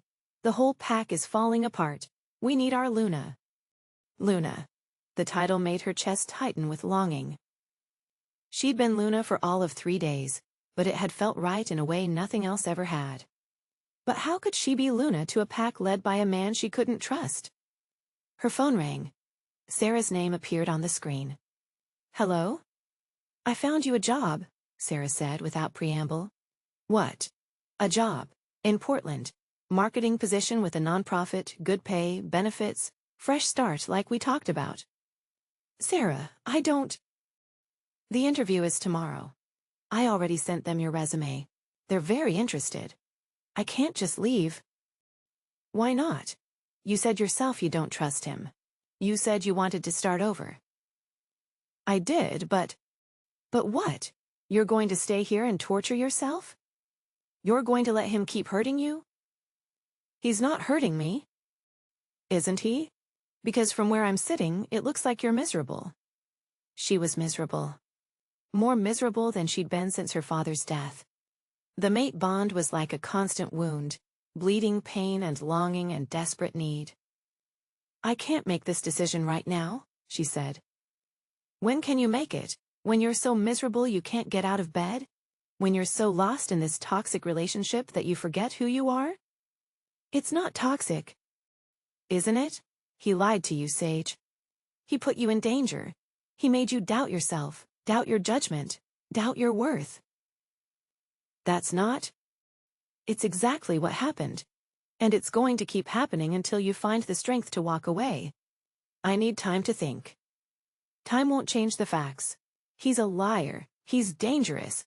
He's going to get you killed just like he got his first wife killed. Don't say that. Why not? Because it's true. Because you don't know him. You don't understand what he's dealing with, what kind of pressure he's under.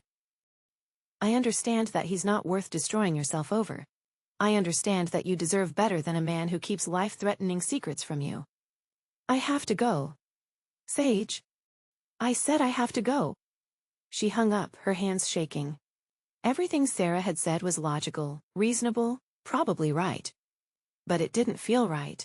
It felt like giving up, like running away from the hardest thing she'd ever had to face. But maybe running away was the smart choice. Maybe staying and fighting for something that might be broken beyond repair was just foolishness. The howl came again, closer this time. She went to her window and looked out, seeing a massive dark shape at the edge of the tree line. Wolf, golden eyes that seemed to look right through her. Jaxon. He'd come to her building, was calling for her from the parking lot. The sound was heartbreaking, desperate, full of longing and regret and desperate love. She pressed her hand to the glass, feeling the bond between them pulse with shared pain. He was suffering as much as she was, maybe more. But suffering together didn't solve the problem. It didn't rebuild trust or fix the lies or guarantee that he wouldn't keep secrets from her in the future. The wolf saw her at the window and let out another howl, this one softer, more pleading. She felt tears streaming down her cheeks, felt her heart breaking all over again. She loved him. God help her, she loved him completely and desperately and probably stupidly. But love wasn't enough. It hadn't been enough to save Iris, and it might not be enough to save her either. The wolf waited for another moment, then turned and disappeared into the trees. She watched him go, feeling like she was watching her future disappear with him. Maybe Sarah was right. Maybe it was time to leave town, to start over somewhere else, to try to build a life that didn't revolve around a man who might get her killed. But as she stood there in the darkness, feeling the mate bond ache with loss, she couldn't shake the feeling that she was making a terrible mistake. Outside, storm clouds were gathering on the horizon, and she had the sudden, inexplicable certainty that danger was coming. And she was going to face it alone. The attack came at dawn. Sage woke to the sound of her apartment door splintering, of heavy footsteps in her hallway, of voices speaking in a language she didn't recognize.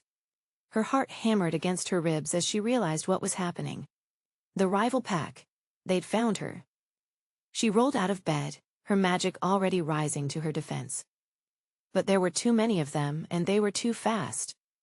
Before she could cast so much as a basic shield, hands were grabbing her, dragging her toward the door. "No!" she screamed, fighting against their grip. "Let me go!" "Quiet," one of them snarled, "or we'll make this much worse for you." She felt a sharp prick in her neck, and then darkness rushed up to claim her. Her last coherent thought was that she should have stayed with the pack. She should have stayed with Jaxon. But it was too late now. The storm had arrived, and she was going to face it alone. Chapter 10. Danger. Sage came to slowly, her head pounding and her mouth tasting like copper. The world swam into focus gradually. Rough wooden walls, a dirt floor, the acrid smell of smoke and unwashed bodies. She was in some kind of cabin, her hands bound behind her back with what felt like silver-lined rope. The metal burned against her skin, suppressing her magic to barely a whisper. "Awake, are we?" The voice came from the shadows, low and gravelly. A man stepped into the dim light filtering through a grimy window, tall, lean, with prematurely gray hair and eyes like chips of ice. The alpha scent rolling off him was wrong somehow, tainted with something dark and violent. "Kieran Blackthorne, I presume," she said, surprised by how steady her voice sounded. "Clever girl, and you're the little witch who's been warming Jackson's bed." His smile was cold, predatory. "Tell me, does he whisper sweet nothings about his dead mate while he fucks you?" Rage flared in her chest, but she kept her expression neutral. Jaxon had taught her about interrogation tactics during their brief time together. How to read an opponent, how to stay calm under pressure, how to look for weaknesses. "What do you want?" she asked. "What I've always wanted. Jaxon Blackwood's territory, his pack, and his complete destruction." Blackthorn circled her like a predator stalking prey.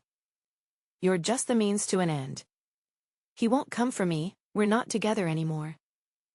"Oh, but he will. You see, I know all about mate bonds, little witch. I know how they work, how they torture separated mates until they're nothing but walking wounds." His laugh was ugly. "He's probably already going insane from feeling your fear through the connection." "You're wrong." "Am I? Because my sources tell me he's been howling every night since you left. My sources tell me he's barely eating, barely sleeping, barely functioning." Blackthorn leaned closer, his breath hot against her face. "My sources tell me he's already half dead from missing you." Despite everything, the anger, the betrayal, the hurt, Sage felt her heart clench at the thought of Jaxon in pain. The mate bond might be a curse, but it was still there, still connecting them across the miles. Even if that's true, he's not stupid enough to walk into a trap. Isn't he? He walked into one before. Let his first mate die because he couldn't see the danger right in front of him. Blackthorn's eyes glittered with malice. History has a way of repeating itself. "You killed Iris." "I had her killed. There's a difference." He said it so casually, like he was discussing the weather. Sweet little human, so trusting, so naive. It was almost too easy. "Why?" The word came out strangled. "Because I needed Jaxon broken, weak, vulnerable." Blackthorn shrugged. "A grieving alpha makes mistakes. And mistakes create opportunities." But he recovered. He found his strength again. "He found you." The way he said it made her skin crawl. "Another weakness I can exploit. I'm not Iris. I won't break so easily." "We'll see about that." 3 hours. That's how long it took for someone to notice Sage was missing. Sarah had gone to check on her, found the broken door, the signs of struggle, the scent of strange wolves lingering in the air.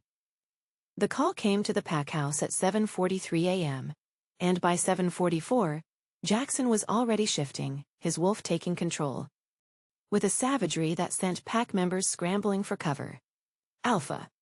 Rafe's voice cut through the chaos as Jackson's wolf paced the great room, lips pulled back in a snarl. "We need you human for this. We need strategy, not just rage." The wolf turned golden eyes on his beta, and Rafe took an involuntary step back. There was nothing human left in those eyes, just pure, primal fury, and the kind of fear that could drive a man insane. "She's alive," Rafe said quickly. "I can still feel her through the pack bonds. She's alive, but she's scared." The wolf's ears pricked forward, listening. "We're going to find her. We're going to bring her home. But we need you focused, not feral." For a moment, it could have gone either way. The wolf was ascendant, driven by instincts older than civilization. But slowly, painfully, Jaxon forced himself back to human form. "Where?" he said, his voice barely recognizable. "We're tracking the scents now." Marcus found tire tracks leading east, toward the state forest. Tommy's got his contacts in law enforcement checking traffic cameras. "It's Blackthorn." Jaxon was already moving toward his weapons cache. "It has to be. He took her to get to me." "How can you be sure?" "Because I would do the same thing." He pulled on tactical gear with quick, efficient movements. "If I wanted to destroy another alpha, I'd take what mattered most to him. And Sage matters most to you. Sage is everything to me." The admission came out raw, honest. "And I let her go. I let her walk away angry and hurt, and now she's paying for my mistakes. This isn't your fault." "Isn't it? I failed to protect Iris. I failed to protect Sage. I'm starting to see a pattern here. You didn't fail anyone. You made hard choices in impossible situations. Tell that to Sage when we find her body. We're not going to find her body. We're going to find her alive, and we're going to bring her home. How can you be so sure? Because she's stronger than Iris was. Because she knows how to fight. Because she won't go down without making them bleed for it. Rafe grabbed Jackson's shoulders, forcing eye contact. And because you're not the same man you were 2 years ago. You've learned from your mistakes. Have I? Because from where I'm standing it looks like I'm about to lose another mate to my own stupidity. Then don't lose her. Find her. Save her. Fight for her like you should have fought for Iris. Jaxon stared at his beta, seeing the truth there. He had been different with Iris. Younger, more arrogant, convinced that his alpha status would protect those he loved. He'd been reactive instead of proactive, defensive instead of offensive. But Sage wasn't Iris, and he wasn't the same man. Mobilize everyone, he said. I want tracking teams, reconnaissance, tactical support. I want every wolf in this territory looking for her. Done. And Rafe, when we find Blackthorn. Jackson's eyes flashed gold. I'm going to tear his throat out with my bare hands. Get in line. The cabin was deep in the state forest, miles from the nearest road and hidden by heavy tree cover. Sage had counted at least 6 wolves guarding the perimeter, with more coming and going in organized patrols. Blackthorn had left an hour ago, promising to return with entertainment for her. She'd used the time to work on her bonds, testing the silver rope for weaknesses. Her magic was suppressed but not completely gone. She could feel it stirring beneath the surface, looking for any crack in her prison. The silver was old, she realized, tarnished and worn in places where the metal had rubbed against itself. If she could just find the right spot. Don't bother, said a voice from the corner. I've been trying for hours. Sage turned to see another prisoner, a young woman with dark hair and hollow eyes, chained to the far wall with the same silver rope. Who are you? Luna of the Crescent Moon Pack. Was Luna anyway. Blackthorn killed my mate 3 months ago, took me as a trophy. The woman's voice was flat, emotionless. I'm Jessica, by the way, though I don't suppose names matter much anymore. I'm Sage, and names always matter. Optimistic, I like that. It'll make it hurt more when they break you. They won't break me. They broke me.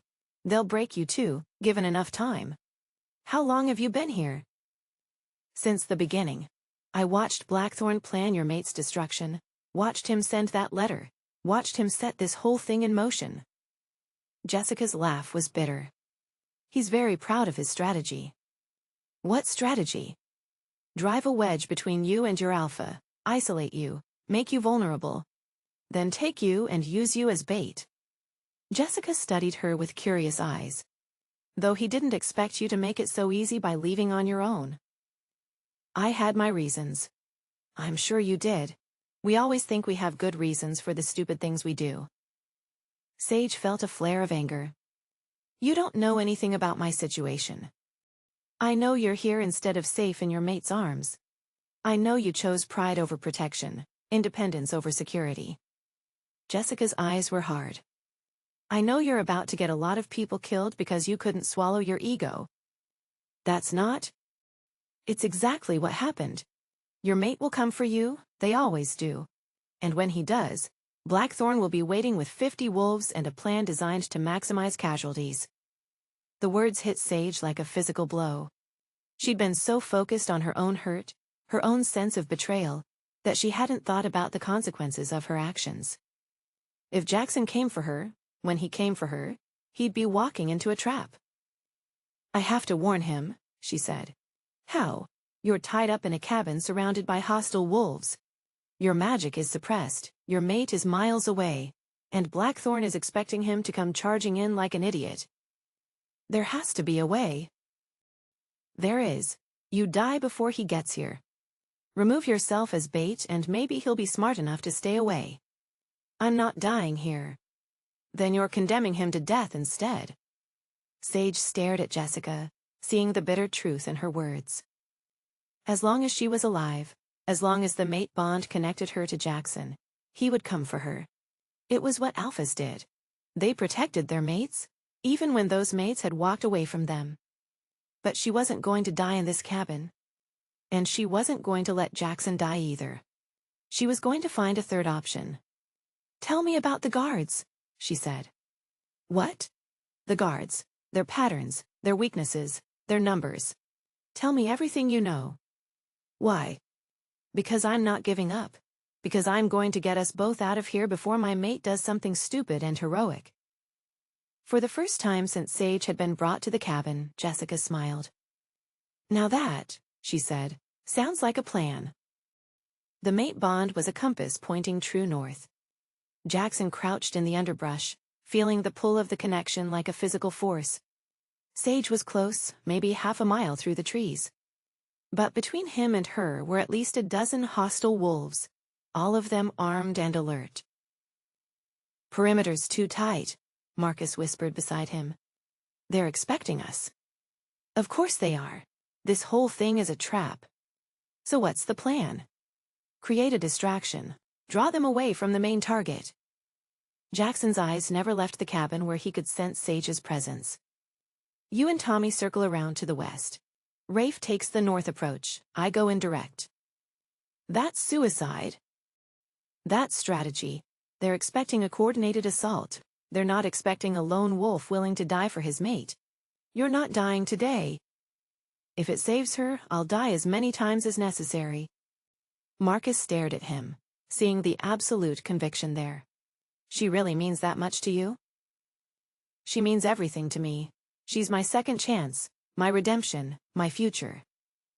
Jaxon checked his weapons one last time. "She's my heart walking around outside my body." "Then we better make sure we get her back in one piece." "We will, whatever it takes." Jaxon was about to give the signal when movement in the cabin caught his eye. The door was opening, and two figures were slipping out into the shadows. One dark-haired, one light, both moving with the careful stealth of people trying not to be noticed. Sage. She was escaping on her own.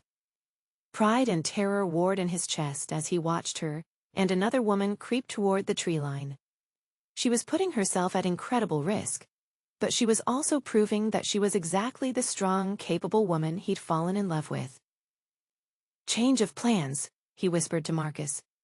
"We're providing cover fire." "For what?" "For our Luna to save herself." The silver rope had finally given way after 2 hours of careful manipulation. Sage's wrists were raw and bleeding, but her magic was flooding back with enough force to make her dizzy. "Can you walk?" she whispered to Jessica. "I can run if I have to." "You might have to." They slipped out of the cabin while the guards were distracted by what sounded like a poker game on the other side of the building. The night air was cold against Sage's face, sharp with the scent of pine and danger. "Which way?" Jessica whispered. Sage closed her eyes, feeling for the mate bond. It pulled her west, toward where she could sense Jaxon's presence like a beacon in the darkness. "That way," she said, pointing toward the thickest part of the forest. They'd made it maybe 50 yards when the alarm went up. "They're gone!" someone shouted from the cabin. "The prisoners are gone!" Flashlight beams started sweeping the forest, and the sound of pursuit crashed through the underbrush behind them. "Run," Sage said. They ran. Jaxon heard the commotion and was moving before conscious thought kicked in. His wolf had taken partial control, lending him speed and strength and senses sharp enough to track his mate through the chaos. He could smell her fear, her exhaustion, her determination. She was running toward him through the forest, and every instinct he had was screaming at him to meet her halfway. "Alpha, wait!" Rafe's voice came through his earpiece. "It could be a trap." "It's not a trap. It's my mate proving she's exactly who I thought she was." He crashed through the forest, following the mate bond like a lifeline. Behind him, he could hear his pack moving into position, providing the distraction and cover fire that would hopefully get Sage to safety. Ahead, he could hear the sounds of pursuit getting closer. He was going to reach her first. He had to. Sage stumbled over a root and went down hard, her already injured wrists screaming in protest. Jessica hauled her to her feet, but precious seconds had been lost. "They're gaining on us," Jessica panted. "I know." Sage could hear them behind her, wolves in human form crashing through the undergrowth, their voices raised in the excitement of the hunt. "Maybe we should split up." "No, we stay together." "Sage." "We stay together. I'm not leaving you behind." They kept running, but it was only a matter of time. The pursuing wolves were faster, stronger, and they knew the terrain. Sage could feel the mate bond pulling her forward, could sense Jaxon getting closer, but she didn't know if it would be close enough. The first shot rang out just as they reached a small clearing. Sage threw herself sideways, tackling Jessica to the ground as the bullet whined past where her head had been. More shots followed, and she realized with sick certainty that Blackthorn's wolves weren't trying to recapture them. They were trying to kill them. "Stay down," she hissed to Jessica. Her magic was back to full strength now, and she used it to create shields around them, barriers of force that would deflect bullets and buy them precious time. But magic had a cost, and she was already exhausted. The shields wouldn't hold forever. "Sage!" The roar came from the edge of the clearing, and she looked up to see Jaxon exploding out of the tree line like an avenging angel. He was half-shifted, more wolf than man, his eyes blazing gold with fury and protective instinct. He moved through Blackthorn's wolves like death incarnate, his claws and teeth finding throats with surgical precision. But there were too many of them, and more were coming. "Jaxon!" she screamed as one of the wolves raised a rifle, aiming at his back. Without thinking, she dropped her shields and threw every ounce of magic she had at the gunman. The man went flying backward, his rifle spinning away into the darkness. But the effort left her drained, vulnerable. Another wolf was already moving, his weapon trained on Jaxon. Sage tried to summon her magic again, but there was nothing left. She was empty, defenseless. She threw herself forward anyway. The bullet meant for Jaxon took her in the shoulder, spinning her around and dropping her to the forest floor. Pain exploded through her body, but she could see that Jaxon was safe, that he was still fighting. Worth it. Whatever happened next, it was worth it. The scent of Sage's blood in the air sent Jaxon into a frenzy that would have terrified him if he'd been capable of rational thought. His mate was wounded, bleeding, vulnerable, and the wolves responsible were still breathing. That was a problem he could solve. He moved through them like a force of nature, his pack appearing from the trees to join the slaughter. Marcus took down 2 wolves with brutal efficiency. Tommy, young and eager to prove himself, fought with the kind of savage joy that made Jaxon proud. Rafe coordinated the assault with tactical precision. But Jackson's focus was entirely on the man who'd shot his mate. He found the gunman trying to reload behind a fallen tree. The wolf looked up just in time to see death coming for him with golden eyes and blood-stained claws. "Please," the man started to say. Jackson's claws opened his throat before he could finish the sentence. When the immediate threats were neutralized, he turned to find Sage propped against a tree, Jessica beside her, both women pale but alive. "How bad?" he asked, dropping to his knees beside them. "Through and through," Sage said, her voice tight with pain. "Missed anything vital?" "You're bleeding." "I'll live." "You threw yourself in front of a bullet for me." "You would have done the same for me." "That's different." "How is it different?" Her eyes were fierce despite her pain. "Because you're the alpha? Because you're stronger? Because your life matters more than mine? Because I already failed to protect one mate. I can't survive losing another. You didn't lose me. I'm right here. You're hurt, you're bleeding. You risked your life. To save yours. Just like you would have done for me." She reached out with her good hand cupping his face. "That's what mates do, Jaxon. They protect each other." "I should have been faster, should have been smarter, should have seen this coming." "You should have trusted me to handle myself." "I do trust you." "Do you?" "Because you've been trying to wrap me in bubble wrap since the moment we met." You want to protect me from everything. Rival packs, pack politics, even the truth about your past. Because I love you. And I love you. But love doesn't mean keeping secrets. It doesn't mean making decisions for me without consulting me. It doesn't mean treating me like I'm too fragile to handle reality. I know, and I'm sorry. He pressed his forehead against hers, breathing in her scent, reassuring himself that she was alive and safe and his. I should have told you about Iris from the beginning. I should have trusted you with the truth. Why didn't you? Because I was afraid. Afraid you'd think I was weak, afraid you'd leave, afraid you'd realize you deserved better than a man who'd already failed one mate.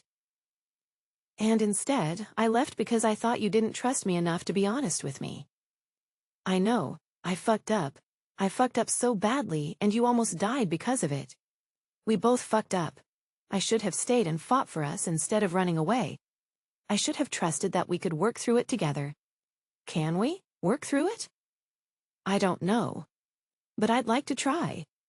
She winced as she shifted position. I'd like to try being honest with each other, trusting each other, building something real instead of something based on fantasy. I'd like that too. Good, because I have some conditions. Name them. No more secrets, ever. I don't care how painful the truth is, I want to hear it.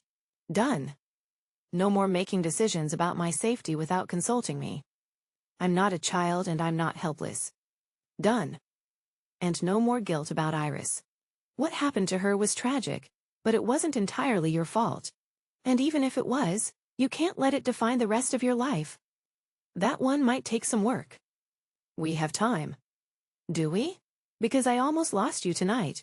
I almost lost you because I was too proud and too scared to fight for what we had. You didn't lose me, I'm right here and I'm not going anywhere. Promise? I promise. But I need you to promise me something too. Anything. Promise me you'll forgive yourself. Promise me you'll stop punishing yourself for things that are in the past. Promise me you'll let yourself be happy. I don't know if I can. Try. For me, for us, for the future we're going to build together. Try. He stared into her eyes, seeing the love there, the forgiveness, the absolute certainty that they could make this work. Maybe she was right.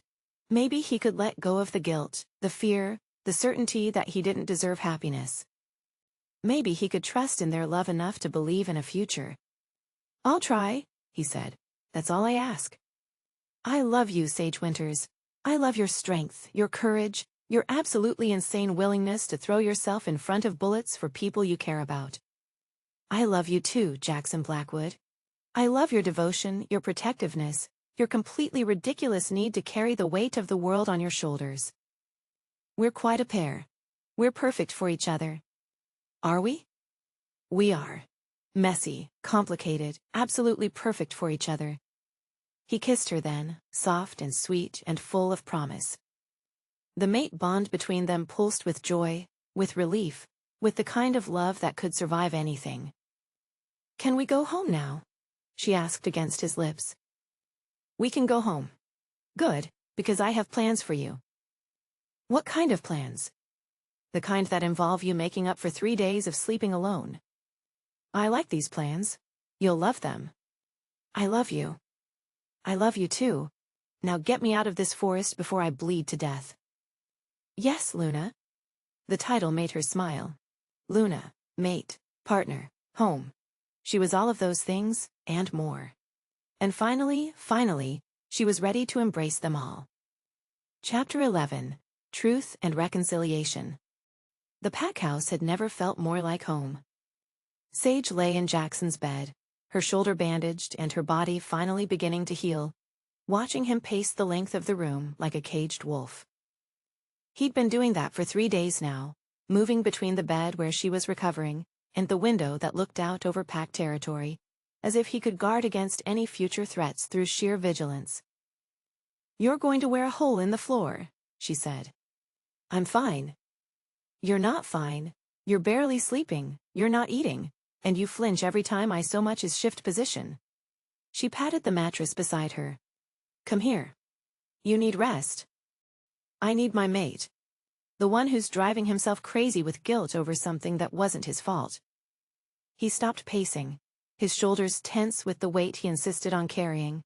I should have protected you better. Should have seen it coming, should have. Jaxon. Her voice cut through his self-recrimination like a blade. Sit down, we need to talk. About what? About everything. About Iris, about the threats, about whatever else you've been hiding from me. She met his eyes, seeing the fear there, the desperate need to confess warring with the terror of losing her again. No more secrets, remember? That was the deal. Some truths are harder to hear than others. And some truths are harder to tell. But that doesn't mean we avoid them. He moved to the bed slowly, settling beside her with careful movements that wouldn't jar her injured shoulder. She could feel the tension radiating from him, the careful control he was maintaining. Where do you want me to start? At the beginning.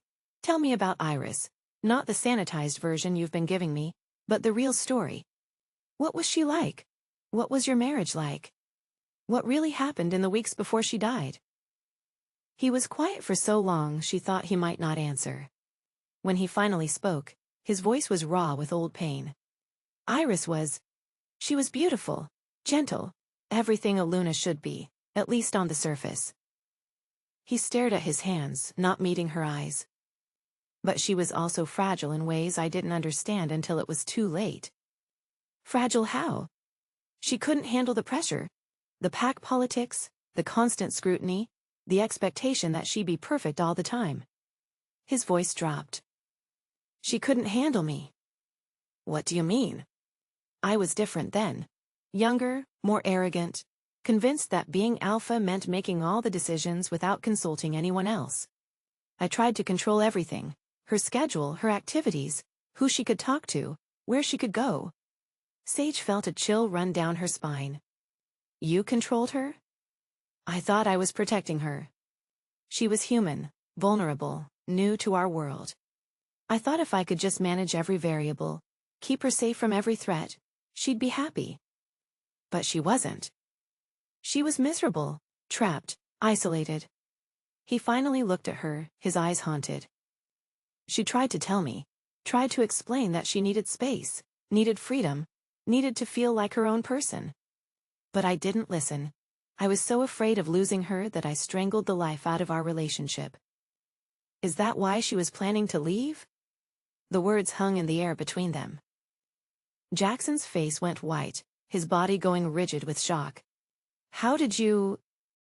The letter mentioned threats. But it also mentioned that she was planning to leave anyway, wasn't it? The threats just gave her an excuse to do what she was already going to do. He closed his eyes, pain etched across his features. She'd been planning it for months. Packing slowly, moving money to accounts I didn't know about, making contact with family members back east. Did you know? I suspected. She'd grown distant, stopped trying to participate in pack life, stopped responding to my attempts at affection.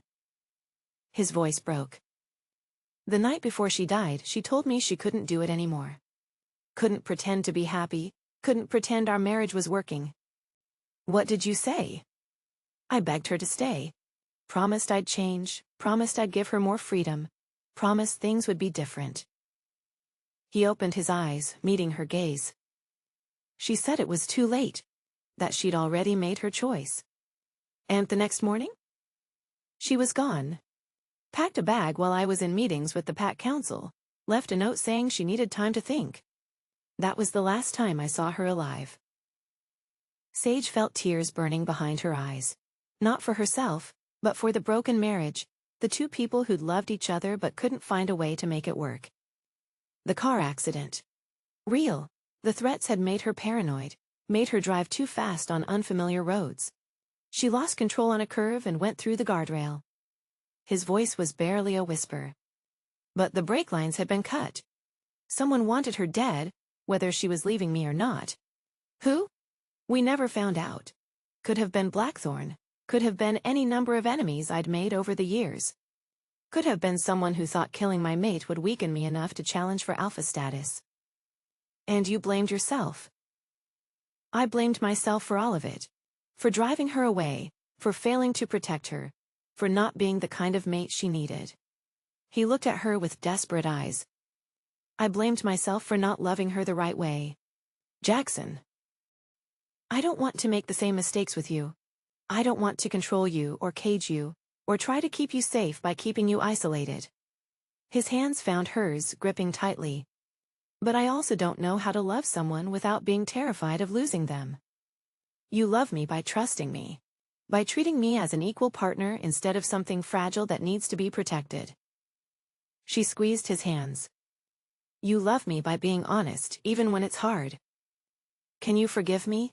For lying, for keeping secrets, for being the kind of man who let his first mate die? There's nothing to forgive. You didn't kill Iris. Grief and circumstances and whoever cut her brake lines did that. You made mistakes, yes, but you learned from them. She cupped his face, forcing him to look at her. The man you are now is not the man you were then. How can you be sure? Because you're sitting here telling me the truth, even though it might make me run again. Because you respected my need for space instead of trying to drag me back. Because you trust me enough to be vulnerable with me. I want to be worthy of you. You already are, flaws and all, mistakes and all, you're exactly the man I want. Even knowing that I failed my first mate. Even knowing that you're human, metaphorically speaking. Even knowing that you're not perfect, that you'll make mistakes, that loving you won't always be easy. She leaned forward, resting her forehead against his. I don't want perfect, Jaxon, I want real. Real is messy. Real is beautiful. Real is worth fighting for. I love you, he said, his voice thick with emotion. I love you too. All of you, the good, the bad, and the complicated. What happens now? Now we build something better. Something based on truth and trust and mutual respect. She smiled. Now we become the mates we're meant to be. The pack meeting that evening was unlike any Sage had ever witnessed. She sat beside Jaxon at the head table, her arm in a sling but her spine straight with determination.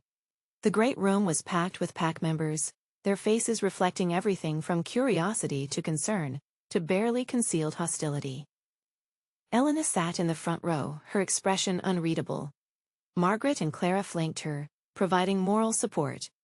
Tommy and Marcus stood at the back, ready to intervene if things got heated. Pack. Jackson's voice carried absolute authority. We're here tonight to address recent events and to formally recognize Sage as your Luna. A murmur rippled through the assembled wolves. Some sounded pleased, others less so. Before we proceed, I want to be clear about something, Jaxon continued. The threats against our territory are neutralized. Blackthorn is dead, his pack scattered. We are safe. Thanks to our Luna, Clara called out. She saved Jessica Martinez's life and helped end a threat that could have destroyed us all. She also nearly got herself killed, Elena said, rising to her feet. A Luna who takes unnecessary risks puts the entire pack in danger. What would you have had me do? Sage asked, her voice calm but carrying an edge of steel. Leave Jessica to die? Hide while my mate faced a threat alone? I would have had you trust your alpha to handle the situation without you throwing yourself into danger. The way Iris trusted him. The words fell into the room like stones into still water. Every wolf present knew the story of their former Luna, and the comparison was deliberate, provocative. Elena's eyes flashed with anger. That's not fair. Isn't it? Because from where I'm sitting, it looks like you want me to be everything Iris was. Obedient, passive, content to stay safely in the background, while the real decisions are made by other people. I want you to act like a Luna instead of a reckless child. I am acting like a Luna. I'm protecting my pack, defending those who can't defend themselves, and standing up to anyone who thinks they can intimidate me. Sage stood, her presence filling the room despite her injuries. Including you. The challenge was unmistakable. Elena's face went pale as she realized she'd pushed too far, questioned too much, crossed a line that couldn't be uncrossed. I don't challenge your authority. Yes, you do. You've been challenging it since the moment I arrived, questioning my decisions, undermining my position, Trying to convince the pack that I'm not fit to be their Luna. That's not... It's exactly what you've been doing. And I understand why. You wanted to be Luna yourself. Thought you deserved the position. Believed you'd be better suited for it. Elena's silence was confirmation enough. But here's the thing, Sage continued, her voice carrying the kind of authority that came from within rather than from position. I didn't choose this role because I wanted power or status or control over others. I chose it because I love this pack, because I love your alpha, because I believe in what we can build together. Pretty words. True words. And if you can't accept them, if you can't accept me as your Luna, then you need to decide whether you can remain part of this pack. The ultimatum hung in the air like a blade. Elena stared at her for a long moment, seeing something in Sage's expression that made her take a step back. I accept you as Luna, she said finally. Do you? Because acceptance isn't the same as tolerance. Acceptance means supporting my decisions even when you disagree with them. It means trusting my judgment even when you think you could do better. I understand. Good. Because this pack deserves a Luna who will fight for them, protect them, and make the hard decisions when necessary. They deserve someone who will stand with their alpha as an equal partner, not as a decorative figurehead. Sage turned to address the room at large. I know I'm not what you expected. I'm not gentle or diplomatic or particularly good at following orders. I'm stubborn, opinionated, and absolutely ruthless when it comes to protecting the people I love. A few pack members chuckled, tension beginning to ease. But I'm also loyal, dedicated, and completely committed to this pack's well-being. I will never put my own safety above yours. I will never ask you to take risks I'm not willing to take myself. And I will never, ever abandon you when you need me most. Even if it means defying the alpha? Tommy asked, his young face serious. Especially then. A good Luna supports her alpha, but she also challenges him when he's wrong, pushes him to be better, and provides the balance he needs to lead effectively. And if the alpha doesn't want to be challenged? The question came from an older wolf Sage didn't recognize. Then he shouldn't have chosen a mate with opinions. She glanced at Jaxon, seeing pride and amusement in his eyes. Fortunately, this alpha is smart enough to appreciate being pushed. Is that your official position? Jaxon asked, his tone formal but his eyes laughing. It is. I promise to love you, support you, challenge you, and drive you absolutely crazy for the rest of our lives. I accept those terms. Good, because they're non-negotiable. The pack erupted in laughter and applause. Even Elena was smiling, though she tried to hide it. All in favor of formally recognizing Sage Winters as Luna of the Blackwood Pack? Jaxon called out. Every hand in the room went up, some more enthusiastically than others, but all of them raised in acceptance. Motion carried. Jaxon's smile was blazing. All hail Luna Sage. All hail Luna Sage, the pack echoed, their voices raised in genuine welcome. Sage felt tears burning behind her eyes as the reality of it hit her. She was Luna now, officially and completely. She had a pack, a family, a place where she truly belonged. She was home. Later that evening, Jaxon's mother knocked on their bedroom door. Come in, Sage called, expecting Clara or Margaret with another offering of food. Instead, Evelyn Blackwood entered carrying a small wooden box, her expression unreadable. I hope I'm not interrupting, she said. Not at all, please sit. Sage gestured to the chair beside the bed. Is everything all right? Everything is perfect. Better than it's been in years. Evelyn settled into the chair, the box balanced on her lap. I wanted to give you something. You don't have to. This belonged to Iris. Evelyn opened the box, revealing a delicate silver pendant in the shape of a crescent moon. It was her Luna pendant, given to her when she officially joined the pack. Sage stared at the jewelry, her throat tight with emotion. I can't take that, it was hers. And now it should be yours. Not because you're replacing her, but because you're continuing the tradition. Evelyn lifted the pendant from the box. May I? Sage nodded, leaning forward so the older woman could fasten the chain around her neck. The silver was warm against her skin, as if it carried the memory of its previous owner. "There's something else," Evelyn said, pulling a sealed envelope from the bottom of the box. "She left this for Jackson's next mate." "She what?" Iris wasn't naive despite what people thought. She knew their marriage was failing, knew Jaxon would find love again someday. Evelyn handed her the envelope. She wanted his next mate to have this.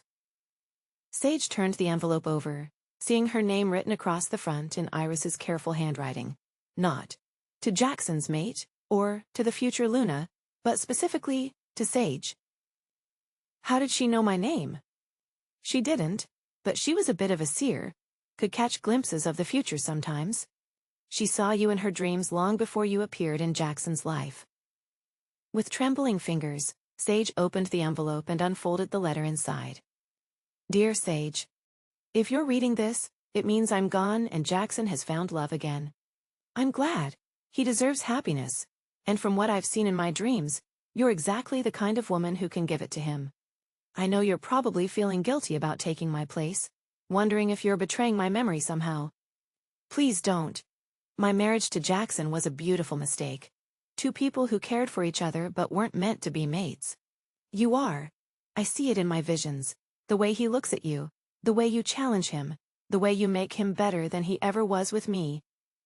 You are his true mate in ways I never could be. Don't let his guilt over my death poison what you have together. Don't let his mistakes with me define your relationship with him. And don't let anyone, including yourself, convince you that you're not worthy of the love he's offering. You are strong where I was weak, brave where I was fearful, fierce where I was gentle. You are everything this pack needs in a Luna, everything Jaxon needs in a mate. Be happy, Sage. Be gloriously, fearlessly, completely happy. You both deserve it. With love and blessing, Iris. P.S. The pendant looks better on you than it ever did on me." Sage read the letter twice, tears streaming down her cheeks. Beside her, Jaxon had gone very still. "She knew," Sage whispered. "She knew about us before we even met." "She had the sight," Evelyn confirmed. "Not strongly, but enough to catch glimpses of important moments. She saw you in her dreams for months before she died." "Did she tell Jaxon?" "No. She thought it would be cruel to tell him about a love he might never find while their marriage was falling apart." Sage looked at Jaxon, seeing the wonder in his eyes, the awe, the complete shock of learning that his first mate had not only accepted his second chance at love, but had blessed it. "She forgave me," he said, his voice barely a whisper. "She forgave you long before you forgave yourself," Evelyn said gently. "She wanted you to be happy, son. Both of you." "I don't know what to say." "Say you'll stop carrying guilt that was never yours to carry. Say you'll embrace the love you've been given instead of constantly fearing you'll lose it." Evelyn stood, moving to kiss his forehead. "Say you'll be the man she saw in her visions, the one who deserves the woman sitting beside you." "I'll try. That's all any of us can do." After Evelyn left, Sage and Jaxon sat in comfortable silence, processing everything that had been revealed. "How do you feel?" she asked finally. "Lighter. Like I've been carrying a weight I didn't even realize was there." He touched the pendant at her throat. "She really did see you. She saw us. She saw what we could be together. And she approved. She more than approved. She blessed it." Sage leaned against him, careful of her injured shoulder. "Does that help? Knowing she wanted this for you?" "It helps. But what helps more is knowing that you're here, that you chose me, that you're willing to build a life with me despite all my flaws and mistakes." "Speaking of which, when exactly are we building this life?" "Because I'm tired of being your girlfriend. I want to be your wife." "How soon?" "Tomorrow." "Tomorrow might be a bit ambitious, even for us. We need to plan a mating ceremony, invite both our families." "Both our families?" "Your family needs to know about us. About what we are, what this world is." His expression grew serious. "I want them at our wedding, Sage. I want them to see you happy, to understand that you're loved and protected and cherished. They'll think you're insane. They'll think I'm insane. They'll think what every parent thinks when their child finds love, that it's about time. And if they can't accept the supernatural stuff, then they'll accept it because they love you, because they want you to be happy, because they can see that you are happy. You're very confident. I'm confident in us, in what we've built, what we mean to each other, what we can accomplish together. Even knowing it won't always be easy? Especially knowing that easy is boring. We're extraordinary. Yes, she said, smiling. We are. The formal Luna ceremony was held 3 weeks later under the full moon, with representatives from 5 allied packs in attendance. Sage stood in the center of the sacred circle, wearing a dress that had belonged to Jaxon's grandmother and the pendant that had once been Iris's, feeling the weight of centuries of tradition. Do you, Sage Winters, accept the responsibility of Luna? The pack elder intoned. I do. Do you swear to protect this pack with your life? I do. Do you promise to stand beside your alpha as an equal partner? I do. Do you vow to put the welfare of the pack above your own comfort? I do. Then, by the authority vested in me by the moon goddess herself, I name you Luna of the Blackwood pack. May your reign be long and prosperous. The pack erupted in howls of joy and acceptance. Sage felt magic wash over her, not her own, but something older, deeper, connecting her to every Luna who had come before her. How do you feel? Jaxon asked, pulling her close. Complete. Like this is what I was always meant to be. Luna Sage Blackwood. I like the sound of that. Me too. Ready for the celebration? Ready for anything as long as you're with me. The celebration that followed was epic even by pack standards. Both their families were in attendance. Sarah still looking shell-shocked from learning about werewolves, Sage's aunt and uncle trying to process the fact that their niece was now essentially royalty in a world they'd never known existed. This is all very intense, Sarah said, watching pack members dance around the bonfire. You get used to it, Sage assured her. Do you? Because from where I'm sitting, it looks like you've joined a cult. A very attractive cult with excellent benefits and surprisingly good healthcare. And your husband-to-be turns into a wolf. Only sometimes, and he's very well behaved. This is insane. This is my life, and I'm happy, Sarah, happier than I've ever been. Sarah studied her face, seeing the truth there. You really are, aren't you? I really am. This is my pack, my family, my home. This is where I belong. Then I'm happy for you. Terrified but happy. The terror fades, the happiness doesn't. Across the clearing, Jaxon was talking to her uncle, explaining pack dynamics with the patience of a man who genuinely wanted his mate's family to understand and accept their new reality. He loves you, Sarah observed. He does, completely and utterly and sometimes ridiculously. And you love him. With everything I am. Then that's enough. Everything else is just details. Exactly. Later that night, after the last of the guests had gone home, and the pack had retreated to their own houses, Sage and Jaxon sat on the porch of the pack house, watching the stars. Regrets? He asked. None. You? Only that it took us so long to get here. We got here when we were ready. When we were the right people for each other. You make me a better alpha, he said. A better man, a better everything. You make me brave enough to be myself, strong enough to claim what I want, happy enough to believe in forever. Forever is a long time. Not long enough. I love you, Luna Sage. I love you too, Alpha Jaxon. What happens now? Now we live, we love. We lead this pack together and face whatever challenges come our way. Together. Always together. Above them, the moon smiled down on the Alpha and his Luna, the mated pair who had found their way to each other through pain and loss, and the kind of love that could overcome anything. They had their whole lives ahead of them, messy and complicated and absolutely perfect, and they were going to live every moment of it together. Chapter 12. Second Chances. The morning of the mating ceremony dawned clear and bright, sunlight streaming through the windows of the pack house like a benediction. Sage stood before the mirror in what had once been Iris's room, now transformed into a bridal suite, watching Clara and Margaret fuss over the ancient wedding dress that had been worn by Blackwood Lunas for over a century. "Stop fidgeting," Margaret scolded, adjusting the intricate beadwork on the bodice. "You'll pull a seam." "I'm not fidgeting. I'm vibrating with anticipation." "Same thing," Clara said, working on the complicated lacing up the back. "Though I have to say, you look absolutely radiant." Sage caught her reflection in the mirror and had to admit Clara was right. The dress fit her like it had been made for her body, ivory silk that flowed like water, intricate Celtic knotwork embroidered in silver thread, sleeves that fell to delicate points over her hands. The crescent moon pendant rested at her throat, catching the light with every breath. "Something old, something new, something borrowed, something blue," Sarah recited from the corner where she sat with Sage's aunt. "Though I suppose the something old covers about half your outfit." "The dress is old, the pendant is borrowed, these earrings are new."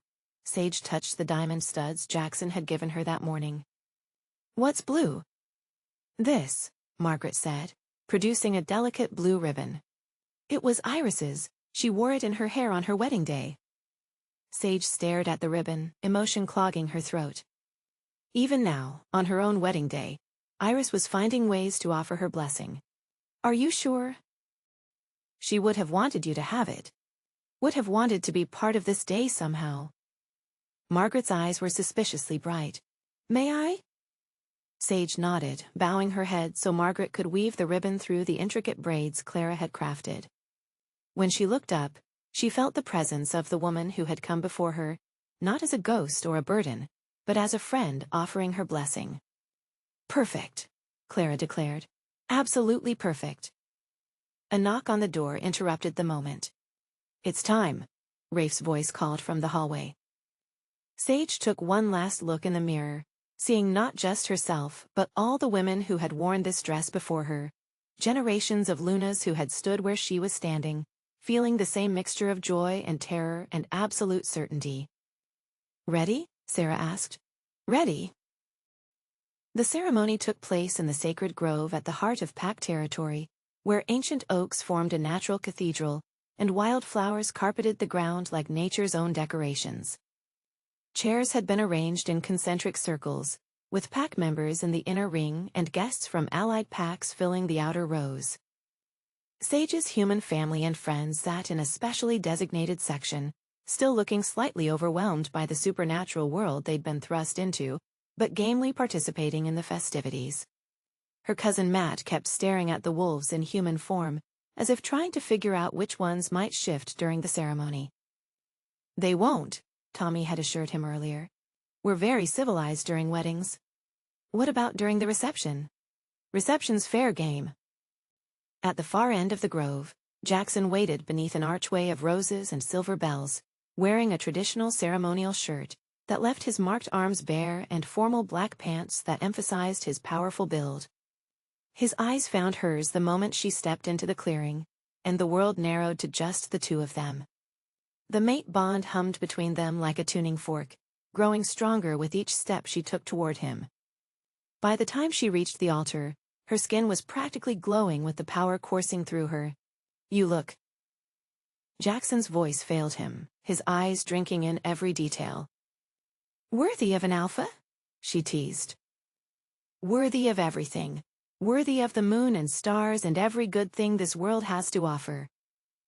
The pack elder stepped forward, his ancient voice carrying clearly through the grove. "We gather today under the blessing of the moon goddess to witness the mating of Alpha Jaxon Blackwood and Luna Sage Winters. This is no ordinary wedding. This is the joining of souls, the completion of a bond that was written in the stars before either of them drew breath." Sage felt tears burning behind her eyes as the weight of the moment hit her. This wasn't just about her and Jaxon. This was about destiny, about second chances, about love powerful enough to heal old wounds and create new possibilities. "Alpha Jaxon, do you take this woman as your mate, your Luna, your equal partner in all things? I do. Jaxon's voice rang with absolute conviction. Do you promise to love her, protect her, cherish her, and stand beside her through whatever trials may come? I do. And do you swear that your commitment to her is complete, total, and unbreakable?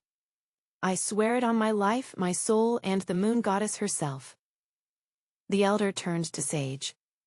Luna Sage, do you take this man as your mate, your alpha, your equal partner in all things? I do. Do you promise to love him, support him, challenge him, and stand beside him through whatever trials may come? I do. And do you swear that your commitment to him is complete, total, and unbreakable? I swear it on my life, my soul, and everything I hold sacred. Then speak your vows, that all may witness the depth of your commitment. Jaxon took her hands, his touch sending electricity racing through her entire body. When he spoke, his voice was thick with emotion. Sage, you came into my life when I thought I was beyond redemption, beyond hope, beyond the possibility of real love. You saw past my mistakes, my failures, my guilt, and somehow found something worth loving. His thumbs traced over her knuckles, anchoring them both. You taught me that second chances aren't just about forgiveness. They're about becoming the person you were always meant to be. You challenged me to be better, to love better, to lead better. You made me understand that strength isn't about control, but about trust. The grove was absolutely silent, every person present hanging on his words. I promise you that I will never take your love for granted. I will never try to cage you or diminish you, or make you smaller to soothe my own fears. I will love you as my equal, my partner, my greatest treasure. I will protect you with my life, but I will also trust you to protect yourself. His voice broke slightly. And I promise that our love will honor the past without being imprisoned by it. We will build something new, something beautiful, something worthy of the sacrifice that brought us together. Sage was crying openly now, not caring that half the supernatural world was watching. Jaxon, she began, her voice steady despite her tears. You gave me a place to belong when I didn't even know I was looking for one. You loved me not in spite of my flaws, but because of them. You saw my strength when I only saw my stubbornness, my courage when I only saw my recklessness. She squeezed his hands, drawing strength from his touch. I promise you that I will never ask you to be perfect. I will love your scars as much as your triumphs, your doubts as much as your certainties. I will stand with you through every challenge, every victory, every moment of joy and sorrow that life brings us. Her voice grew stronger, carrying the authority of the Luna she had become. I choose you, Jaxon Blackwood. Not because fate demanded it, not because destiny decreed it, but because you are the man I want to spend my life loving. I choose you today, tomorrow, and every day after that. The elder stepped forward again. By the power vested in me by the moon goddess and the ancient laws of our kind, I pronounce you mated for life. What the goddess has joined, let no force on earth separate. Jaxon cupped her face in his hands, his eyes blazing with love and possession and promise. Mine, he whispered. Yours, she whispered back. Always yours. He kissed her then, deep and claiming and full of everything they felt for each other. The mate bond exploded between them like a supernova, completing the connection that had been building since the moment they met. Power rushed through Sage, not just her own magic, but something deeper, older, more primal. She was Luna now, truly and completely bound to her alpha and her pack by ties that transcended the physical world. The grove erupted in howls and cheers and applause. Somewhere in the chaos, Sage heard Sarah whooping with excitement, and her uncle demanding to know if this was the part where everyone turned into wolves. But all of that faded into background noise as Jaxon held her close, their foreheads pressed together, breathing each other in. How do you feel? He asked. Complete, like I was only half a person before this moment. I know exactly what you mean. What happens now? Now we celebrate. Now we dance. Now we start our life together as mates, as partners, as the Alpha and Luna of the Blackwood pack. I love the sound of that. Me too. The reception was everything Sage had dreamed of and more. Tables groaned under the weight of food prepared by the pack's best cooks, drinks flowed freely, and music filled the air as couples danced beneath the stars. Sage's human family had thrown themselves into the festivities with surprising enthusiasm. Her aunt was deep in conversation with Margaret about traditional werewolf recipes, while her uncle was getting a lesson in pack hierarchy from Tommy. Matt was attempting to learn pack songs from some of the younger wolves, though his pronunciation left something to be desired. "Your family is adapting well," Jaxon observed, spinning her around the makeshift dance floor. "They're adaptable people, plus I think they're just happy to see me happy."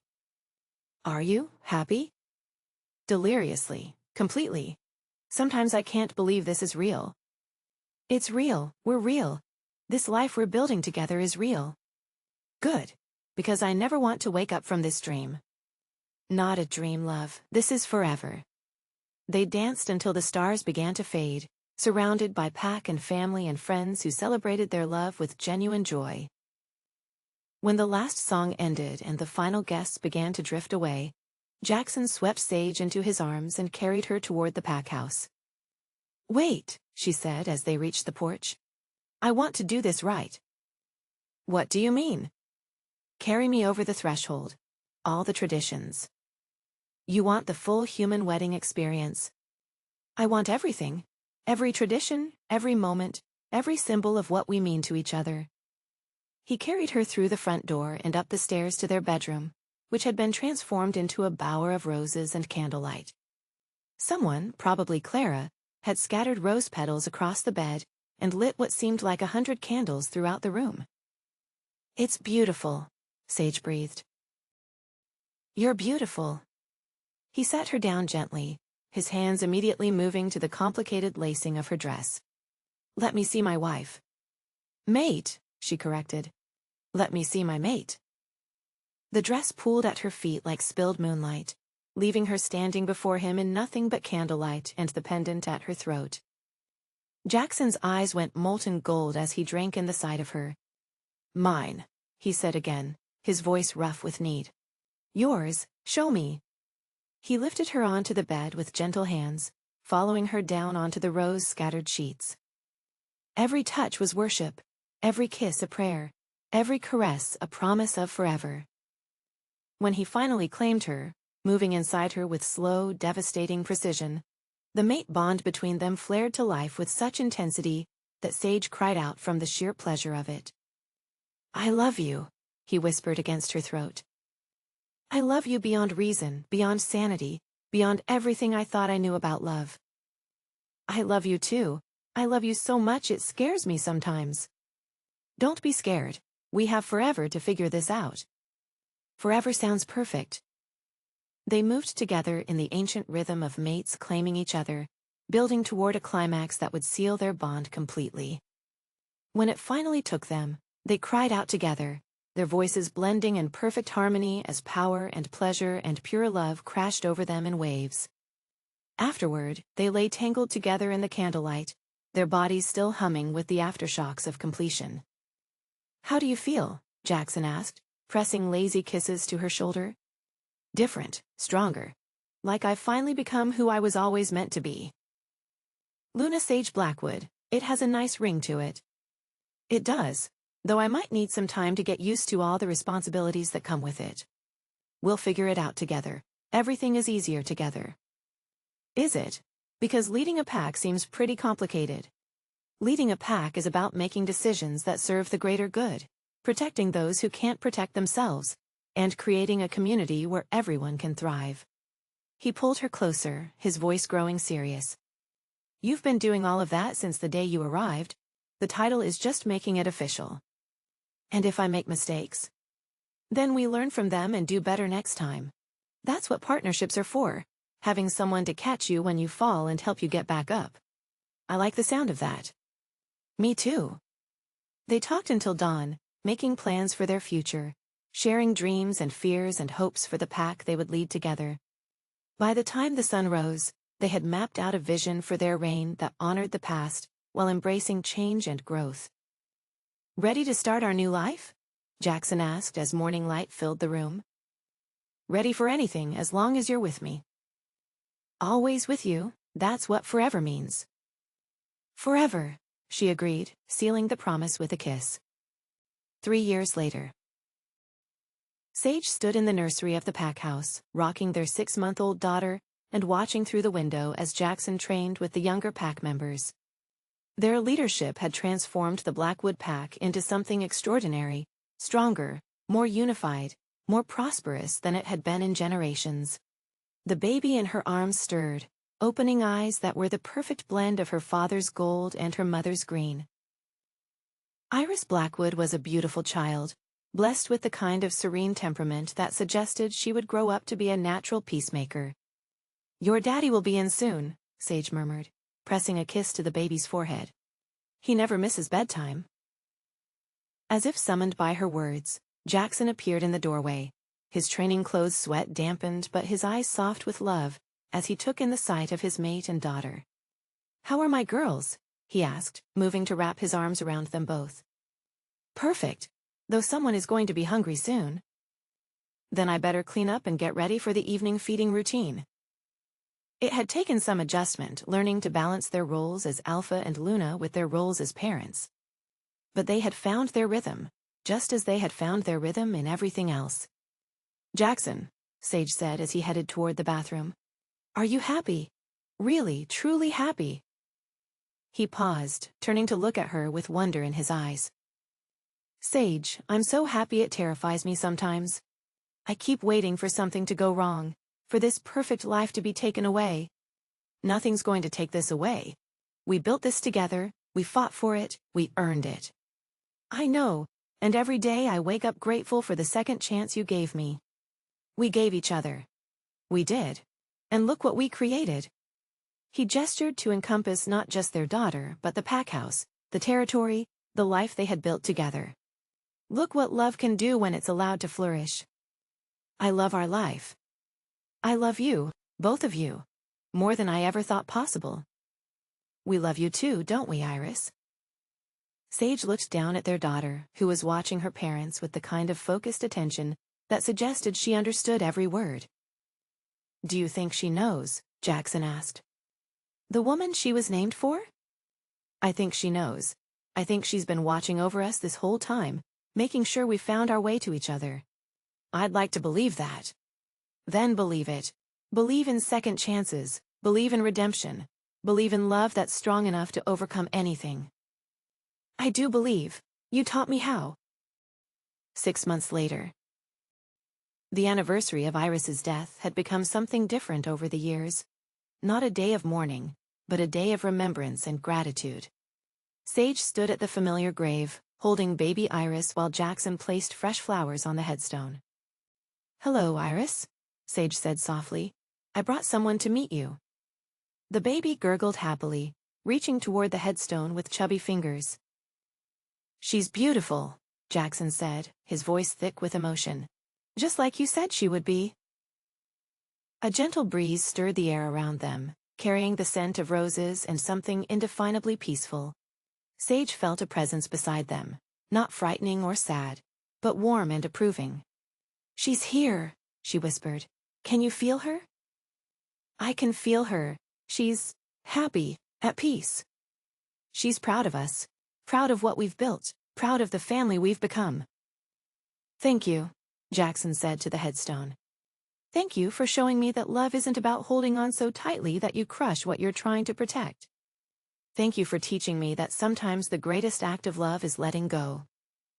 The breeze stirred again, and for just a moment, Sage could have sworn she heard laughter, joyful, free, completely at peace.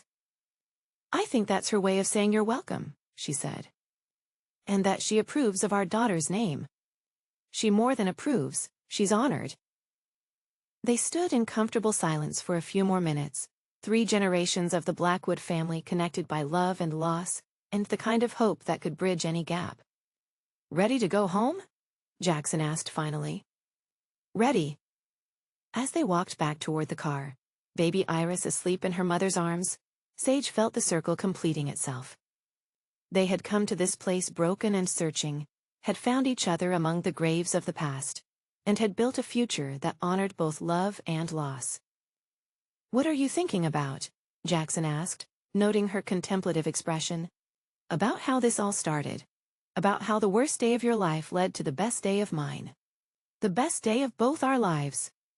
And about how our love story is going to become pack legend. Generations from now, young wolves will hear about the alpha who got a second chance, and the Luna who taught him how to take it. I like that. I like the idea that our love will inspire others. Our love will do more than inspire, it will endure. It will be the foundation that everything else is built on. Forever and always. Forever and always." The pack campfire crackled in the center of the gathering, casting dancing shadows on the faces of wolves, young and old, as they listened to the story being told. Iris, now 10 years old and showing every sign of inheriting both her parents' strength and wisdom, sat cross-legged beside her 5-year-old brother Marcus, both of them hanging on every word. "And so," the storyteller continued, his voice rich with the authority of someone who had lived through the events he was describing, "Alpha Jaxon found his mate in the last place he expected. Standing beside the grave of his first love, arguing with him about flowers." The younger wolves giggled at this part, while the older ones smiled knowingly. But their path to happiness wasn't easy. There were secrets to uncover, trust to build, enemies to defeat, and old wounds to heal. Yet through it all, their love grew stronger, deeper, more unbreakable. "Tell us about the mating ceremony, Uncle Rafe," one of the youngsters called out. "Ah, the ceremony. It was the most beautiful thing any of us had ever seen. The Luna wore a dress that had been blessed by generations of Blackwood women, and when the alpha kissed her, the mate bond blazed so brightly that every wolf present felt its power." "And they lived happily ever after?" young Marcus asked, even though he knew the answer. "They lived happily ever after," Rafe confirmed. "And they're still living it right here among us, proving every day that true love isn't just about finding your perfect match. It's about choosing to build something beautiful together. No matter what challenges come your way." From the edge of the circle, Sage watched her children absorb the story of their parents' love, their faces glowing with pride and wonder. Jaxon's arm was around her shoulders, and she could feel his contentment, his complete and utter happiness, through their mate bond. "Think they'll believe in true love when they're older?" she murmured. "How could they not? They're living proof of it." "We all are. This whole pack is proof that love can overcome anything." "Second chances," Jaxon said softly. "Second chances," she agreed. Above them, the moon smiled down on the pack gathered around their fire, blessing the love story that had become legend, the family that had been forged in grief and tempered by joy, the future that stretched ahead bright with promise. Some love stories end with the wedding. The best ones begin there. And in the heart of the Blackwood territory, surrounded by the family they had built and the pack they led together, Alpha Jaxon and Luna Sage Blackwood lived out there forever. Imperfect, complicated, absolutely extraordinary. Their love had become pack legend. Their happiness had become pack legacy. And their second chance had become everyone's hope for what love could accomplish when it was brave enough to try again.